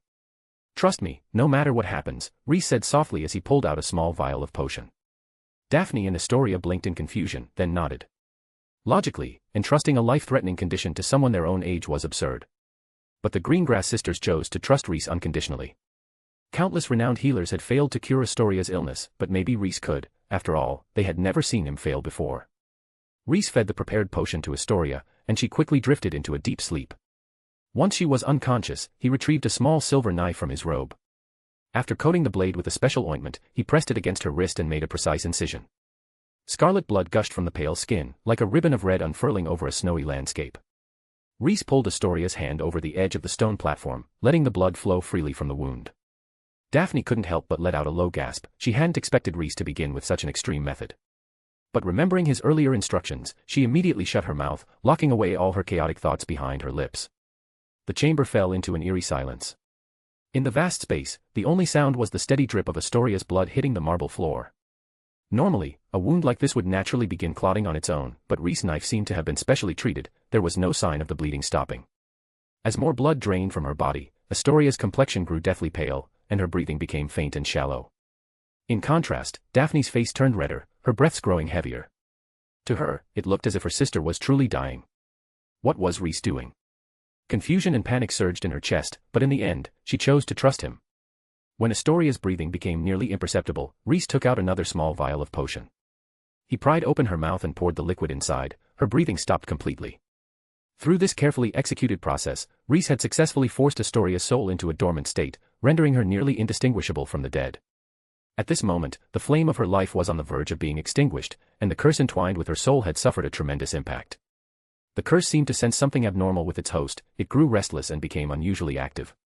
Deeply bound to Astoria, it refused to perish, showing signs of seeping outward. At that moment, Rhys took out Riddle's diary and pressed it against Astoria's forehead.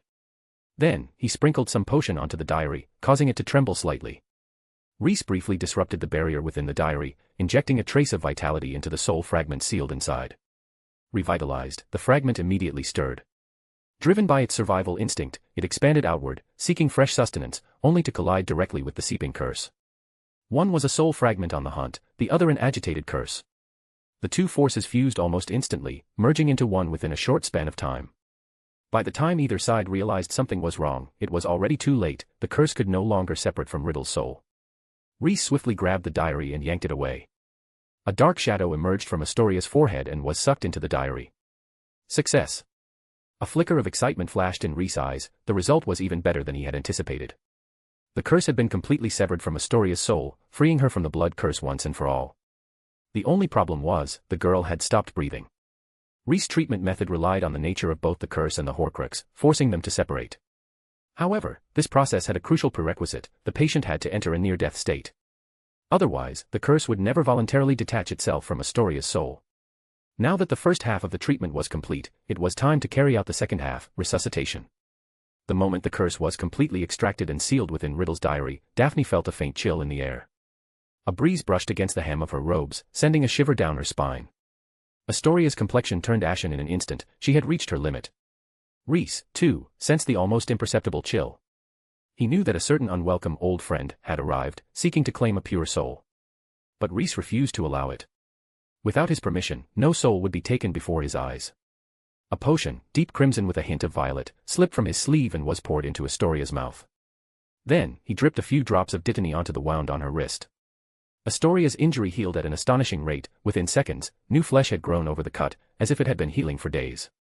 Her once pale face rapidly regained its rosy color. The eerie chill that had suddenly invaded the chamber silently faded away. Chapter 235, Ravenclaw's sewage disposal method. Although Daphne wasn't well versed in healing, she could tell from Rhys' expression and her sister's changing complexion that the treatment had gone smoothly. Had her sister escaped danger? That large, dark mass from earlier, was that the curse embedded in her soul? And that red potion, it seemed to have worked really well. A flurry of chaotic thoughts collided in Daphne's mind. Rhys, however, had no time for such distractions. He methodically fed Astoria various strange potions, one after another. By the time the stone platform was nearly covered with empty vials, the girl had already returned to normal. If not for the lingering scent of blood in the air, Astoria would have looked just like she was peacefully sleeping on the platform. When Rhys finally stopped administering potions and instead began cleaning up the bloodstains on the floor, Daphne understood that surgery was over. Looking at her sister's face, an answer formed in her heart, but she didn't dare to say it aloud. Seeing her hesitation, how could Rhys not know what she was thinking? Astoria's condition is even better than I expected. Once she recovers properly, she'll be fully cured, Rhys stated matter-of-factly. He wasn't exaggerating in the slightest.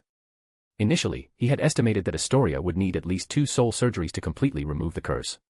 Yet, against all odds, they had succeeded in just one attempt. Even he was surprised by the outcome. Fully cured? You mean, Daphne froze in shock. Yes, from now on, she has nothing to do with the curse anymore. Daphne. A tidal wave of shock crashed through her mind, completely overwhelming her thoughts. For a moment, her brain couldn't even process the information. What do you mean by, nothing to do with it? I mean, I want to say, thank the Merlin's beard. Rhys. Wait, what does this have to do with Merlin? Even if she didn't know it was Salazar Slytherin's magic that saved her, calling on Merlin was still completely unnecessary. Under Rhys' death glare, Daphne's rationality quickly snapped back into place. You mean the curse on her is completely gone? That's right. And for the record, even if Merlin himself showed up, he wouldn't have been able to solve this problem. Rhys seriously doubted that Merlin had the ability to pull this off. Not even Godric, Rowena, or Helga could have done it. The only one who could save Astoria was him. After receiving Rhys' confirmation, Daphne suddenly choked up.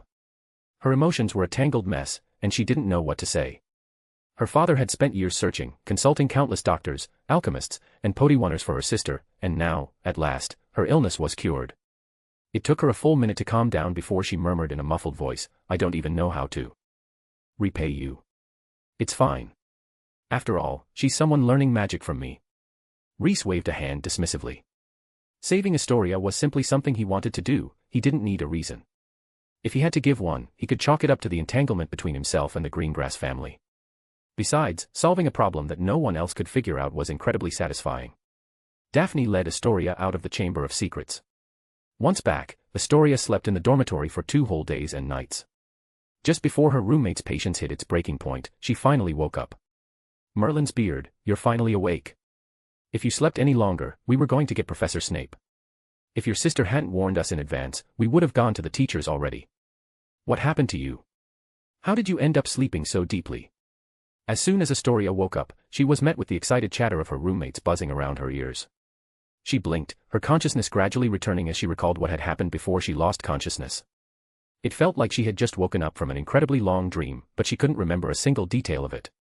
I'm fine." She tried her best to sit up, and at that moment, her stomach let out a loud, rumbling growl. Astoria. She hadn't eaten anything for 2 whole days. She had never felt this hungry before, yet at the same time, she had never felt so good, like a tremendous weight had finally been lifted from her shoulders. Her roommates immediately bolted out of the dormitory to fetch Daphne, and in an instant, the whole room became lively and chaotic.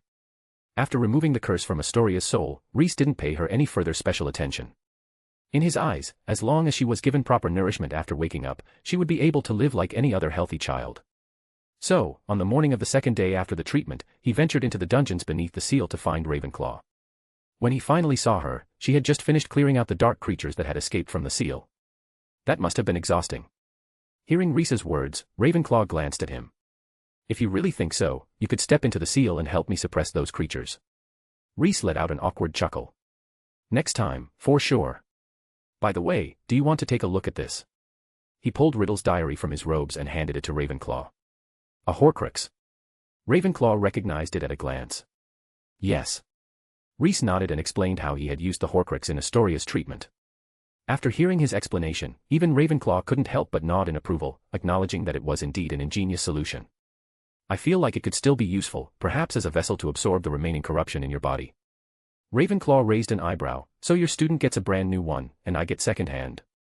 "Salazar, you're getting bolder." But she could understand, after all, the young girl's soul wasn't strong enough. If she were in Rhys's position, she would have handed Salazar a second-hand Horcrux too. "You've worked hard, still thinking of me at a time like this." Ravenclaw responded in a calm tone, then began actively expelling the corruption from her body. Her method was simple, she directly summoned the fragment of Voldemort's soul that had been grafted onto her. By now, the floating head had turned as black as ink, its features completely distorted. Ravenclaw pressed the tumor-like entity against Riddle's diary. In an instant, the diary let out a chilling, blood-curdling scream. The soul fragment inside, along with the curse, was subjected to an intense wave of corruption. About 15 minutes passed. The tumor on Ravenclaw's shoulder had turned into a murky gray-black mass, while Riddle's diary looked like it had been drenched in ink, all its pages had turned pitch black. This was a method Ravenclaw had devised to resist corruption after regaining her sanity. She first concentrated the corruption onto Voldemort's soul, then, once a proper vessel was found, expelled the contamination from it, essentially using Voldemort's soul as a temporary holding station. Very good. The effect is quite remarkable.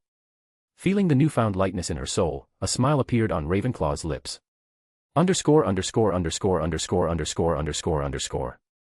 Chapter 236, Extra Tutoring. You seem to be in good shape. Rhys remarked as he examined Ravenclaw's spectral form. He noticed that the murky corruption within her had diminished significantly, making her look much more like a normal ghost. Sincerely, he offered his congratulations to his old friend.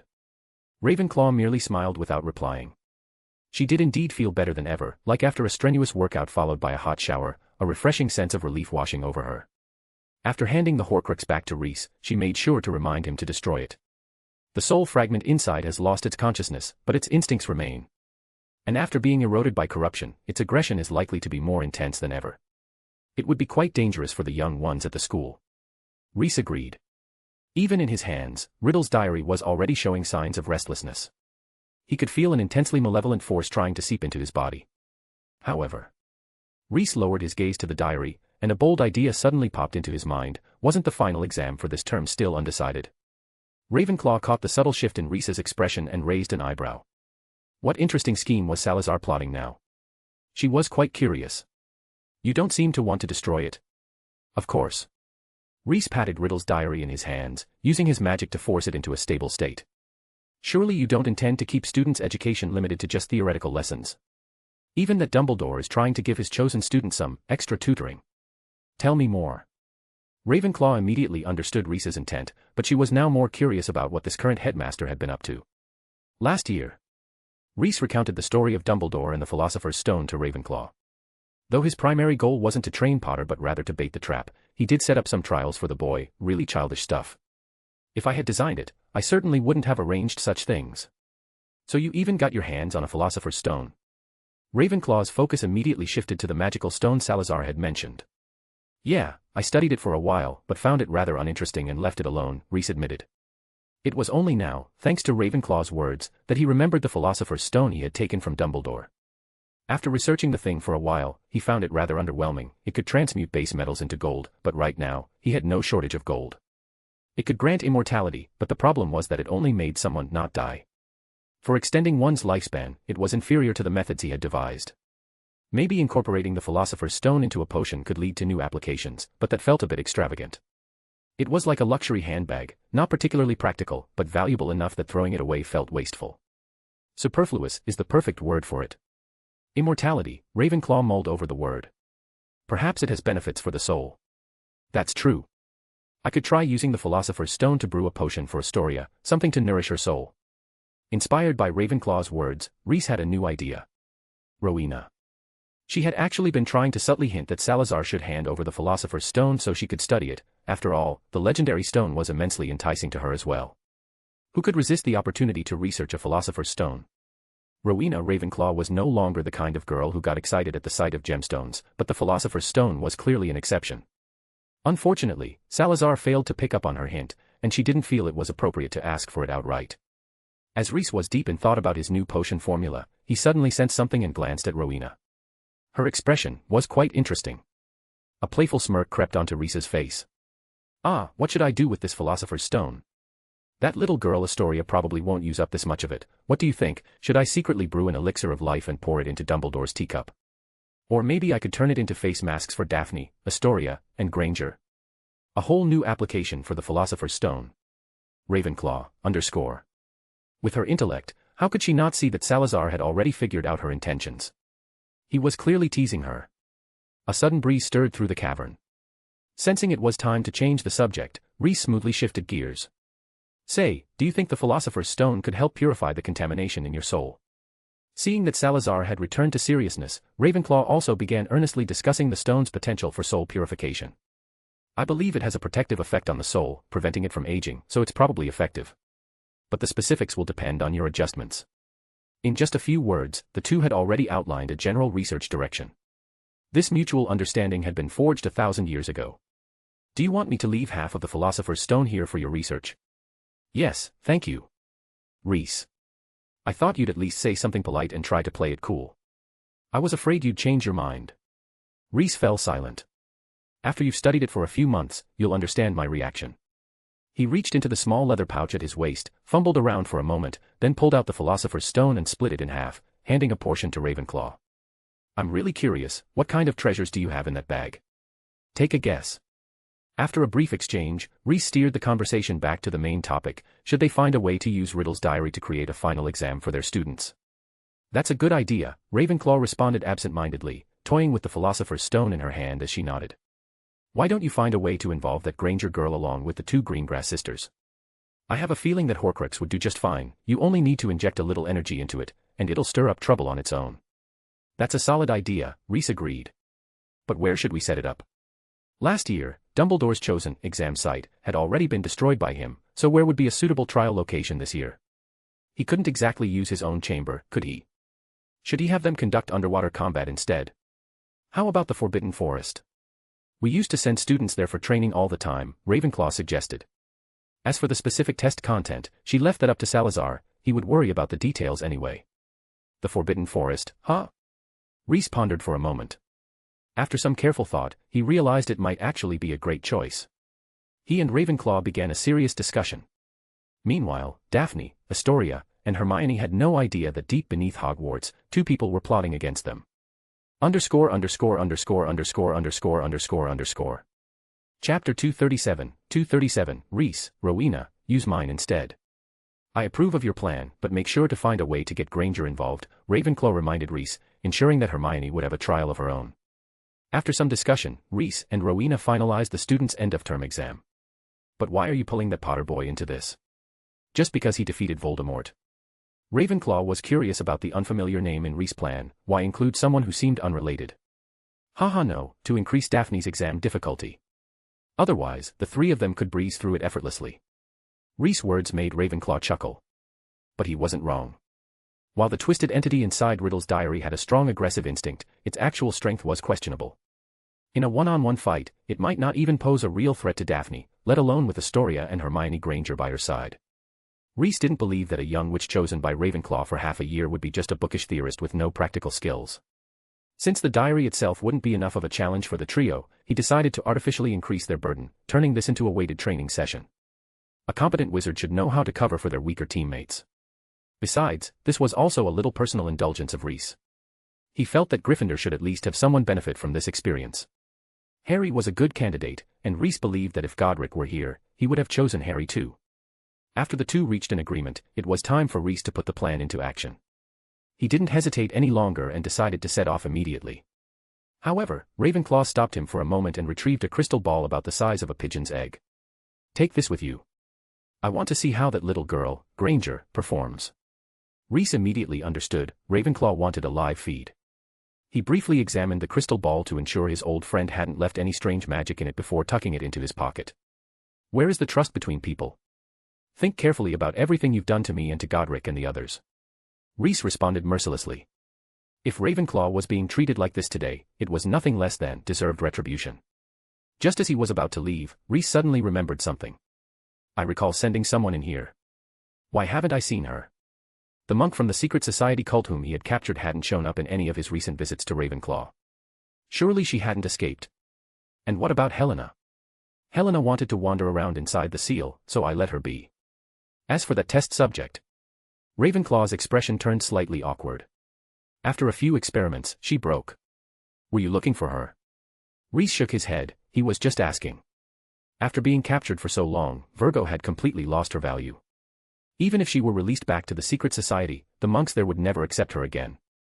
But what did she mean by broke? Were Ravenclaw's experiments still that wild? Be careful not to cause trouble. Don't forget, you're inside the seal right now, Reese warned her, just in case she was about to pull something too extreme. I know. Ravenclaw waved him off dismissively. She figured Salazar should understand. If an interesting experiment was right in front of her, how could she possibly hold back? Reese understood as well, which was why he handed Ravenclaw's crystal ball back to her. Ravenclaw. Rowena, use mine instead. It works the same.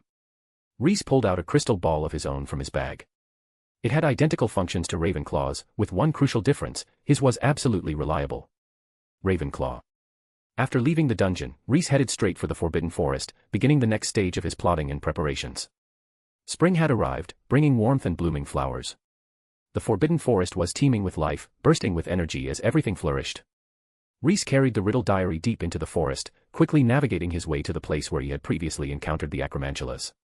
The spider corpses left behind had long since been devoured by the beasts of the Forbidden Forest, leaving not a single trace. Rustle, rustle. Hundreds of snakes slithered from Reese's sleeves, scattering in all directions. Meanwhile, he sat quietly under a tree, patiently awaiting their responses. It didn't take long, his serpent soon led him to the Acroantulas. Swish, swish. Click, click. A wild boar tore through the dense forest, galloping at full speed as if fleeing from a terrifying predator. Behind it, the eerie clicking noises grew closer and closer. Fear flashed through the boar's eyes. Moments ago, it had watched its kin get captured by strange, giant spiders. It knew all too well, if it didn't run faster, it would meet the same fate. Boom. Suddenly, a loud explosion echoed through the forest. The ominous clicking sounds vanished in an instant. The wild boar had no idea what had just happened, it simply picked up speed and dashed deeper into the Forbidden Forest. Why does it feel like every time I see Acroantulas, they're always hunting wild boars? Rhys muttered, staring at the dying spider before him, which was as large as a draft horse. He couldn't help but feel a little puzzled. Scattered within a few dozen meters were 4 more dying Acroantulas, 2 of which still had freshly caught boars clamped between their fangs. After a brief moment of thought, Rhys figured it was likely due to the wild boar's strong reproductive abilities. These creatures bred rapidly, lacked magical abilities, and could only rely on physical means for defense, naturally making them an ideal meal for carnivorous magical creatures. Setting aside his musings on the Acroantula's diet, Rhys tossed the riddle diary onto the corpse of one of the giant spiders. The fresh blood and the lingering traces of a departing soul sent a ripple of excitement through the diary. It greedily absorbed the last remnants of life from the spider's body, rapidly regaining its strength at an astonishing rate. Killing really is the fastest way, Rhys remarked, watching the diary's transformation with genuine amazement. Previously, Riddle had spent months painstakingly draining Ginny's life force, barely gathering enough power to manifest physically. Now, in just a few short minutes, the diary had achieved what had taken months before. Well, that was to be expected, it had just absorbed the life force of multiple creatures, after all. Noticing that the diary in his hands was growing increasingly restless, Rhys released a small pulse of his own magic in warning. Instantly, the diary settled down. Though the entity inside had lost its sanity, its survival instincts remained intact. Faced with Rhys' power, it immediately became obedient. Rhys continued wandering through the area, and before long, he spotted another Acroantula. This time, instead of killing it, he simply tossed the diary onto the spider's back. As if coated in strong adhesive, the diary stuck firmly to the creature, clinging to it as the spider scuttled away into the depths of the forbidden forest. ________________________________ Chapter 238, Harry being strange. Life at Hogwarts continued peacefully. No one knew that a second-hand diary had once been brought into the school by a red-haired first-year girl and had, almost, opened the long-sealed Chamber of Secrets. No one knew what had taken place in the dungeons or the Forbidden Forest. Everything remained calm. Astoria had fully recovered. Now, she was in excellent condition, her once faint traces of illness had completely vanished, replaced by a youthful energy that even 100 Philosopher's Stones couldn't grant. That vitality was something even the most powerful wizards in the world would envy. No matter how advanced the method of immortality, it could never truly replicate it. Rhys might be able to mimic a fraction of it, but as long as he retained even a sliver of his 1,000-year-old memories, he could never perfectly imitate such youthful exuberance. Astoria had taken about a week to fully recover from the procedure. In fact, she had healed so quickly that Rhys hadn't even had time to finish adjusting the potion formula he had designed for her. On Sunday evening, Astoria excitedly arrived at the Chamber of Secrets with her sister, eager to attend Rhys' lesson. Now that you're free from the curse's influence, why don't you try channeling your mana? Instead of teaching them spells as usual or giving them a potion formula to practice with, Rhys asked Astoria to first attempt releasing her own magical power. All right. Astoria complied, only to immediately fall flat on her backside. But instead of frustration, her face lit up with delight. She could clearly feel the difference, her magic flowed smoothly, with no resistance whatsoever. It was so seamless that she wasn't used to it, hence the fall. She got up from the ground and tried channeling her magic again. This time, she carefully controlled the amount of magic she released and smoothly floated into the air. Within minutes, she was soaring freely through the sky, just like Daphne had before. Excellent. Rhys applauded, while Daphne watched with excitement. Her sister was fully recovered. This was truly wonderful. But Daphne quickly realized a potential problem. Without the curse holding her back, Astoria's strength was bound to improve rapidly. Would she end up surpassing her? The thought of possibly being sent flying off the dueling platform by her own sister made Daphne resolve to dedicate herself even more to her spell work. Rhys never would have guessed that curing Astoria's illness would come with the unexpected side effect of boosting Daphne's motivation to study. It was a delightful surprise. Now that the blood curse no longer constrained her soul, Astoria's abilities advanced at an incredible pace. By the time the date of the final exams appeared on the calendar, she was already able to hold her own against Daphne in their duels in the Chamber of Secrets. As final exams approached, even with a month still to go, the school began to buzz with nervous energy. The usually quiet and empty library became incredibly crowded, with barely a single seat to be found. The students of Gryffindor House were something of an exception, they had a rather laid-back attitude toward exams. Most of them only started cramming the week before exam week. Their study strategy was simple: review subjects in the order of the exam schedule. For example, if potions was on Monday, they would study potions on Sunday. If history of magic and transfiguration were on Tuesday, then Monday night would be dedicated to reviewing those subjects. They even had a well-reasoned, if somewhat dubious, theory: studying too early would only lead to forgetting the material and having to relearn it anyway. So, it was better to put in the effort right before the test, ensuring that their knowledge lasted just long enough to make it to the final bell. Honestly, their logic wasn't entirely unfounded. But there were always exceptions, like Harry. He was one of the rare students who had actually drawn up a study plan. Wait, mate, there's still a whole month until finals, and you've already made a study schedule. Ron picked up the parchment in front of Harry, looking utterly dumbfounded. Harry's behavior was so unusual that Ron could hardly recognize him. Are you sure you haven't been possessed by some kind of evil spirit? Ron pulled a mock-frightened expression, flailing his arms in exaggerated panic, making the whole thing even more comical. It's just that we still have a lot of Quidditch practice coming up. Wood is practically betting his life on winning the final match, so I figured I'd just ask someone to help me make a study plan. I also borrowed a set of notes while I was at it. Harry pulled a neatly written, well-organized set of notes from his bag. Let me borrow that. Ron instinctively grabbed the notes, planning to copy them. He probably wouldn't actually look at them until the exam started, but just having his own copy would give him a strong sense of security. I'm heading to the library to study for a bit. Want to come? Harry glanced at the clock and realized it was about time to review. He packed up his books and got ready to leave. Before heading out, he turned to Ron and asked. Ron. Harry, you're like a completely different person today. But Ron was tempted. He was seriously considering whether to go to the library with Harry. Ron, want to play cards? We need one more player. Just as Ron was about to decide, a voice called out from the other side of the common room. It was Lee Jordan, Fred and George's close friend, who often hung out with Ron and Harry. Ron. Between the library and playing cards, Ron chose the cards.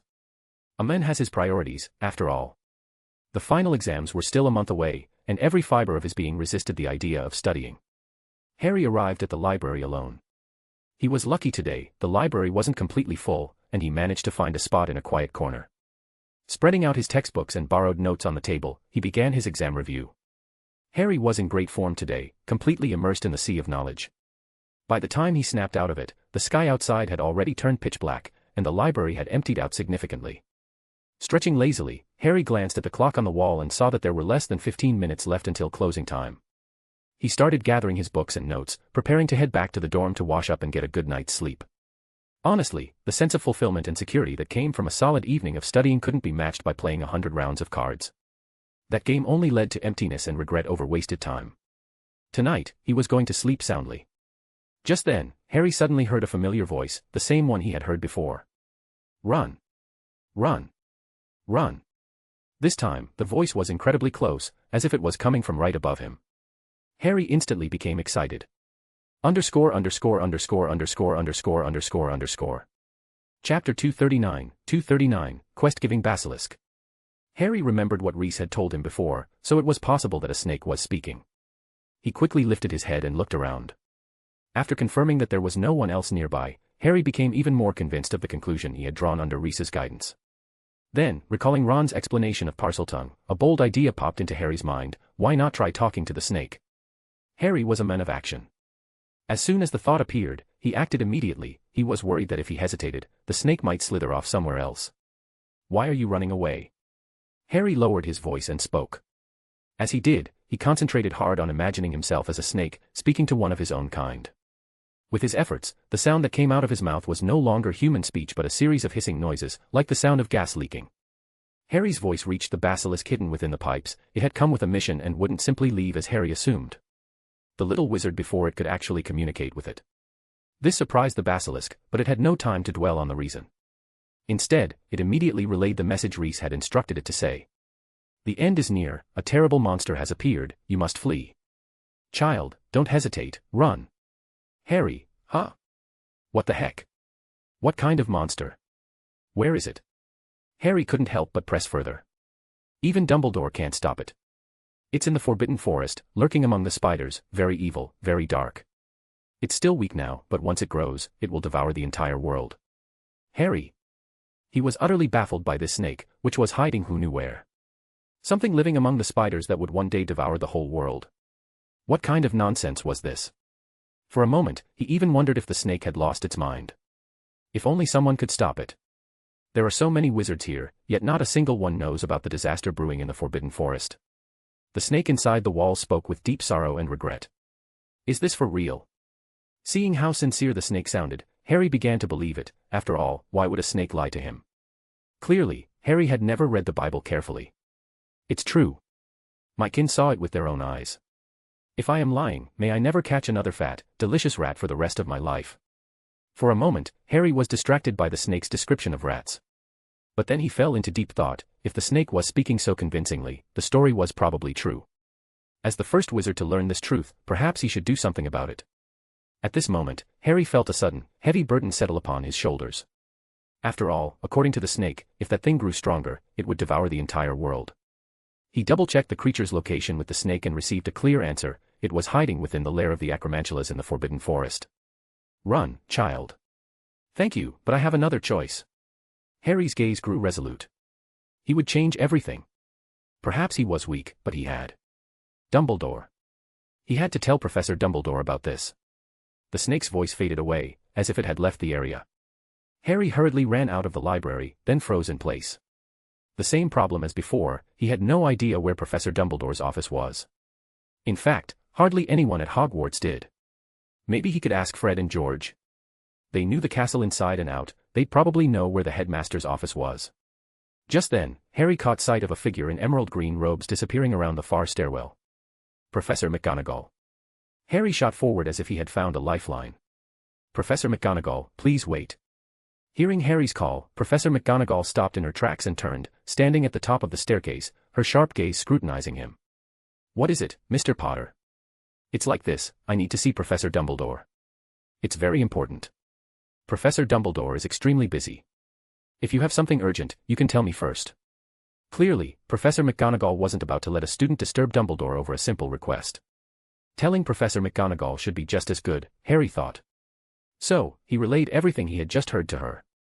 You're saying there's a monster in the Forbidden Forest, lurking among the Acroantula colony. And that once it grows, it will devour the world. Professor McGonagall's tone was full of skepticism. That was completely understandable. No rational adult would immediately believe such a claim. Yes, it's absolutely true.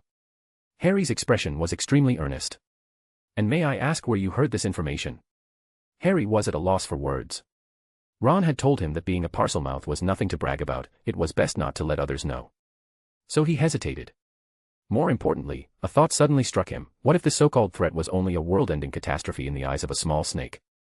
What if it was just some spider species particularly good at hunting snakes? It would be utterly ridiculous to bother Professor Dumbledore over something like that. Seeing that Harry couldn't provide a reasonable explanation, Professor McGonagall seemed to understand everything. She pressed her lips together and said, I'll inform Hagrid and have him patrol the Forbidden Forest. That's his job. Hearing this, disappointment filled Harry's eyes. He didn't think Hagrid could handle this crisis. It wasn't that he looked down on Hagrid, but his personality was too rough, he might not notice a hidden danger. And, frankly, the name Rubeus Hagrid didn't inspire the same sense of security as Albus Dumbledore. Professor McGonagall's next words only deepened Harry's despair.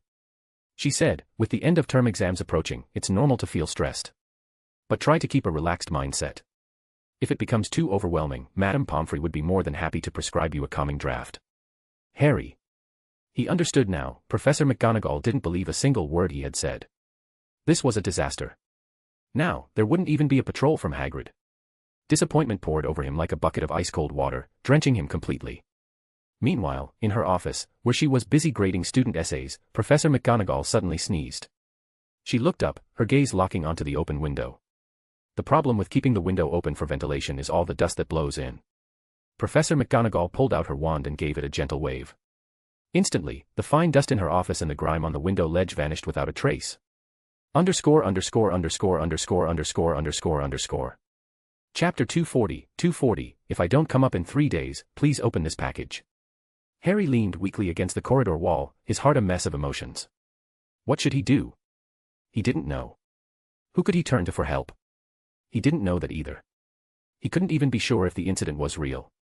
Logically speaking, a world-ending level disaster shouldn't have anything to do with a second-year student like him, but the reality was right there in front of him. This responsibility had crashed down on his shoulders like a meteor. Only he could hear the snake's voice. At that moment, footsteps echoed from the corridor behind him. He turned around and saw Daphne walking toward him, carrying a small shoulder bag. Behind her was a silver-haired little girl. Harry recognized her. It was Daphne's younger sister, Astoria. Harry. He rushed over to Daphne like a drowning man grabbing hold of a lifeline, blocking her path. Is something wrong? Daphne was startled by Harry suddenly springing out. She instinctively stepped back to put some distance between them before asking what he wanted. Harry immediately told the Greengrass sisters everything he'd heard from the snake. Can I ask where you heard this rumor? Daphne's first reaction, like any rational person's, was skepticism. After thinking it over carefully, Harry decided to tell Daphne that he could speak Parseltongue because she was someone he trusted. You're a Parselmouth. Harry's ability to speak Parseltongue genuinely surprised Daphne. But she was able to regard this gift with a calm, rational mindset. Not to mention distant examples, her closest friends, Reese and Astoria, could both talk to snakes too. Maybe one of Harry's ancestors had married a Parselmouth, and that ability had been passed down to him. Given that the message came from a snake, its credibility increased significantly. Daphne decided to go talk to Reese about it. After all, when it came to snake-related intel, Reese was always the best person to go to. And if what the snake said really was true, then it made even more sense for Reese to step in. After all, they were talking about a potential world-devouring disaster. All right, I'll wait for you both in the Great Hall. Seeing that Daphne and her sister were willing to help, Harry's eyes lit up. The Greengrass sisters were both impressively skilled, and adding Reese into the mix, basically, all the reliable students in Slytherin were getting involved. Harry felt like things were finally taking a turn for the better. And so, Harry and the Greengrass sisters parted ways briefly, one staying on standby, while the other two went to get reinforcements. When they returned to the Slytherin common room, it was completely empty. Daphne found that Reese hadn't gone to bed yet. He was curled up alone by the fireplace, reading. Aside from the book, there was a crystal orb on the table, about the size of an egg. What she didn't notice was that the hair on the back of Reese's head was subtly changing color, and the skin on his hands was gradually becoming smoother. Reese, thank goodness. Something's come up. Daphne quickly told him about the monster that had supposedly appeared in the Forbidden Forest. There's something like that. Come to think of it, the snakes around the castle have been more restless lately. After listening to Daphne, Reese tossed his book aside, narrowing his eyes as if weighing the situation. In the end, he made a decision. No time to waste. I'll go with you, we need to get to the bottom of what's going on in the spider nest. Yes. Once they had Reese's agreement, both Daphne and Astoria lit up with excitement. In their eyes, with Reese on the case, no evil creature could possibly pose a threat. Suddenly, the crystal orb on the table flashed red. Reese's expression instantly turned serious. He tapped the orb, and Lady Ravenclaw's voice emerged from within. Reese Lint, I need your help. There are signs the seal has been tampered with. Come to the dungeons immediately. I'm waiting here. Daphne's face instantly changed. She knew that beneath the school's dungeons, an enormous number of extremely dangerous dark creatures were sealed away. If the seal had really been disturbed, the consequences could be catastrophic. After hearing Ravenclaw's message, Reese didn't say anything further. He straightened his wizard robes and pulled out a handkerchief to carefully wipe down his wand. Once finished, he turned to Daphne and spoke in an incredibly gentle tone. Sorry, something's come up on my end. I'm afraid I won't be able to go to the Forbidden Forest with you. Daphne immediately tensed up, and Astoria also began to feel that something wasn't quite right. Reese, Daphne started to say something, but Reese interrupted her. Listen closely, we're short on time, so I won't say much. Take this. Reese unfastened the pouch he always carried at his waist and handed it to Daphne. Daphne. If I haven't come out of the dungeons in 3 days, you and Astoria must leave Hogwarts. Leave Britain. Head east. Of course, if you want to cross the sea to America, that's fine too. What's in the pouch should be enough for you. At this point, Reese seemed to remember something and let out a bitter smile. Ah, right. I forgot you're daughters of the Greengrass family. Well, do as you see fit, but you must leave Britain as soon as possible. The things in the pouch are fairly valuable. Consider them a gift from me. It felt to Daphne as if something had struck her head, hard. This isn't.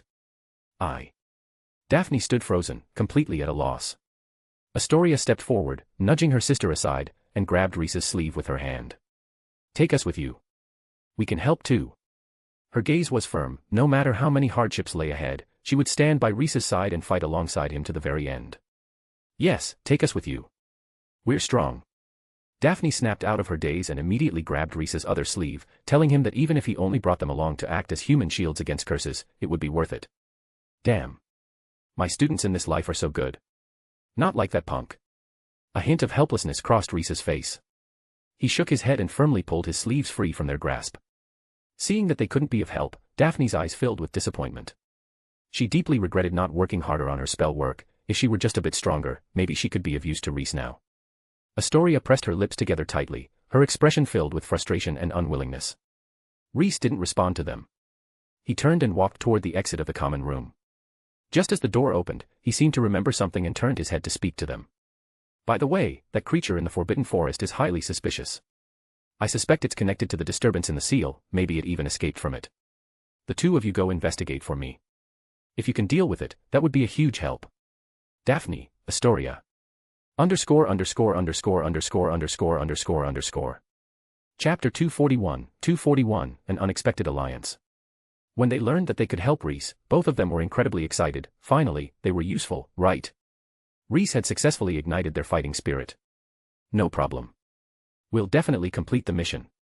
Hearing Daphne and Astoria's firm voices, Rhys nodded in satisfaction and left the Slytherin common room. The moment the door closed behind him, Rowena Ravenclaw's voice continued to come from the crystal ball. You played that quite excessively. Aren't you enjoying it just as much, Rowena? No further sound came from the crystal ball, and Rhys cast a disillusionment charm on himself, heading toward the Great Hall. He needed to confirm whether another key player had been drawn into the plan, just as he'd intended. After parting ways with the Greengrass sisters, Harry fell into a brief state of confusion. His rational mind told him that as long as Daphne and the other two arrived, the problem would be easily resolved, but his emotions kept urging him over and over, do something. Maybe it was the shame of lying back and letting the big shots carry him that got to him. He desperately wanted to take action, he couldn't just be the messenger, could he? What would that make him, a dictionary? A quest-giving NPC in a video game? Of course, if Harry knew how Rhys saw him, he might actually think being a translation dictionary wasn't such a bad role after all. Wanting to do something was one thing, being able to do something was another. After thinking it through carefully, Harry realized he couldn't do a single thing. His conversation with Professor McGonagall had already shut down any hope of support from the school's faculty. If he couldn't even convince his own head of house, how could he expect any of the other heads to believe his nonsense? As for support from other students, well, hadn't Daphne already agreed to help him? Who could be more reliable than Daphne and her group? Ron. Better not. He was terrified of spiders. It wouldn't be right to drag him into this. While Harry was spiraling into a whirlwind of thoughts, the library's closing time arrived. The last few students were ushered out by Madame Pants. In truth, hardly anyone stayed until closing time. Most packed up a few minutes beforehand to avoid any chance of conflict with the notoriously short-tempered librarian. Only a rare few exceptions stayed until the final moment, like Hermione Granger. Today, she and Neville from Hufflepuff had been organizing their herbology notes for the year, and then they'd gone over some key points in potions together. The two had been completely absorbed in the world of magic, right up until Madame Pants appeared, and then they were promptly kicked out. I completely don't dare look Madame Pants in the eye. It's not your fault, Neville. Are you coming back to the library to study tomorrow? Sure. There are still a lot of things I don't quite get in potions. Wait, isn't that Harry? What's he doing here this late? Curfew's almost up. Neville had noticed Harry leaning against the corridor wall. He looked troubled, as if something serious was bothering him. Kind-hearted Neville wanted to help. Even if he couldn't do much, just chatting with Harry might help lift his spirits. Harry, what are you doing? Curfew's coming. Hermione stepped forward and asked about Harry's situation. Harry hesitated, unsure whether he should drag the two of them into this. The entire conversation was observed from a distance by Rhys. He waved his hand, casting a charm to isolate all sound around him, then connected to Rowena Ravenclaw's call. From within the dungeons, Ravenclaw could see everything happening before Rhys threw the crystal ball in his hand. Oh. Looks like someone unexpected is getting involved. Ravenclaw's voice came through the crystal ball. Who is he? A Hufflepuff boy. His name is Neville Longbottom. Rhys gave Ravenclaw a brief introduction to Neville. Keeping a toad as a pet but not good at potions. Interesting. That's also related to the current potions professor, Snape. His teaching style is rather unpleasant. Bringing Neville along is fine. I won't interfere further. Rhys thought it over and felt there was no problem including Neville. If you're already carrying one burden, you might as well carry a second. Just as Harry was still debating whether or not to reveal the truth to Hermione and Neville, Daphne and Astoria arrived. Now Neville and Hermione both sensed something was off. Harry was clearly waiting for those two. Being associated with them, and doing something right before curfew, definitely didn't sound like an ordinary matter. Seeing that there were others with Harry, Daphne immediately furrowed her brows. She didn't want any complications. All she wanted was to solve the problem in the Forbidden Forest as soon as possible. What's the call? She leaned toward launching a direct attack and getting rid of the two nuisances. Fine by me, Astoria nodded, though she had another idea in mind. Oh, hi Daphne, Astoria, What are you all up to? As the Greengrass sisters approached, Hermione stepped forward to question their intentions. Stupefy. Petrificus totalis. Hermione was determined to figure out what the three of them were up to, but instead of a greeting, she was met with 2 spells. Caught off guard, Hermione barely managed to dodge to the side. The spells grazed her robes and hit Neville, who had been standing behind her in a daze. Neville was knocked out cold by the spells. Hermione's eyes went wide. She whipped out her wand and shot a jinx back in retaliation. Then she and the Greengrass sisters exchanged several more spells. Their magic collided midair, bursting into colorful sparks, leaving Harry stunned on the sidelines. Oh! You have trained her well, Ravenclaw. Although Daphne is only using minor spells so as to not hurt her, Hermione is holding on quite well. Reese muttered to Ravenclaw. I just gave her some of my notes. She is very studious. Ravenclaw's voice coming from the ball was very proud. The two sides reached a standoff, Daphne couldn't secure a quick win, and Hermione couldn't gain the upper hand over the two of them either. Should I use leather spells? Daphne muttered to herself. Stop. Astoria suddenly shouted, urging everyone to cease fire. I think we can bring her along. Are you crazy? What are you doing? Everyone started speaking at once, then fell silent at the same time, and the corridor descended into a heavy stillness. This breaks like 100 school rules. Hermione finally burst out, her voice full of fury, shattering the silence. Please, let us explain. We don't have time. This is for your own good. Hearing Daphne's words, Hermione raised an eyebrow. You ambushed us with Petrificus Totalis and a stunning spell, and now you're saying it's for our own good. That's right. Daphne lifted her chin, showing no sign of backing down. This mission is extremely dangerous. If you can't even block our basic spells, you'd only be a liability. Hermione. Then you should have gone to the professors instead of. I already tried. It didn't work. Harry, who had been standing to the side and almost invisible in presence until now, finally spoke up. Hermione. She felt like her brain was about to short-circuit.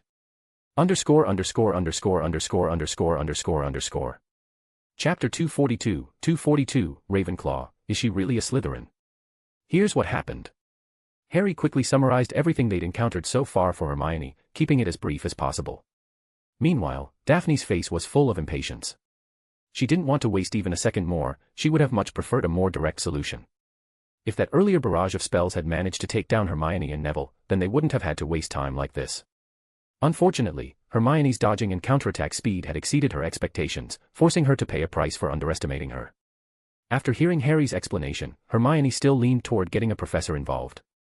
But I don't even dare to count how many school rules this breaks. Hermione's words made Daphne so frustrated she nearly drew her wand again to settle things with force. She just wanted to get to the Forbidden Forest as soon as possible, investigate the abnormalities there, and help lighten the burden on Reese. She didn't have time to waste going in circles with Hermione, debating whether to inform a professor. Not to mention those absurd school rules. So where's Reese? Why haven't we seen him? Sensing the tense atmosphere, Harry quickly changed the subject. He has more important things to deal with and can't come for now, but he also hopes we can resolve the issue. Astoria answered Harry's question. Daphne, cheeks puffed in frustration, added, we're facing an unprecedented crisis. This is not the time to worry about school rules. Astoria chimed in from the side. Harry already tried going to the professors, but it didn't help. Right now, we can only rely on ourselves. Hermione furrowed her brows and looked down at Neville, who was still lying stiffly on the ground, without saying a word. Daphne didn't want to argue any longer. She grabbed her sister's hand and started heading toward the castle gates. Forget them. Let's go take care of that creature in the Forbidden Forest first. If she wants to run to the teachers and snitch, let her. I'm going to the forest right now. Daphne's tone was resolute. She had already prepared herself for the possibility of being expelled. Hermione was left standing there in a daze. Her worldview had taken a hit. In her understanding, school rules held supreme authority, and everyone would follow them obediently. Breaking the rules meant punishment. But now, she had just seen two people who would rather face severe consequences than give up on something they believed in. It completely overturned her expectations.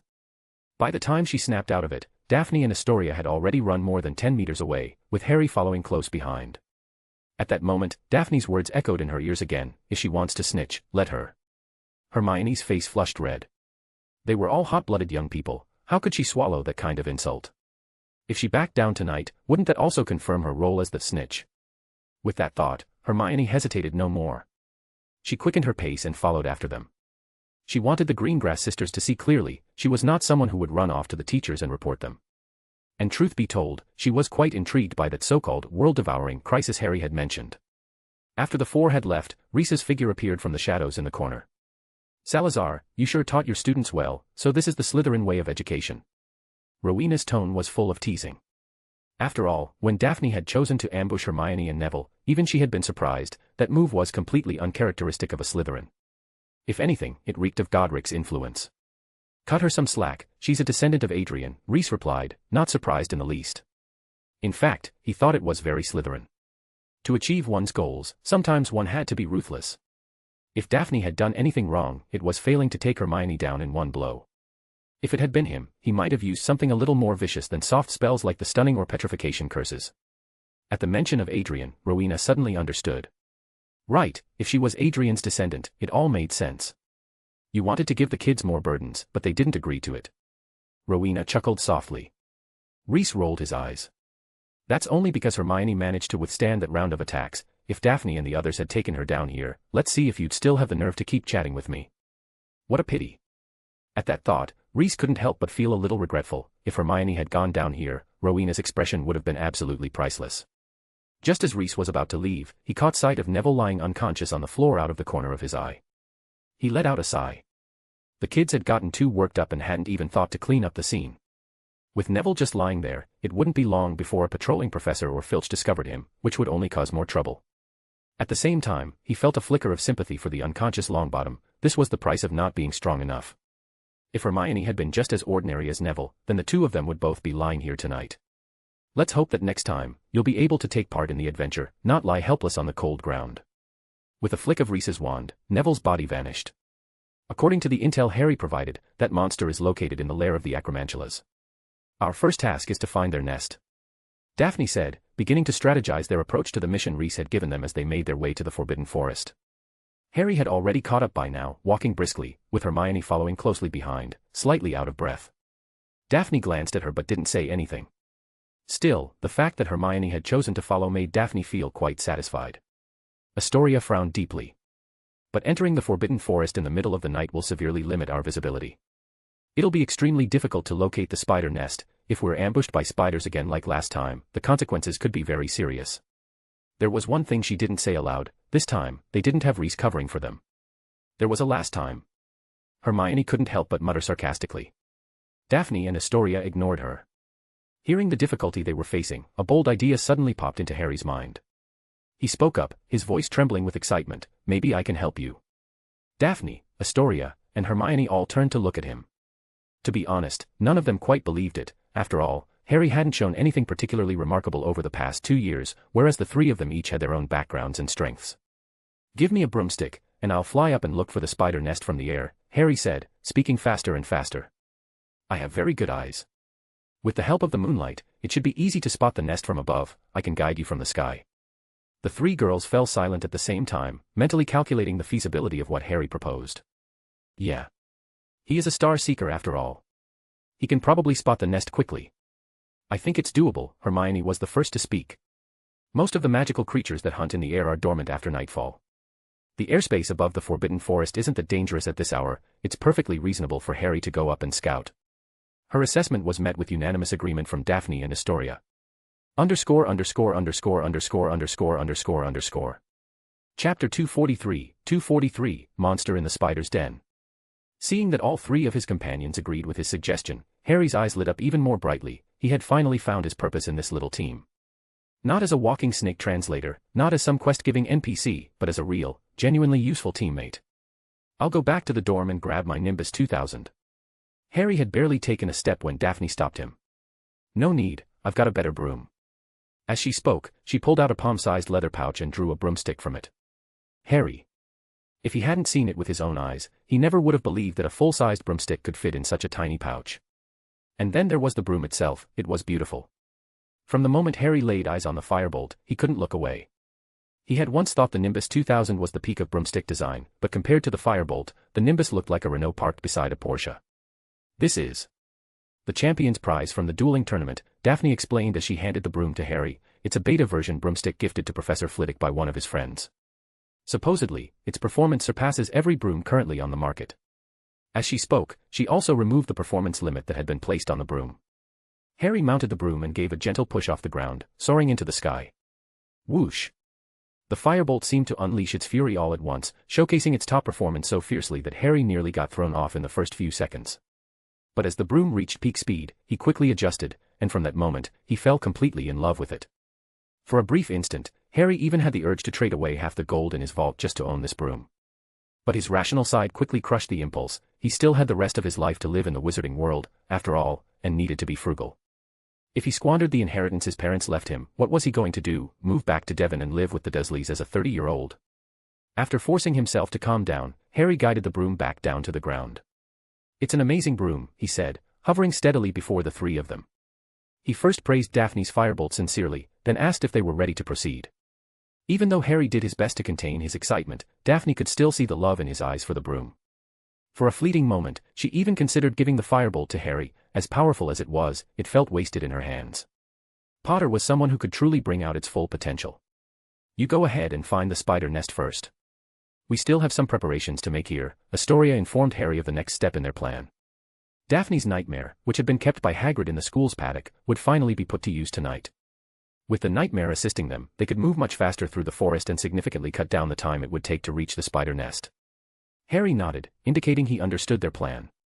With a gentle nudge of the broomstick, he shot into the night sky, gliding above the forbidden forest like a graceful bird.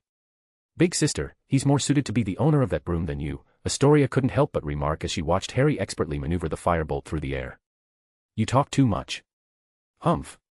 Daphne snapped, shooting her sister a glare before striding off toward the school paddock. "Salazar, your disciple can't ride a broom either." "As if yours could." In a dark corner, a person and a ghost whispered to each other, bickering as usual. Truthfully, among the four founders, only Godric Gryffindor was good at broom riding. The rest weren't very skilled, especially Rowena Ravenclaw, who couldn't even properly steer a carriage. She was, without a doubt, a vehicle disaster. "By the way, someone has actually improved that clumsy autopilot charm of yours."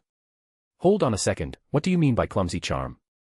The paddock was an open area cleared near the edge of the Forbidden Forest, used for raising livestock and housing the magical creatures needed for care of magical creatures class. That was where Daphne's nightmare was kept. As she approached the fence of the paddock, Daphne softly called out, and from deep within the enclosure, a black skeletal horse with blue flames flaring from its hooves came galloping toward her. It recognized Daphne immediately and responded to her summons. "I need your help," Daphne said, gently patting the bony skull of the nightmare a few times. The moment she saw the nightmare, Hermione's mouth fell slightly open, her mind momentarily blank. She had heard the rumors before, about Daphne being chosen by a relic left behind by an ancient wizard. But since Daphne had never confirmed the stories, Hermione had always assumed they were just baseless gossip. But now, Daphne had actually summoned a magical creature that looked nothing short of incredible. "This is?" Hermione asked, unable to hold back, pointing at the nightmare. "It's a nightmare. I got it from a crystal ball last year." Daphne gave a brief explanation of the nightmare's origin, then led it out of the paddock. By the time they returned to the edge of the Forbidden Forest, Harry had already made it back. He brought good news. He had found the spider nest. Finding the nest wasn't too difficult. When viewed from the sky, the lair of the Acroantula stood out like a landmark. It was a vast, ashen-gray area, clinging to the forest floor like a festering wound. It was almost impossible not to notice. Upon learning that Harry had found the nest, Daphne immediately decided to head out toward it. After sunset, most creatures in the Forbidden Forest retreated into their nests to rest. Only a few nocturnal animals, like owls, came out to hunt. Acroantulas were no exception. They had returned to their nest with the prey they had captured during the day. One of the spiders looked particularly strange. A massive tumor bulged from its back, pulsing like a beating heart. The growth was constantly drawing nutrients from the spider's body into its own shell. No one knew how long this parasitic process had been going on, but the spider being used as a host was clearly at its limit. Its abdomen had shriveled, and its movements had become sluggish and unstable, staggering as if it were drunk. Its abnormal state quickly drew the attention of many of its kind. The others gathered around it, their mandibles clacking and colliding with sharp, click-click sounds. They were very attentive to the health of their kin, not out of concern, but because they were waiting to divide the corpse once it died. After one final extraction, the host spider was completely drained of its last bit of nourishment. It collapsed to the ground, motionless. The surrounding spiders crawled closer, first probing with their legs. Once they confirmed that the parasitized spider was dead, they wasted no time. They swarmed over it, tearing into the corpse and feasting on the remains of their fallen kin. Crunch. Crunch. Crunch. Crunch. Crunch. Crunch. Crunch. ____________________________________________________________________________________________ Chapter 244, Real Magical Battle. In an instant, the leaf-covered forest floor was filled with the clicking, crunching sounds of chewing. The corpse of the dead spider hadn't even gone cold before its kin swarmed over and devoured it completely. As the spiders indulged in their grotesque feast, with the body of their own kind as the main course, Daphne and the others, guided by Harry, arrived at the spider nest and witnessed the entire scene with their own eyes. What the? Ugh. Disgust was written all over their faces. How could something like this exist in the Forbidden Forest? No idea, but it looks like they've been breeding here for quite some time, Atoria guessed, judging by the size of the hollow. Look. Daphne suddenly cut off their conversation and motioned for them to look toward the feast. A wisp of black smoke rose from the spider's corpse, drifting toward another large Acroantula and clinging to its body. The spider trembled a few times, and then a grotesque human face surfaced on its back. The other spiders, caught up in their frenzied feeding, didn't notice the transformation occurring on their companion, or maybe they didn't care. After all, spiders that became hosts like this one would soon die and become the next course on the menu. This must be the evil Harry mentioned, right? It definitely looks like a serious problem, Hermione said with a frown. If, before witnessing this scene, she had still harbored some doubts about Harry's warning, the appearance of that black smoke erased them completely. Now, she fully believed what Harry had said. What could possibly be more evil than this? If we just destroy that thing, it should be fine, right? Daphne's hand tightened around her wand beneath her robes. It might work. Worth a try, Aszkaban supported her sister's suggestion. Without any further hesitation, Daphne raised her hand and cast a powerful offensive spell, striking the possessed spider right in the abdomen. Its belly exploded like a watermelon, the fatal wound killing it instantly. From the spider's remains, a cloud of black mist rose and shot rapidly toward the large web at the center of the hollow. Clearly, Daphne's spell hadn't truly harmed the creature, it had only killed the spider it was possessing. We need to enter the nest and find the true form of that black mist.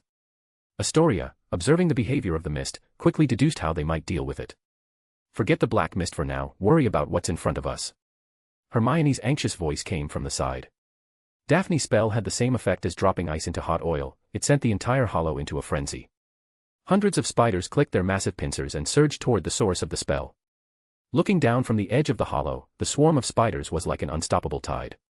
Should we retreat for now? Aszkaban estimated the number of spiders and began to feel that things were getting out of hand. She suggested they use the disillusionment charm to hide their presence, escape first, and come up with a long-term plan later. Nah, we only have one option, attack. Daphne immediately rejected Aszkaban's proposal. She didn't believe the disillusionment charm could fool these spiders. It was an optical invisibility spell, it couldn't mask body heat, scent, or the vibrations caused by movement. Against this horde, using only a disillusionment charm was no better than standing there fully visible. Seeing her sister had decided to fight, Aszkaban stopped considering other options. She immediately cast a shield charm in front of the trio, creating a semi-transparent barrier, while Daphne followed up by launching a series of offensive spells that blew apart the approaching spiders. It was only then that Hermione, standing behind the two sisters, finally snapped out of her daze. Her lack of combat experience had left her stunned at first, not even realizing that her companions had already decided to engage in battle with the spiders. Now that the fight was in full swing, she finally drew her wand as if waking from a dream, inwardly scolding herself, "Hermione Granger, what are you doing? Don't hold everyone back. Impedimenta. Conf Ringo." A barrage of spells shot from Hermione's wand like a chain of firecrackers, raining down on the ocean of spiders. Some spiders were knocked over, others were frozen in place only to be trampled by those swarming from behind. But in the face of such a massive horde, her spells felt like they hadn't even made a dent. In just a few short seconds, several carriage-sized spiders had already climbed to the edge of the depression, less than 10 feet away from the trio. Daphne and the others could clearly see the black bristles on their long legs and the glistening black eyes staring at them. Boom.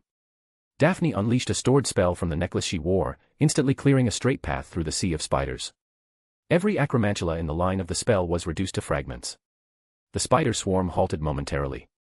From above, Harry had the clearest view of everything. He saw with his own eyes how the dark, swarming mass of spiders had been split by a grayish-white path. He was stunned by the power of that spell, so this is what a real magical battle looks like. Compared to this, the dueling club's sparring sessions felt like mere child's play. But the spell Daphne had used was limited in number. If this was their only method of fighting back, then defeat was inevitable. Daphne understood this clearly. She knew she had to find a more efficient way to deal with the Acroantulas. Then, her eyes caught sight of the web-entangled fallen leaves scattered in the depression. A bold idea sparked in her mind. "These spells alone won't do, set it on fire," she shouted, taking advantage of the momentary hesitation in the spider horde to try out her new idea. Nay hee hee. At her command, the nightmare steed began to gallop around the edge of the depression. Wherever it passed, the dried branches, fallen leaves, and spiderwebs mingled among them all caught fire. In no time, a semicircle of flames was blazing around the depression. A gleam of joy flashed across Daphne's face. Just as she had anticipated, these spiderwebs feared fire. We'll drive the fire down into the pit, burn this entire spider nest to ashes. Daphne's pupils reflected the blaze as she made a decision that bordered on madness. Just imagining the sunken hollow transformed into a sea of flames, with thousands of spiders writhing within it, even Atoria couldn't help but shiver. Perhaps sensing the threat of the fire, the spider swarm stirred once again. They began organizing a second wave of attack, attempting to forcefully extinguish the flames spreading along the edge of the depression. Of course, Daphne and the others weren't about to let the spiders succeed. The two sides were quickly locked in another fierce struggle. But as the deadlock dragged on, the fire at the edge of the pit only grew stronger. What had begun as scattered ignition points gradually linked together, forming a continuous line, and then, an entire wall of fire. I have a spell that can push the flames down into the pit. Let me handle it next, said Hermione. Her face was pale, but she had made her decision. The monster hidden within the spider nest had to be destroyed. Just then, the spider's offensive abruptly stopped again. Every single Acroantula began emitting a strange sound. If one listened closely, it almost sounded like they were chanting a name. Aragog. Aragog. Aragog. The name echoed throughout the entire hollow. ________________________________________________________________________________________________________